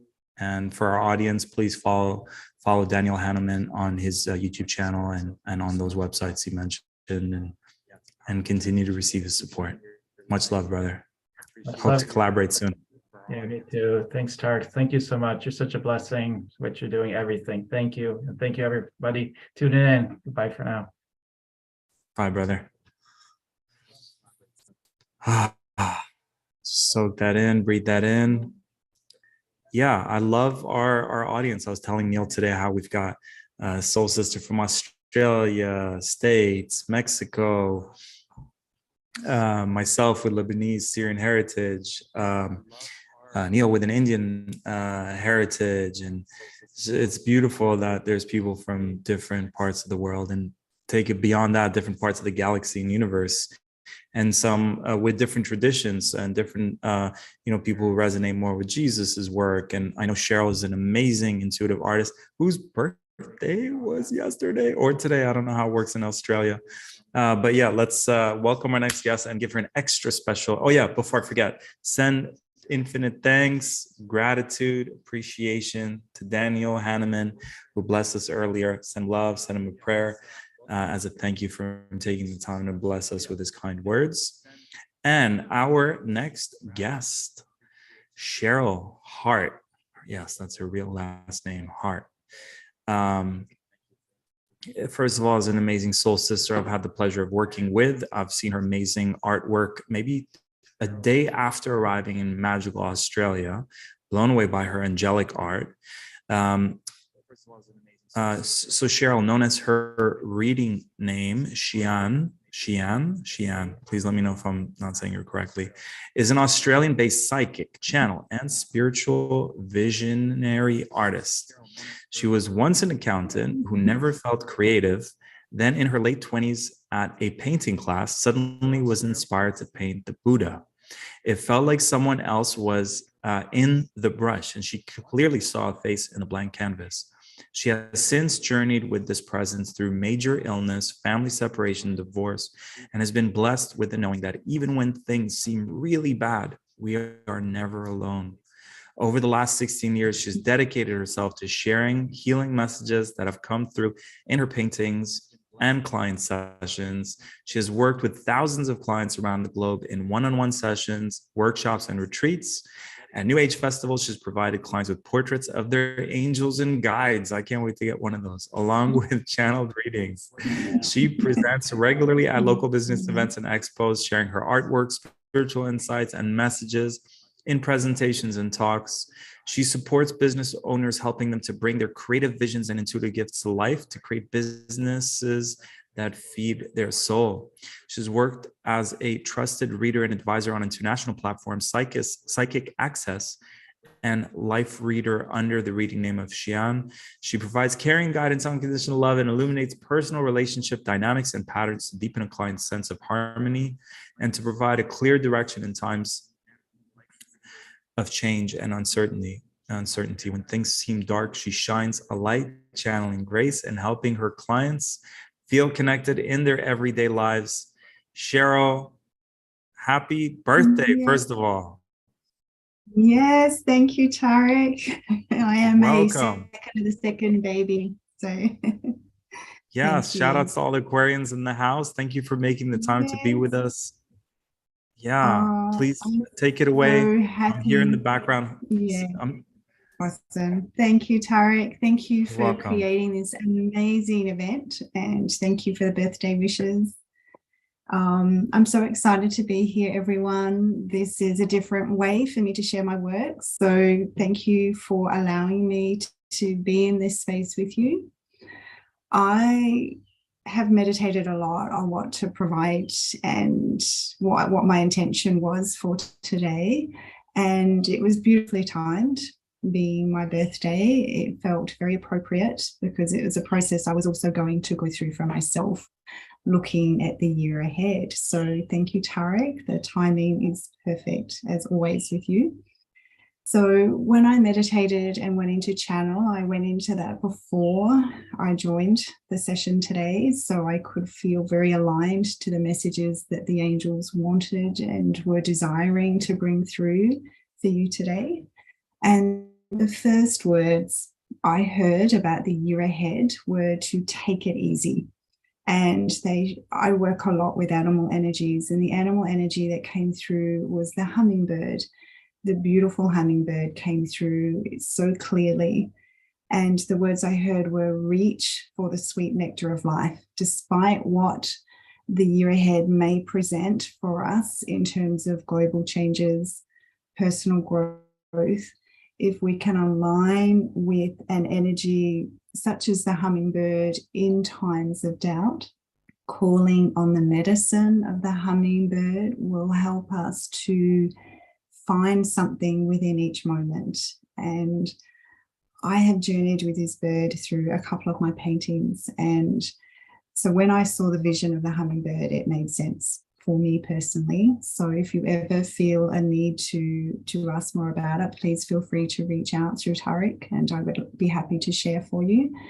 What the angel said to me with the hummingbird was that despite everything that we fear and predict and see coming on our path in terms of global changes, personal challenges, within each moment, there is going to be opportunities for us to grow and evolve in ways that we never thought was possible for ourselves. And that's what they're asking us to focus on, to find an anchor. So they've come through with some very clear guidance on how to do that. And the first message was quite a simple message for us to integrate. It feels simple, but I know it's not always easy. They asked us to anchor into joyful movement and dance, particularly dance that we do in social settings with others, to find groups, communities where we're able to step into enjoyment of movement within our bodies. So what they've asked us to consider as we plan for our year ahead is anchoring in advance to social events that allow us to move our body. So through dance, so booking in a monthly, a weekly class, something that allows us to ground our physical being into the movement of joy. So I felt that was a really beautiful message, and it's actually something I will be taking on board for my personal journey. They also said to me that despite everything that we feel and fear with all the changes, that everything is coming together for the highest good of all, including you. And there will be times when it may not feel like that, but there is so much growth available to us for the next year in ways that we didn't believe possible. And that's something the hummingbird brings to us, is their ability to suspend, to move. The movement of their wings is very symbolic. So I encourage you to read, study about the hummingbird, and to call on the grace of the hummingbird throughout 2023. It's going to be an amazing year. I feel very excited about the year ahead. I was very excited about 2022. It was my 50th year, and I was convinced it was going to be an amazing year. And it presented challenges I wasn't expecting. 2023 already has a very different feel.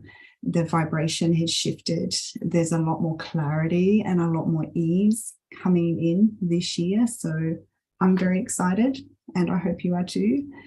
The guides also spoke to me about the power of working with the energy of the bear and calling on the wisdom of the bear, and the importance of working with the cycles of this year.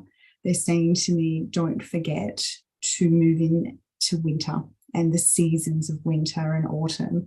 Allow yourself through your planning to have a season. Allow yourself to rest, to rejuvenate.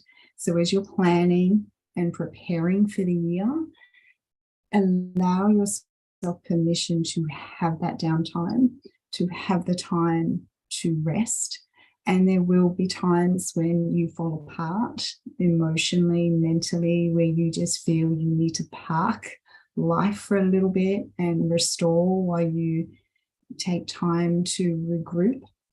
And what they've also encouraged us to do is to build the seasons into our days. So each day, allow yourself time to have that energy of winter. So that quiet time, that incubation time. They're saying to me, listen to the wisdom of the bear. He has so much to share with us this year. So I feel his energy is going to be very significant. I can feel it as I feel into the energy of the messages.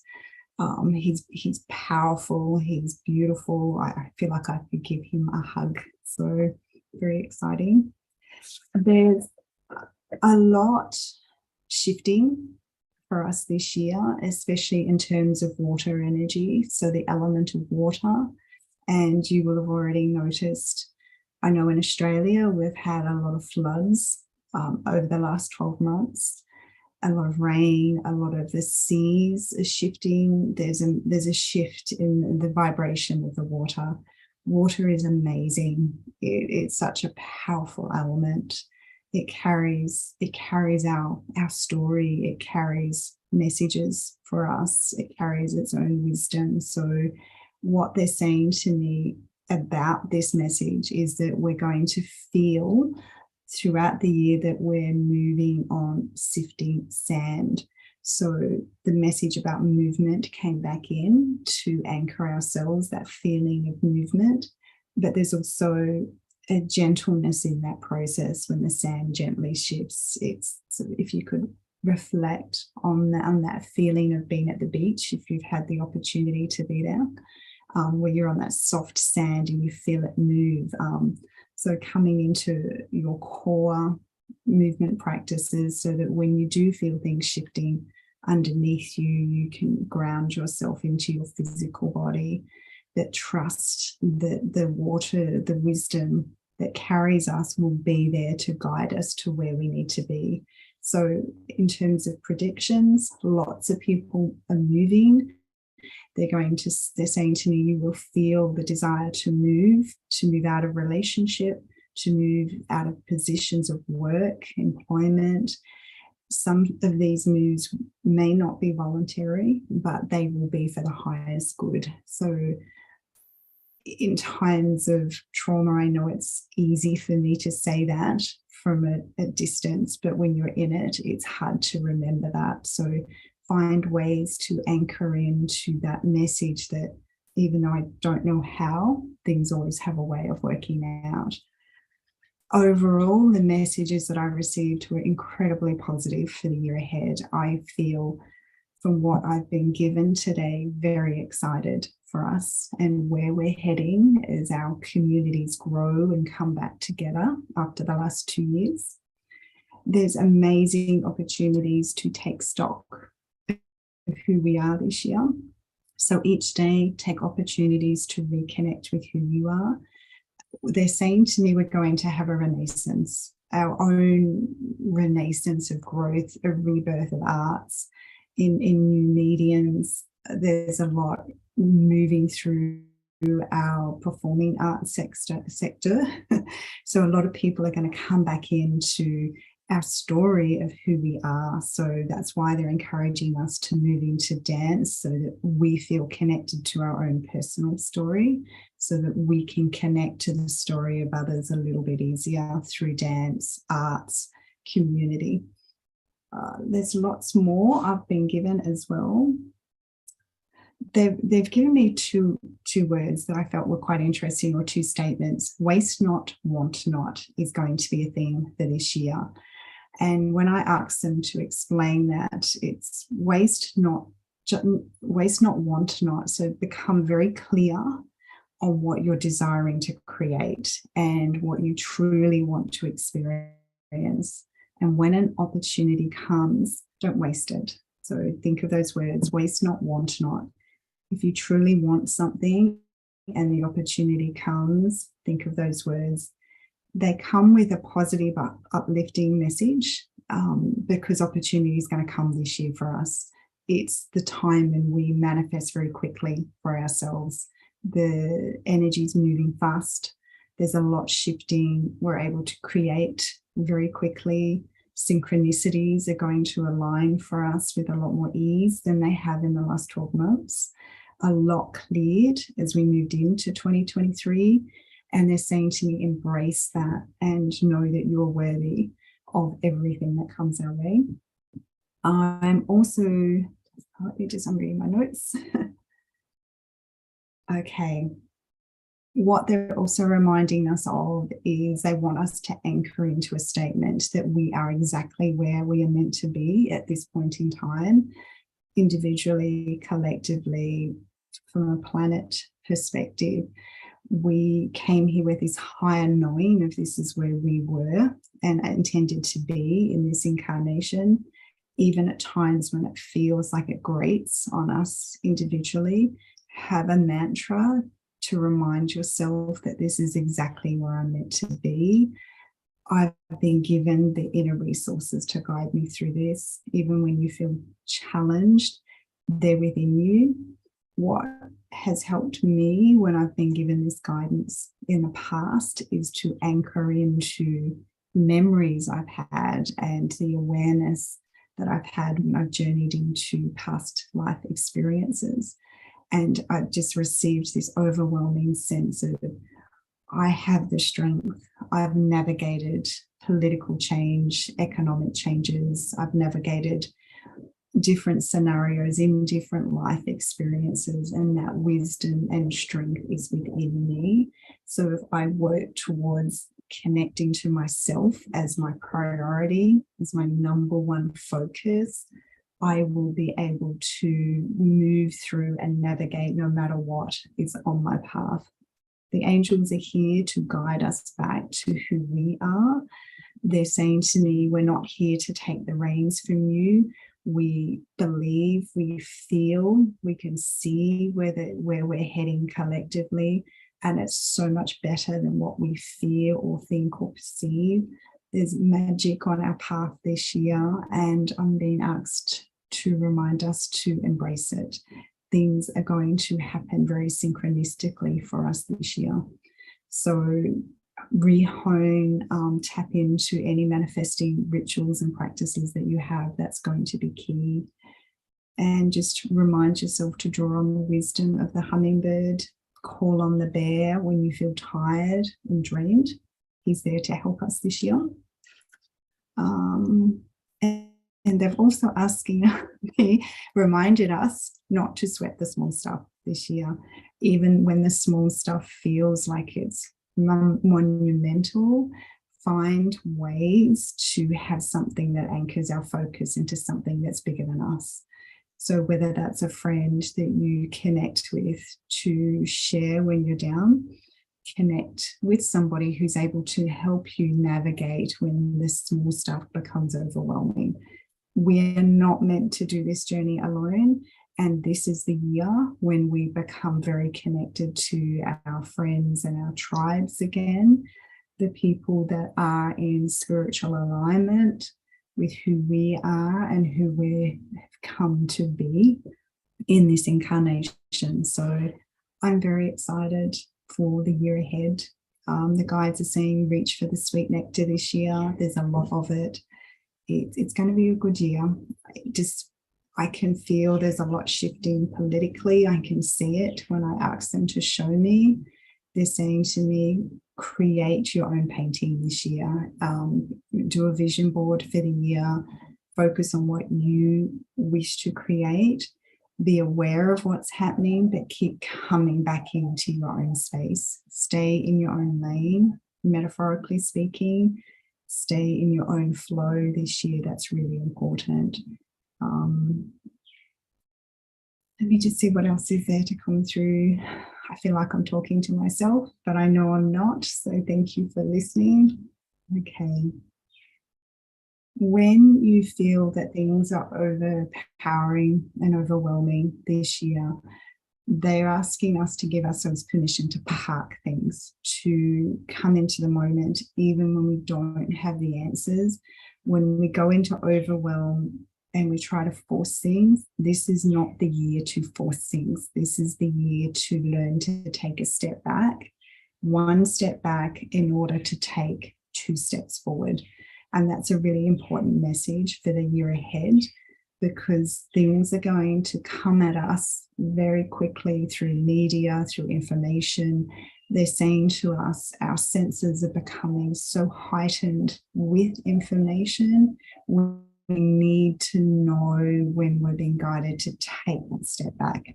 And if we can become very accustomed to listening to that message to take a step back, we'll take 2 or 3 steps forward very quickly. So don't feel that you are stagnating your path, because what that process will allow is for the synchronicity. It will allow for the guides to come through and work with us.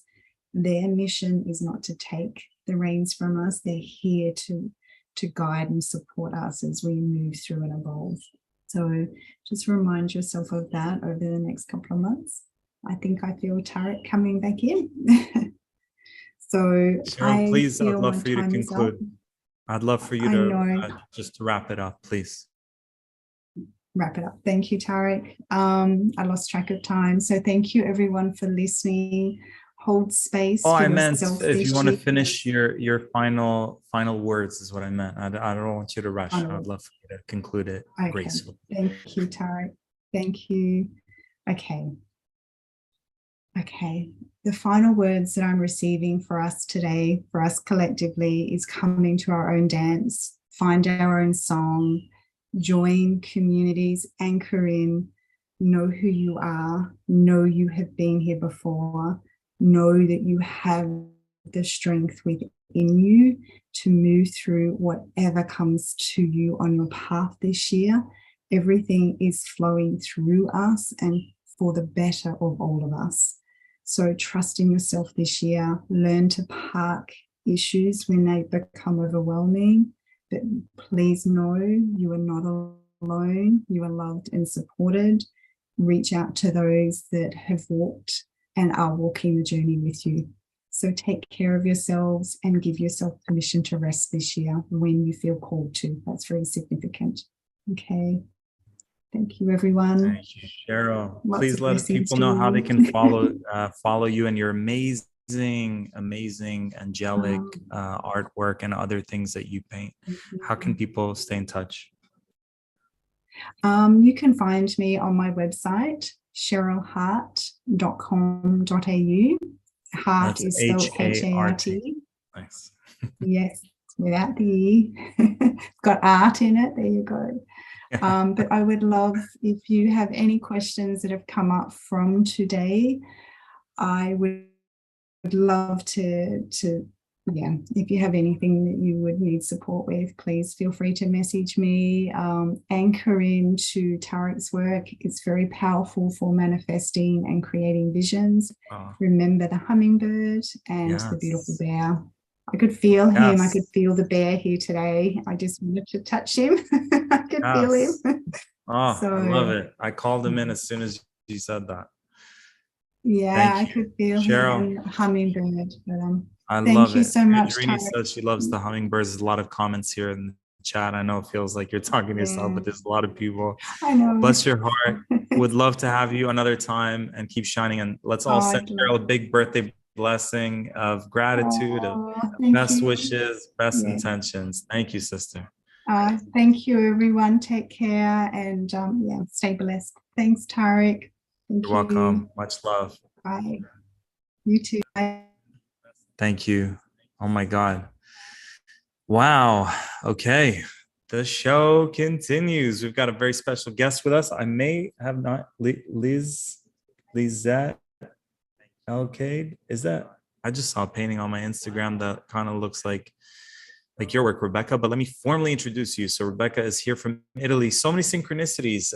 Daniel had a Buddha painting. Cheryl shared her first painting was Buddha. Cheryl mentioned the book, Don't Sweat the Little Stuff, which is the first book I read.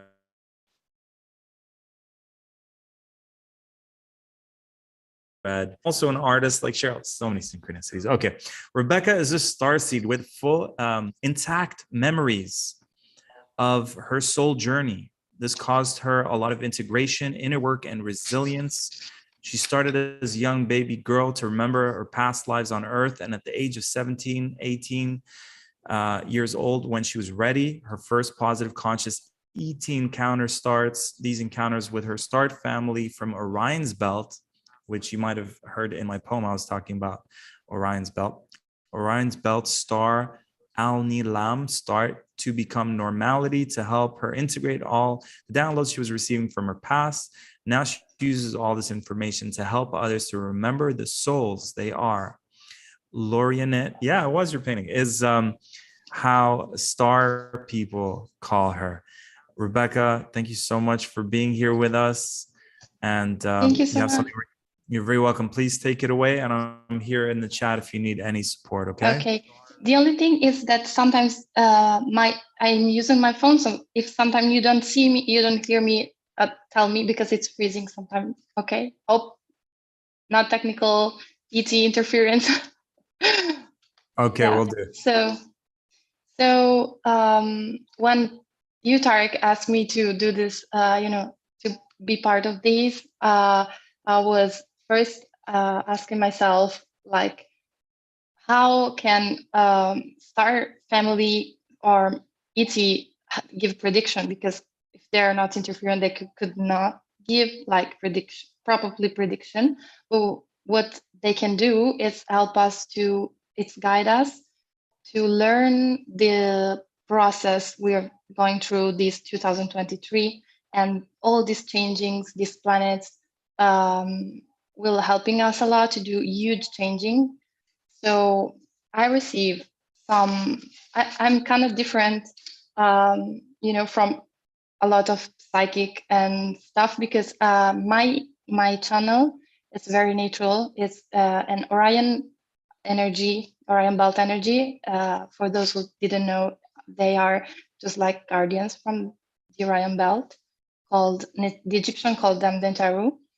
So what they do is just guide from afar, from a distance, without interfere. And so I wanted to give you this kind of point of view of, sorry for my English, I'm Italian, so forgive my mistakes. So what they can help us to do is give real interpretation of the events, of the natural events, and not give probably prediction. So the energy of 2023, basically what I've received from them is that as we have in our life process and changing there are happenings, if we want to see what will happen in 2023, we have to start to look the little stuff, the little things. So like, that the way of saying, as in the huge things, in the big things, so in the little.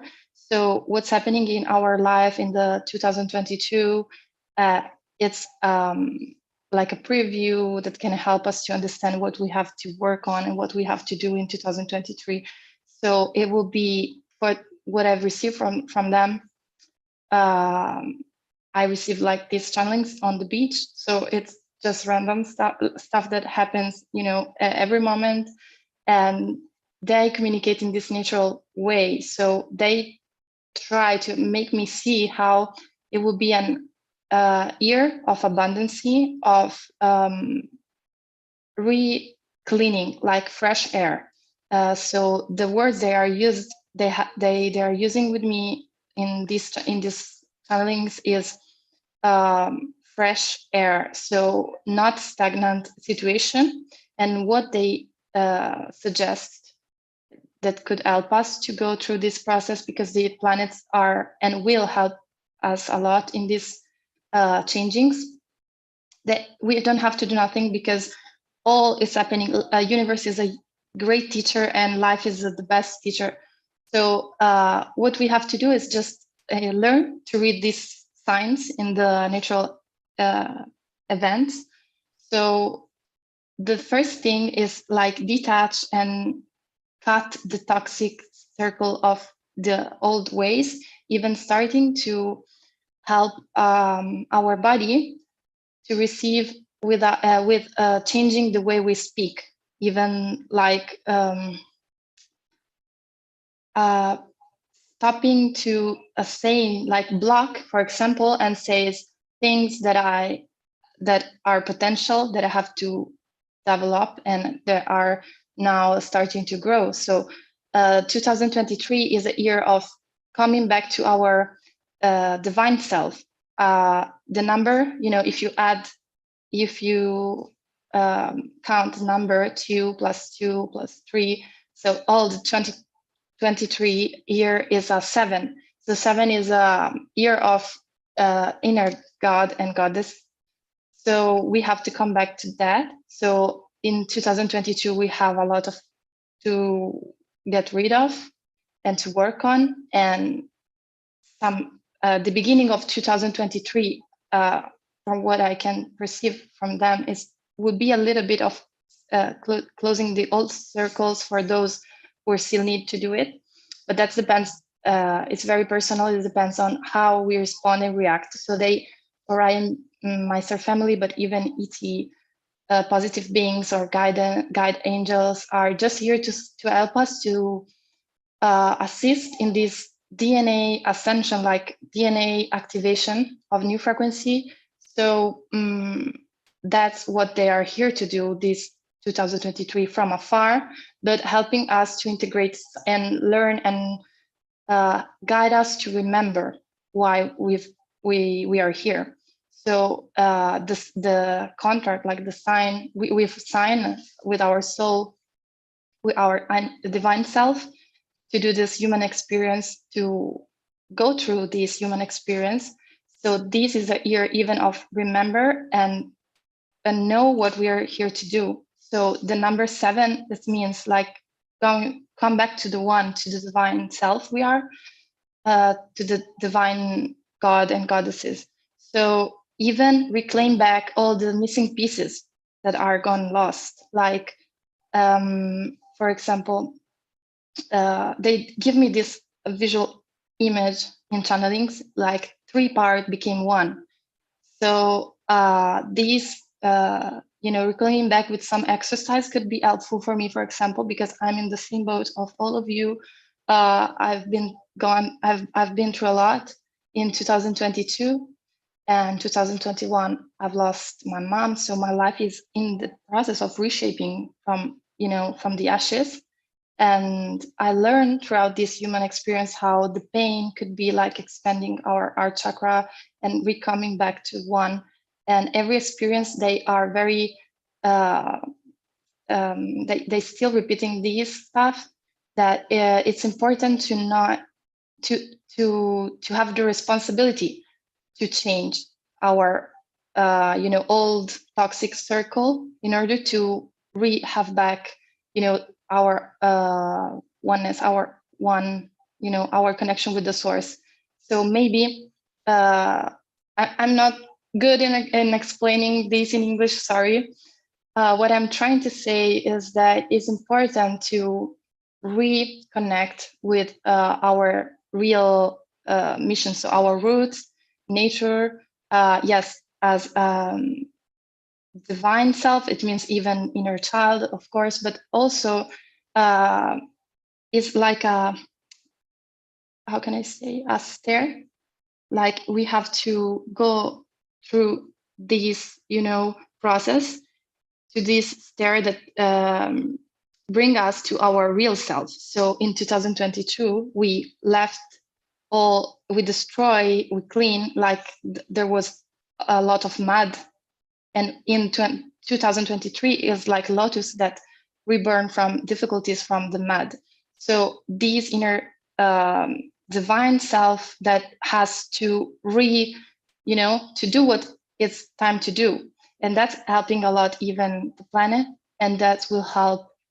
But it's like all connected. They are like showing, like, I don't know if you know about the Tao, the natural flows of events. So like a season, like circles.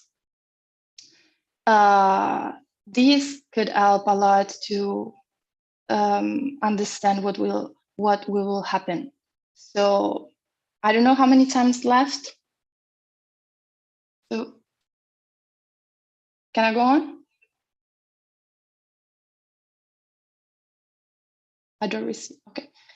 So the important thing in this year would be like get rid of all the past, the old chains, and reconnecting with what we are really here to do. So another stuff, they are assisting us. So if I have to speak about, ET point of view, they're like assistants, our DNA upgrading. So to follow this process of ascension, a lot of changing will happenings in our frequency. So the planet making in action this changing, and our DNA, the human body, will receive this activation of codes and frequency in our DNA. So it will be normal to have some changings, and that's how they are like they are looking for. They're trying to keep an eye on this process.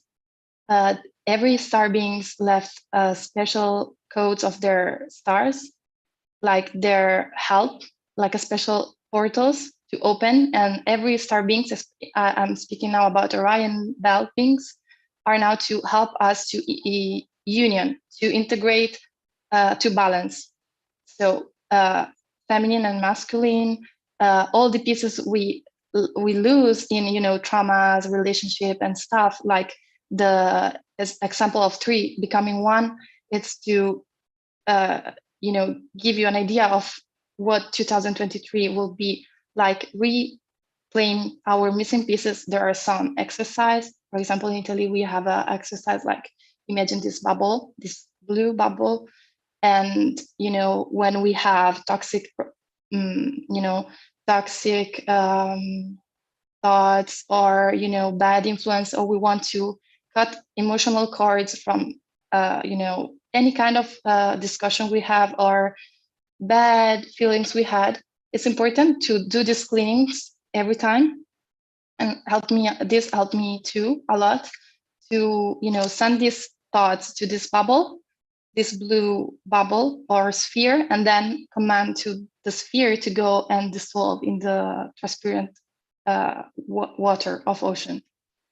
So that helped a lot to, we have to do a lot of these in 2023. It's not easy to summarize all in this because I have a short amount of time left, unfortunately, but especially in channelings, you cannot like follow a schedule, but that's basically what they wanted to share with you, to reconnect, becoming one. So having the responsibility of get rid of toxic stuff in our life that are left from 2022.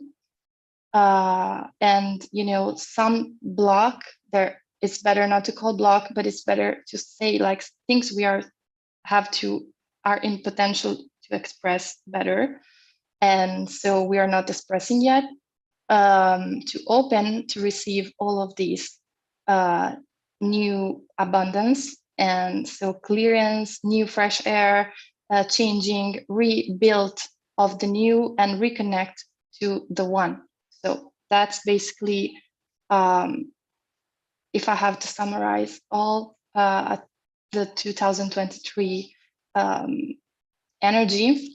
Yeah, I have a lot of stuff here, but I think I have not time. So I received this on the beach, just to give you an idea of how these things work. Like some of that random happening in a few minutes before to speak. So yeah, the most important thing is to keep in mind that we are here to. Okay, I have 5 more minutes. Thank you. The most important thing is that we have to really come back to the origin, like to come back to the simple stuff.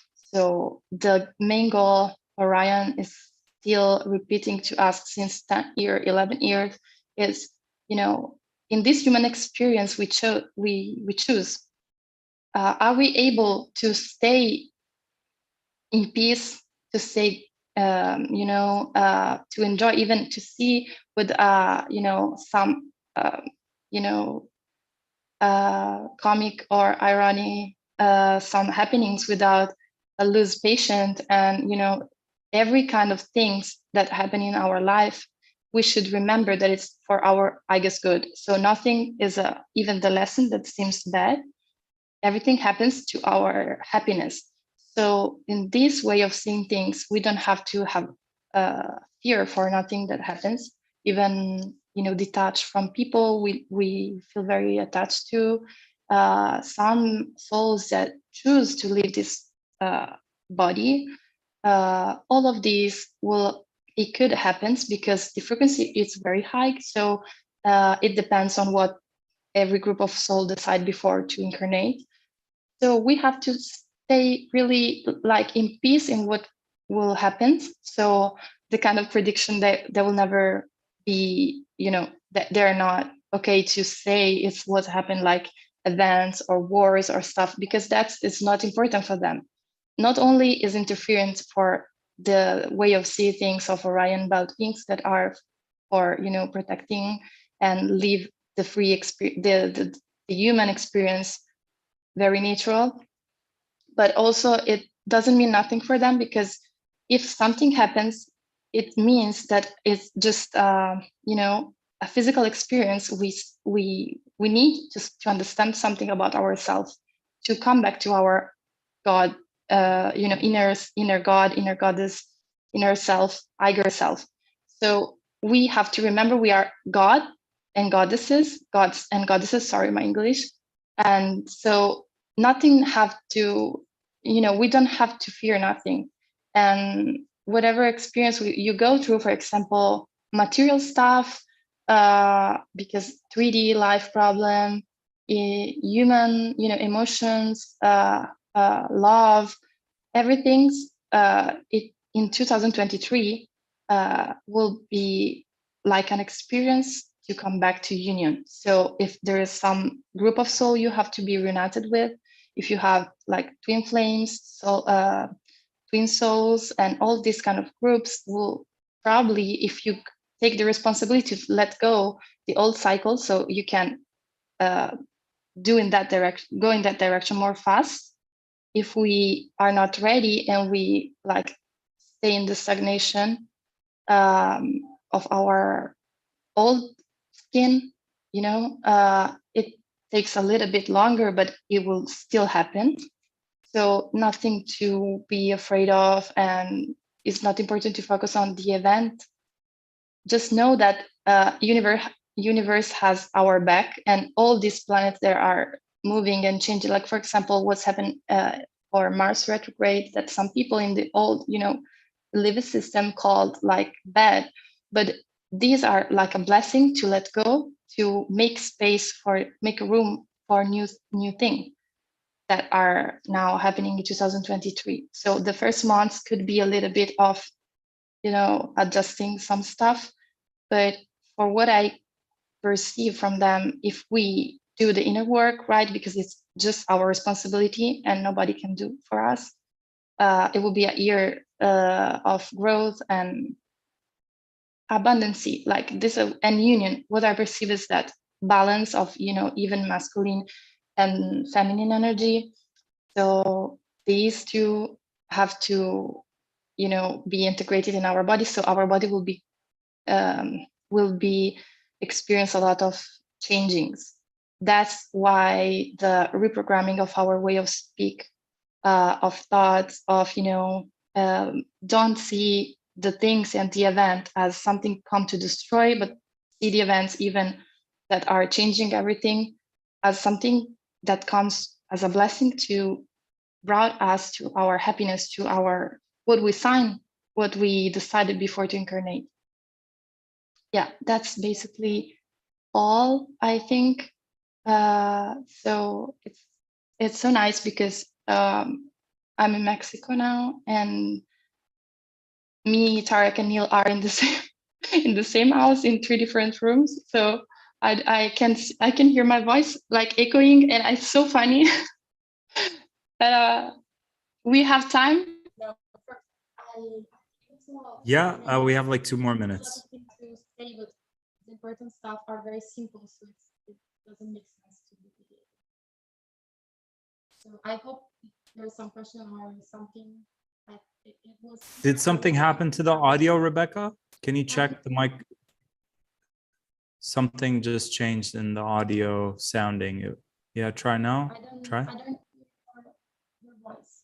Oh, it just went really low for some reason. Anyways. Do you hear me? Yeah, it's just very low, but it's okay. You're wrapping up anyways. Please let people know how they can connect with you and learn more about all the great work that you do, your artwork, your intuitive. How can people follow you? My phone is like busy. I just see like it's sometimes. I can't hear you, Rebecca. I don't know why. Can you write it? Now, yeah, can you put it in the chat and then I'll say it out loud. If you can just put it in the chat for us. Lori in it. Let me see if I can pull it up. Yeah, if you could put it in the chat for us, I'll read it out loud, okay? Can you see where the chat is? Where it says chat. If you just type in there what you want me to say. Put it in the chat for us, I'll read it out loud. Give me 1 second. I'll see if I can pull up my cell phone and pull your Instagram out. 1 second. It doesn't work in Mexico. Sorry, maybe it's that. I don't know, it's a little bit slow. 1 second. I don't see the chat. Okay, so what's your Instagram? So my Instagram now here. My Instagram is Lauriani. Can you write it? Can you send it to me on WhatsApp and then I'll announce it as soon as I get it? Yeah, Lauriani. Yeah. And there's all the link tree and all the stuff. Perfect. Rebecca, grazie mille. Thank you so much for taking the time and sharing all your beautiful wisdom. It really resonated about the union and, you know, connecting with your inner union, external union, and all those beautiful messages. Thank you so much. I'm looking forward to learning more from you and seeing your artwork and seeing how you're going to help people connect with their star families and all the beautiful work that you do. Thank you. Thank you so much. You're very welcome. So, Rebecca, please send me on WhatsApp your IG or what, Now, however I do you want. now. Yeah. Okay. Grazie.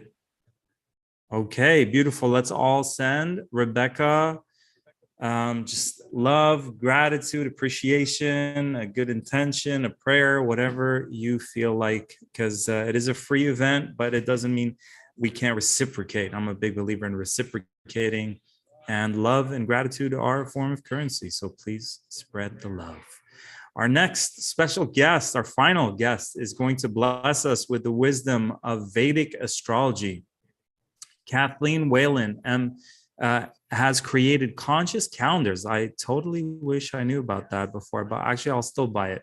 A color-coded calendar that helps high-performing spiritual entrepreneurs make important decisions instantly. Imagine having all the power days of the year according to Vedic astrology and the moon.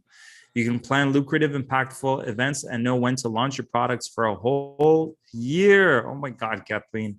Send us the link right away. Kathleen is an integrational author and Vedic astrologer who uses her background in biochemistry, Chinese medicine, Ayurveda to illuminate people's career paths, pinpoint right timing, and create ways for clients to exponentially expand profits, personal health, wealth, and love while adding more meaning to life.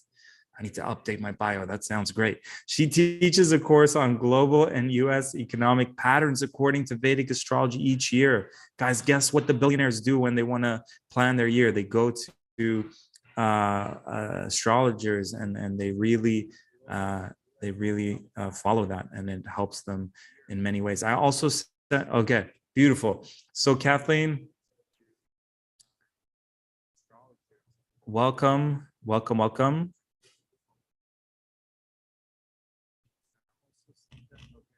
let me see if I can get, yeah. All right, please start your video. And please take it away. I'm right here, sister. Thank you so much for being here. Appreciate your time and energy. And I'm here if you need anything in the chat. And just press unmute, please. Here, there's a prompt on your screen now to unmute. Try that. Yay. There we go. Hey. Excellent. You look great. Please take it away. You're live. Like we hear you. Thank you. Oh my goodness. Thank you so much for arranging this. You're welcome. This is a marathon of a day you've just been doing. Oh my goodness. Yes. Thank you for holding this energy for all of us. You're very welcome. Yeah. To go into a 20-minute rundown of what I see for the. Please do. Great. So basically, I'm really lucky that you did this event, because I had actually just done projection economic patterns forecast for 2023. So the good news is, of course, day 2-2, right? Because we are literally on the verge of what I call a golden zone.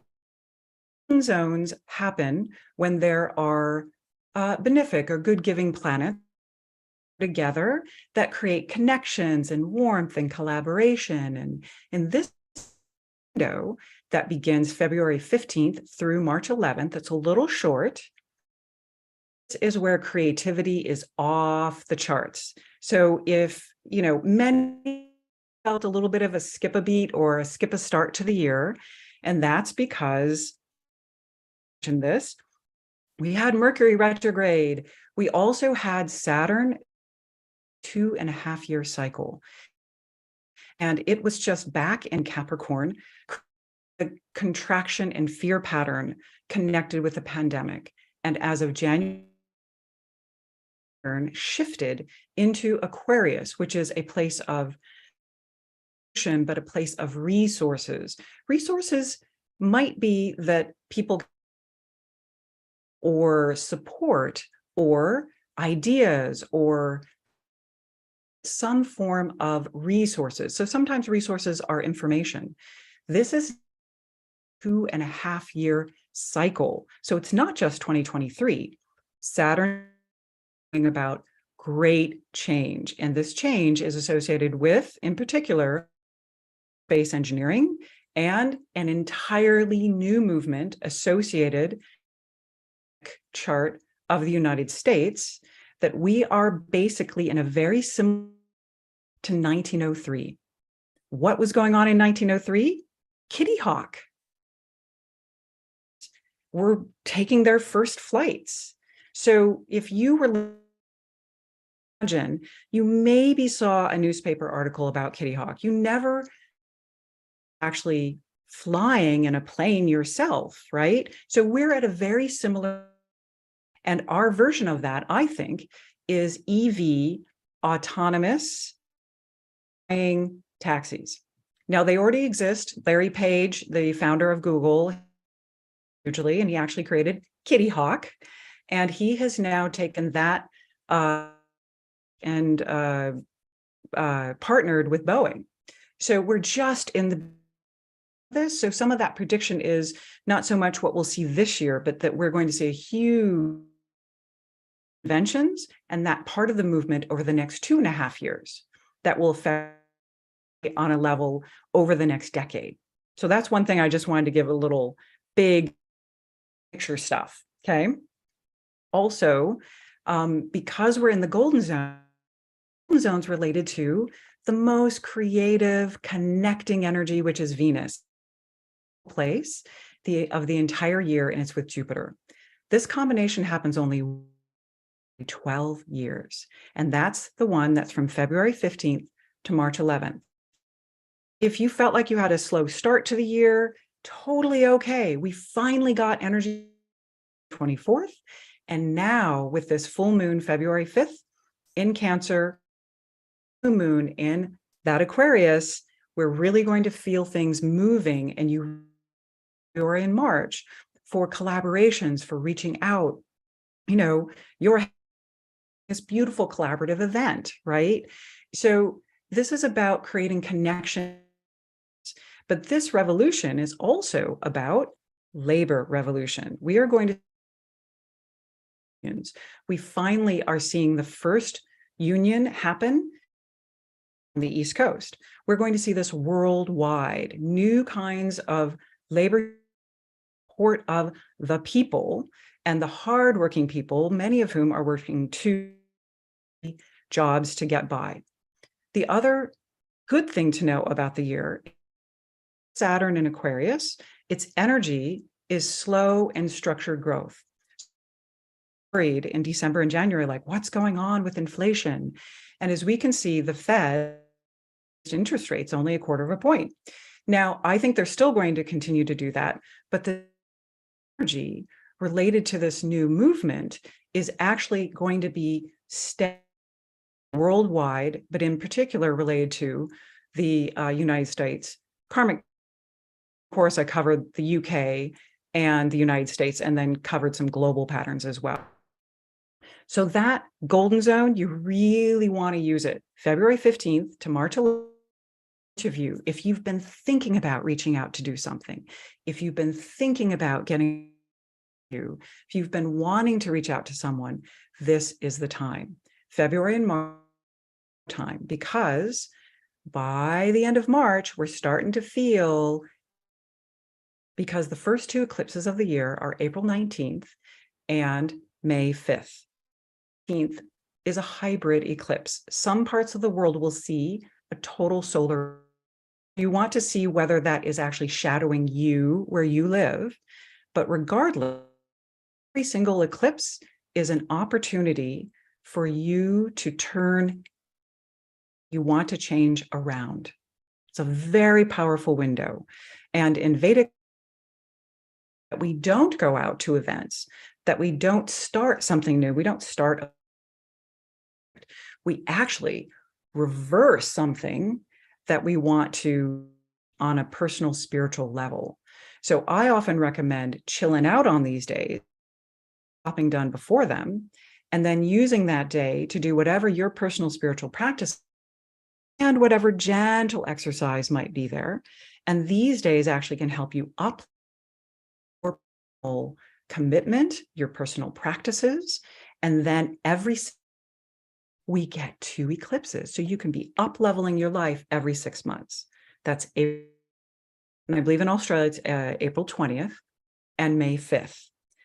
With we've got a huge change, because on April 21st, map, Jupiter moves into Aries with Mars, with Rahu. Together, these are both expansive energies, and Aries is in this, let's move things forward quickly. These 2 energies together in this place can huge change, in particular in the US stock market. Now, advisor, this is for entertainment purposes only, but I love to look at these patterns. There will be big winners and some big losers. You are, don't try and jump into the pool, don't jump into the huge, crazy. Keep yourself chill and steady and focused on the long-term gain. Because eclipses can hook us and make us think that we could, change in one night. The important thing is to realize that there will be changes, but you can actually focus first on your personal days and during that eclipse season.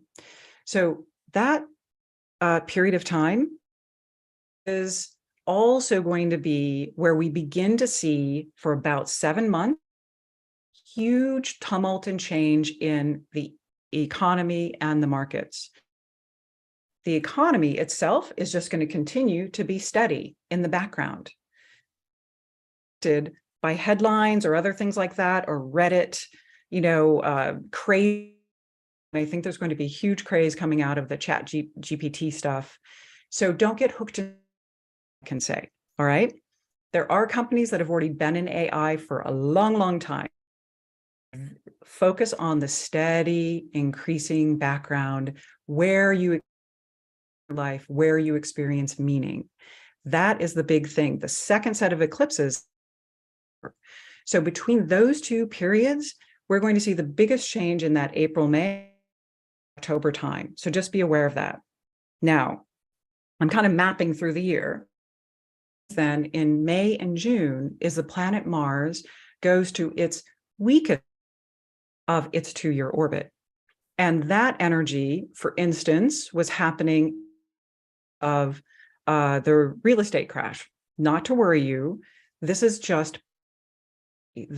quiet energy, and 1/6 of the planet is your power planet. If you are an Aries or Scorpio ascendant in Vedic energy of Mars gets a little tired. So my advice, up your brain herbs, increase beets, have that are vital for your energy for May and June. It's going to be very important. Extra care of yourself in May and June. There's going to be continued steady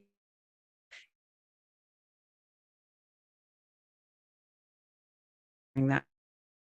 Now, what starts cooking is July and August, because Leo, and we end up getting this gathering of energy in Leo, but it is it's basically a constellation of energy, right? So when we're looking at, oil and all the other energy sources of the world, we also come in. And that's because of Saturn and Aquarius. What ends up happening is we see a combination of things really get moving in our lives. Like you're going to just feel like kind of like February and March felt, but it's going to be even more heated. So it's going to be a great overdue, and really watch heat. If you're planning on during that time, do everything in your power to mitigate heat. To mint tea, to hats, cooling linen, anything you to counteract heat in that July, August. Leo ascendants in particular will get something to look for in terms of like prediction is that I think we will see an event related to energy, possibly distillery, other forms of energy. There will be a slowdown in energy, and the only relate to those climates that are needing a lot of air conditioning. So if climate, this probably won't affect you as much, but we'll probably see some either supply down, or I think this will be a heat up or some kind of explosion, or that's a direct effect of some games at the war of Ukraine. And that will be July, August into the beginning of October set of eclipses. So we've got this very interesting energy where you have flowering energy in the beginning of the year. Then we have the eclipses where you can make personal change. Good care of yourself, May, June, July, August, all systems go, but just don't overdo.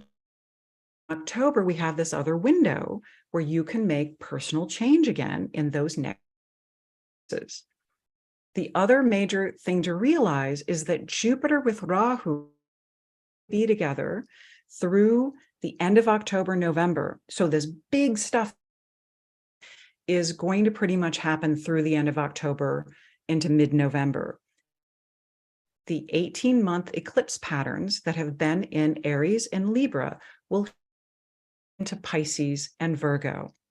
So we will then get this North Star energy from Jupiter,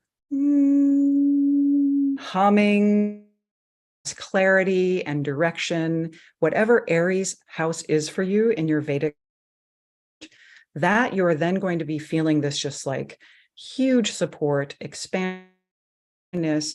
It was there all along. It just got a little confused with that eclipse energy. This beautiful support that comes November, December, all the way through 24.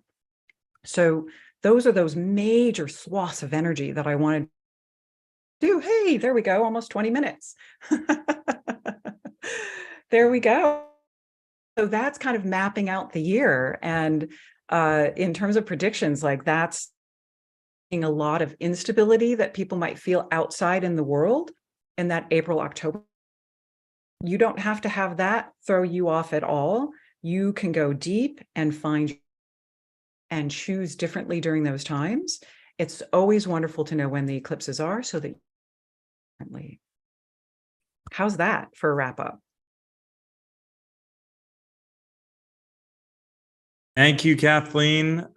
Feel free to take more time. I'm loving this conversation. I would love to learn more about, like, what does that mean for us as individuals in terms of north nodes currently and when they switch later this year? Does that mean we need to embody more of the north node and not focus as much on the south node? Could you break it down for us, please? Sure. Yeah.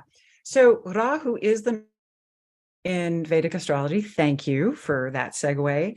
And in general, is where we get pulled into the world, where we get distracted from our spiritual path,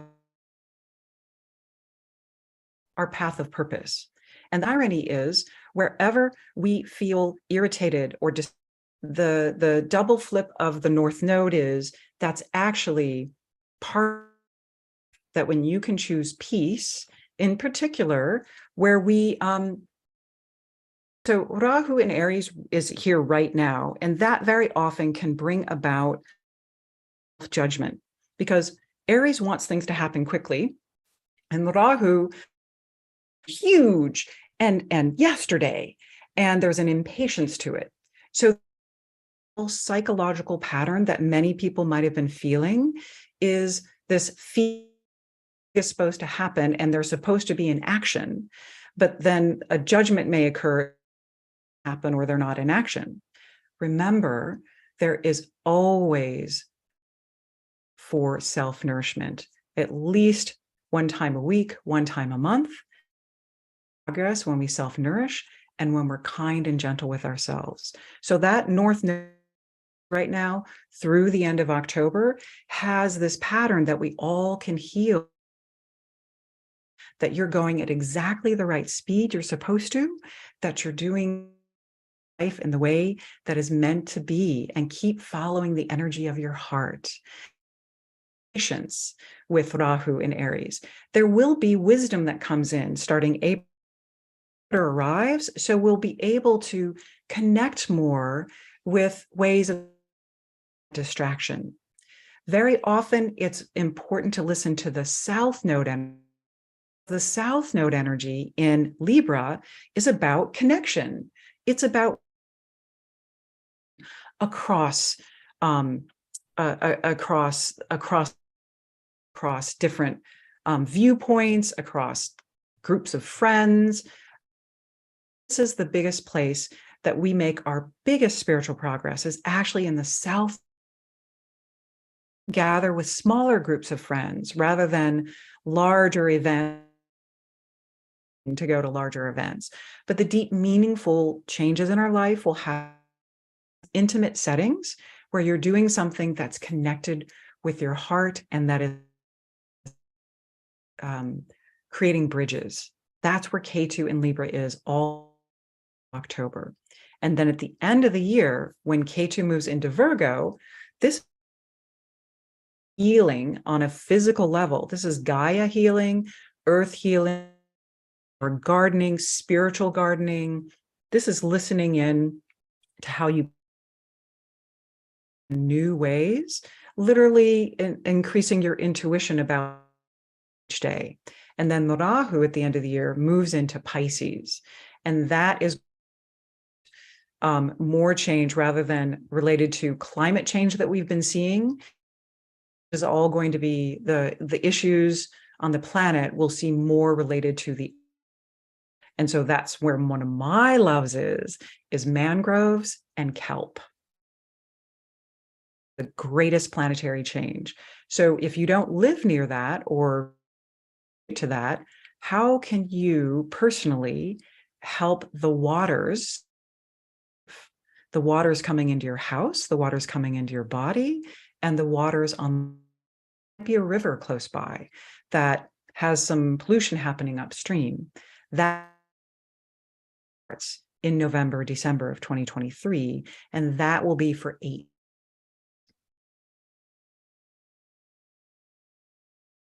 How's that for a little? So many South Node beautiful description. nuggets of wisdom. Thank you so much. My Yeah, pleasure. I'll check if anyone has questions. That was really beautifully summarized, and I'm sure there's more. Please let us know how folks can reach out to you for their, maybe just explain why Vedic over Western, and what makes it different, and what are some things your favorite clients like. What are their takeaways when they do get their charts done? Oh, thank you. Well, people calendars.com, and anyone who's never signed up before, you can get anybody who watches this and heard about it. You can even email support at Conscious. If you've received a free one before, we'll give you another free one for showing up, watching this. So Conscious Calendars is really the best. You can definitely have a session. Some of the life-changing experiences people have as entrepreneurs. So I help them plan their entire year according to their karmic cycles.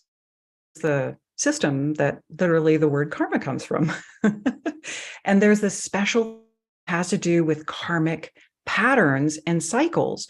So when you were born, when you were 10, we could actually look at your chart and say, oh, out here in this year, want to change your profession, or you're going to want to move, and here's a great place on the planet. So I help people choose where on the planet to move, how to make career.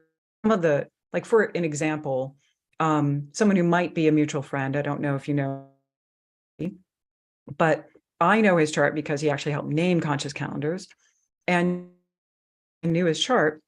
I knew there was this huge movement coming. He'd been wanting to start a business, and I said, hey, now is the time, the year, do it. And he did it, and within 4 to 6 months it was a multi-million. So this is how you can look at those patterns when there's and then the planets come back around to touch it off. So the difference between West is first the sky map.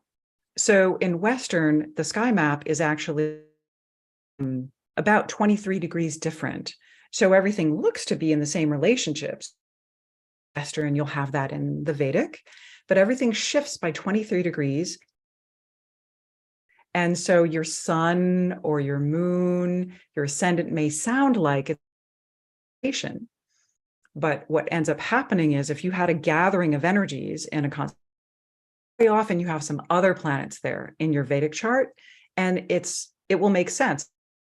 I always felt more Virgo energy because maybe you had a different planet there instead of a sun. Mind shift for a lot of people is that the moon even more important in Vedic astrology, and the planetary, no other system has this. Study Western and Taoist and Vedic. And so that's sometimes called predictive astrology, but we really just like to call it looking at the possibilities of where your consciousness is lighting up, where you're next. And then we support you to have the least number of friction. That's my approach, so that you can be with whatever energy is, no matter what's going on. So even if it's a time of difficulty, to have active and see how it's deepening meaning in your life or helping you on stage and how it's connected to that. I love it. I already signed up. Just to be clear, it's an actual calendar. Honey, I'm going to thing. send you more than that. Thank you. Kathleen, just to be clear, so there's the Vedic astrology people can do for their businesses, relationships, personal year, next year, maybe compatibility with a partnership, things like that. But then also the calendars are custom to the person's chart, or it's no, they're general not. Thank you for asking that. A lot of people ask that. So the calendar was working with so many entrepreneurs, and people couldn't get in to see me any steps in the way. So the calendar itself is universal energy. So I actually sunrise from Australia to Hawaii, all around the world, and it's universal. So the green days are go days, because the calendars are about what's the energy between us available in the world. We're ultimately always responding to our perspective and what's happening from our point of view, but it allows us to actually understand what's happening between us and in the world. So if we're going to have a wedding or we're going to have an event, flourishing between people.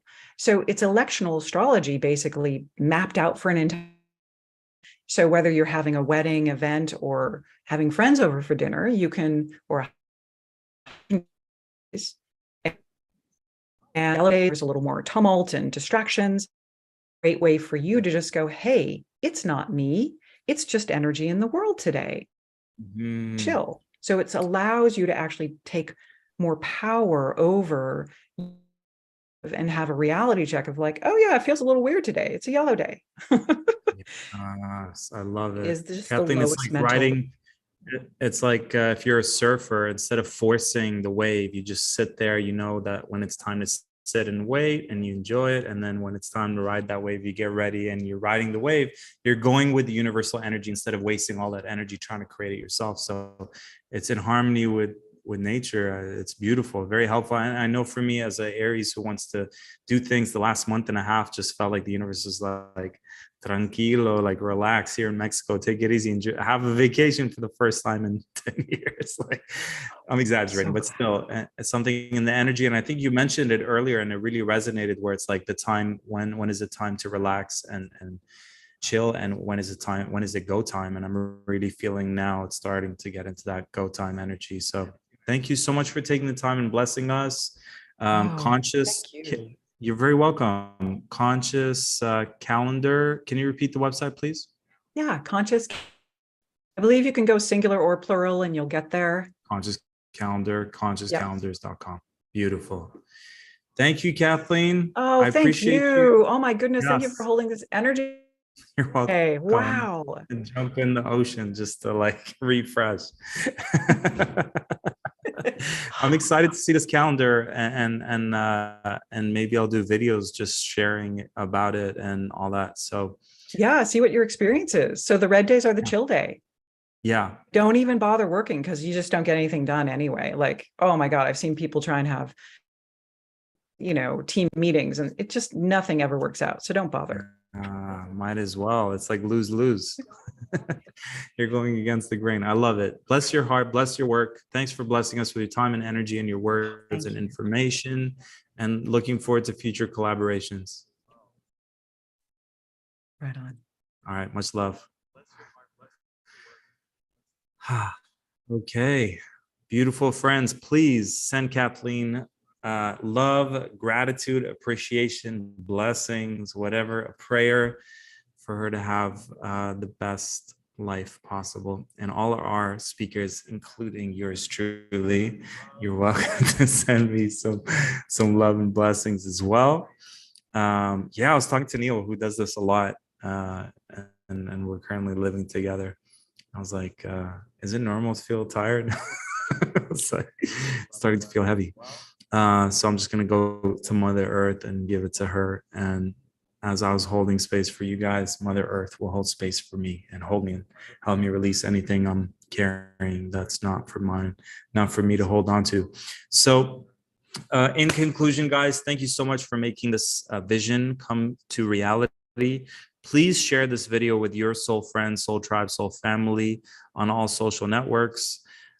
Shared far and wide. We want people to be inspired, motivated, to better prepare for this year, to, there's all these golden nuggets. And I don't know if you guys were able to notice, but there were similarities. You can kind of see the threads that were common in all these different traditions. So they all, it's like they all have truth in them, just like religions and traditions and all of that. So take what resonates, leave what doesn't.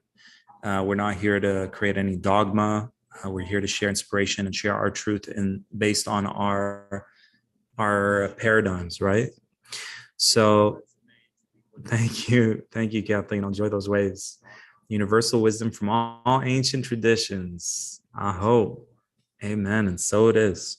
So guys, please let us know in the comments below what stuck out for you the most. It was 6 hours of information. What was your aha? What was your golden nugget of wisdom? Who was your favorite speaker? What did you love about them? Let us know what you would like for us to do in the future. We've got a whole year ahead. We're going to create so many more events, including our Valentine's Day event, which is our next one, February 14th. Mark your calendars, 12 to 6 p.m. Eastern. We're going to have some amazing speakers from all around the world talking about sacred unions, talking about all the traumas that come up in relationships, how to manifest soulmates, how to connect with our soul tribe, soul family, how to heal our wounds from childhood with mom, dad, love languages. What was the other one? Love languages, attachment styles, like all this. We're going to try to get some women, people who facilitate men and women's circles. The intention is that we embody infinite love, to be infinite love, to express infinite love, to receive infinite love on this day that, you know, the rest of the world, or parts of the world celebrate love, and all starts within. So appreciate you all for that. Just go to tarekbibi.com, tarekbibi.com. Sign up there. We've got tons of free gifts for you. And it's a good way on the YouTube channel. Again, Tarek Bibi. We want to share with you our upcoming music videos and music collaborations with myself and Neil and other artists. So definitely follow us there. And you can check out all the songs, the 5 albums I've got under Indigo Prophet. And the messages keep coming in from Kathleen on the other side. February 14th is in the golden zone. Oh, big healing and transformation. So beautiful, incredible event, healing through love. Wow, beautiful. So earlier, Donna Marie said, wow, 2-2 portal, that was today. I mean, we did it on purpose. And Kathleen is letting us know that February 14th is the golden zone, big healing and transformation. So we're on point. We're in alignment. All right, we want to conclude. Neil took a lot of time and energy helping me learn a lot and is sharing this on several platforms. So as a thank you, I want to share his big event, live Portal to Ascension. If you guys are following me, please follow Neil on his Portal to Ascension YouTube channel or website, where he's got tons of information. We're both Virgo risings in Western, apparently Leo rising in Vedic. I wonder if that makes us both Leo risings in Vedic. But so we love our information. How do we find Neil? Portal to Ascension. Really simple. Portal to Ascension on YouTube, on .com, portaltoascension.com. And you'll see him. Just type in Portal to Ascension on all streaming platforms. You should be able to see him, Kathleen. And so we're going to conclude by sharing his promo for his live event. Check it out.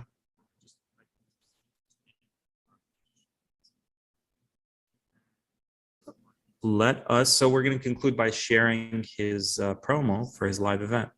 Check it out. We have been waiting for this moment. The Portal to Ascension Conference is returning live and in person. Join us at the Marina Village in San Diego, California, April 21st to 23rd, 2023.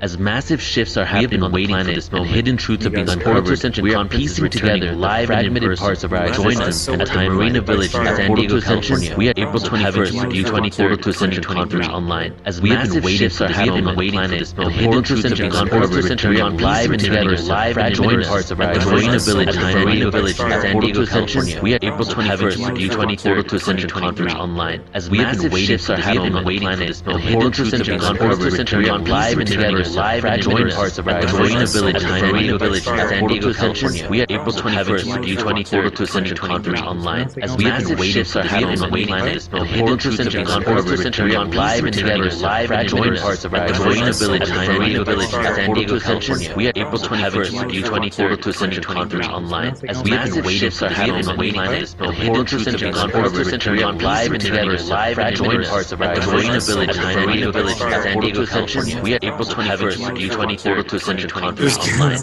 We have been waiting for this moment. Portal to Ascension Conference returning live.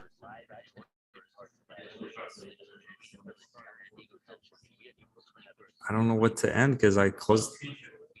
Yeah, it stopped. Did it stop? Oh, wow. That's so weird. There was literally one screen that I was sharing and it just glitched. So the best way for folks to watch that video, Neil, is just to go to portaltoascension.com.org, portaltoascension.org, or click on YouTube, Portal to Ascension, and check out that video for the live event. Maybe you can just come here and give us the live promo.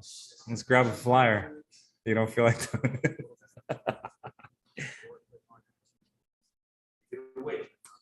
All right. Hey, everybody. I'm back. Yeah, so something was happening with the video there.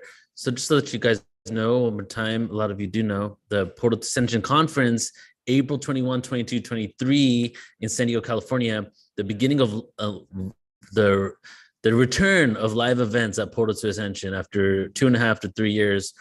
Huge celebration, 25 speakers, 3 days, 10 to 12 hours a day, epic musical acts at the Marina Village Conference Center, which is overlooking the ocean in San Diego, right next to SeaWorld. And it's just going to be great, really building up a lot of momentum for it. So if you guys are able to come in, fly in, you're there, or you want to check out the live stream, go to ascensionconference.com, and check out the info there. And everything else, portaltoascension.org. We got so many good things coming up this year, so I'm excited. And hopefully you get to see some of you guys there. So thank you so much. Love you all. Go back to Tarek. Thanks, brother. I felt like a little genie standing there, popping in and out of this dimension. So April 21st, April 23rd, San Diego, California. You can get the tickets at ascensionconference.com, and tons of amazing speakers. They're just all in front of me here. So much beauty, so much light. And as we heard in astrology before, or one of the speakers was talking about, it's time for us to get together in community and make it happen. Love you guys.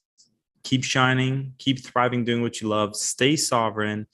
And if you guys just want more inspiration, motivation to anchor in your infinite freedom, empowerment, sovereignty on all levels, to thrive, doing what you love, from your gifts, talents, and abilities, to hit 6 figures and beyond, to anchor in, create community, land, spiritual communities, your vision of community, anchoring it onto planet Earth. Any of those things, that conscious rap music, 5 albums worth of conscious rap music, which becomes a soundtrack of your evolution that has healing frequencies encoded in it to help activate you, inspire you, and motivate you.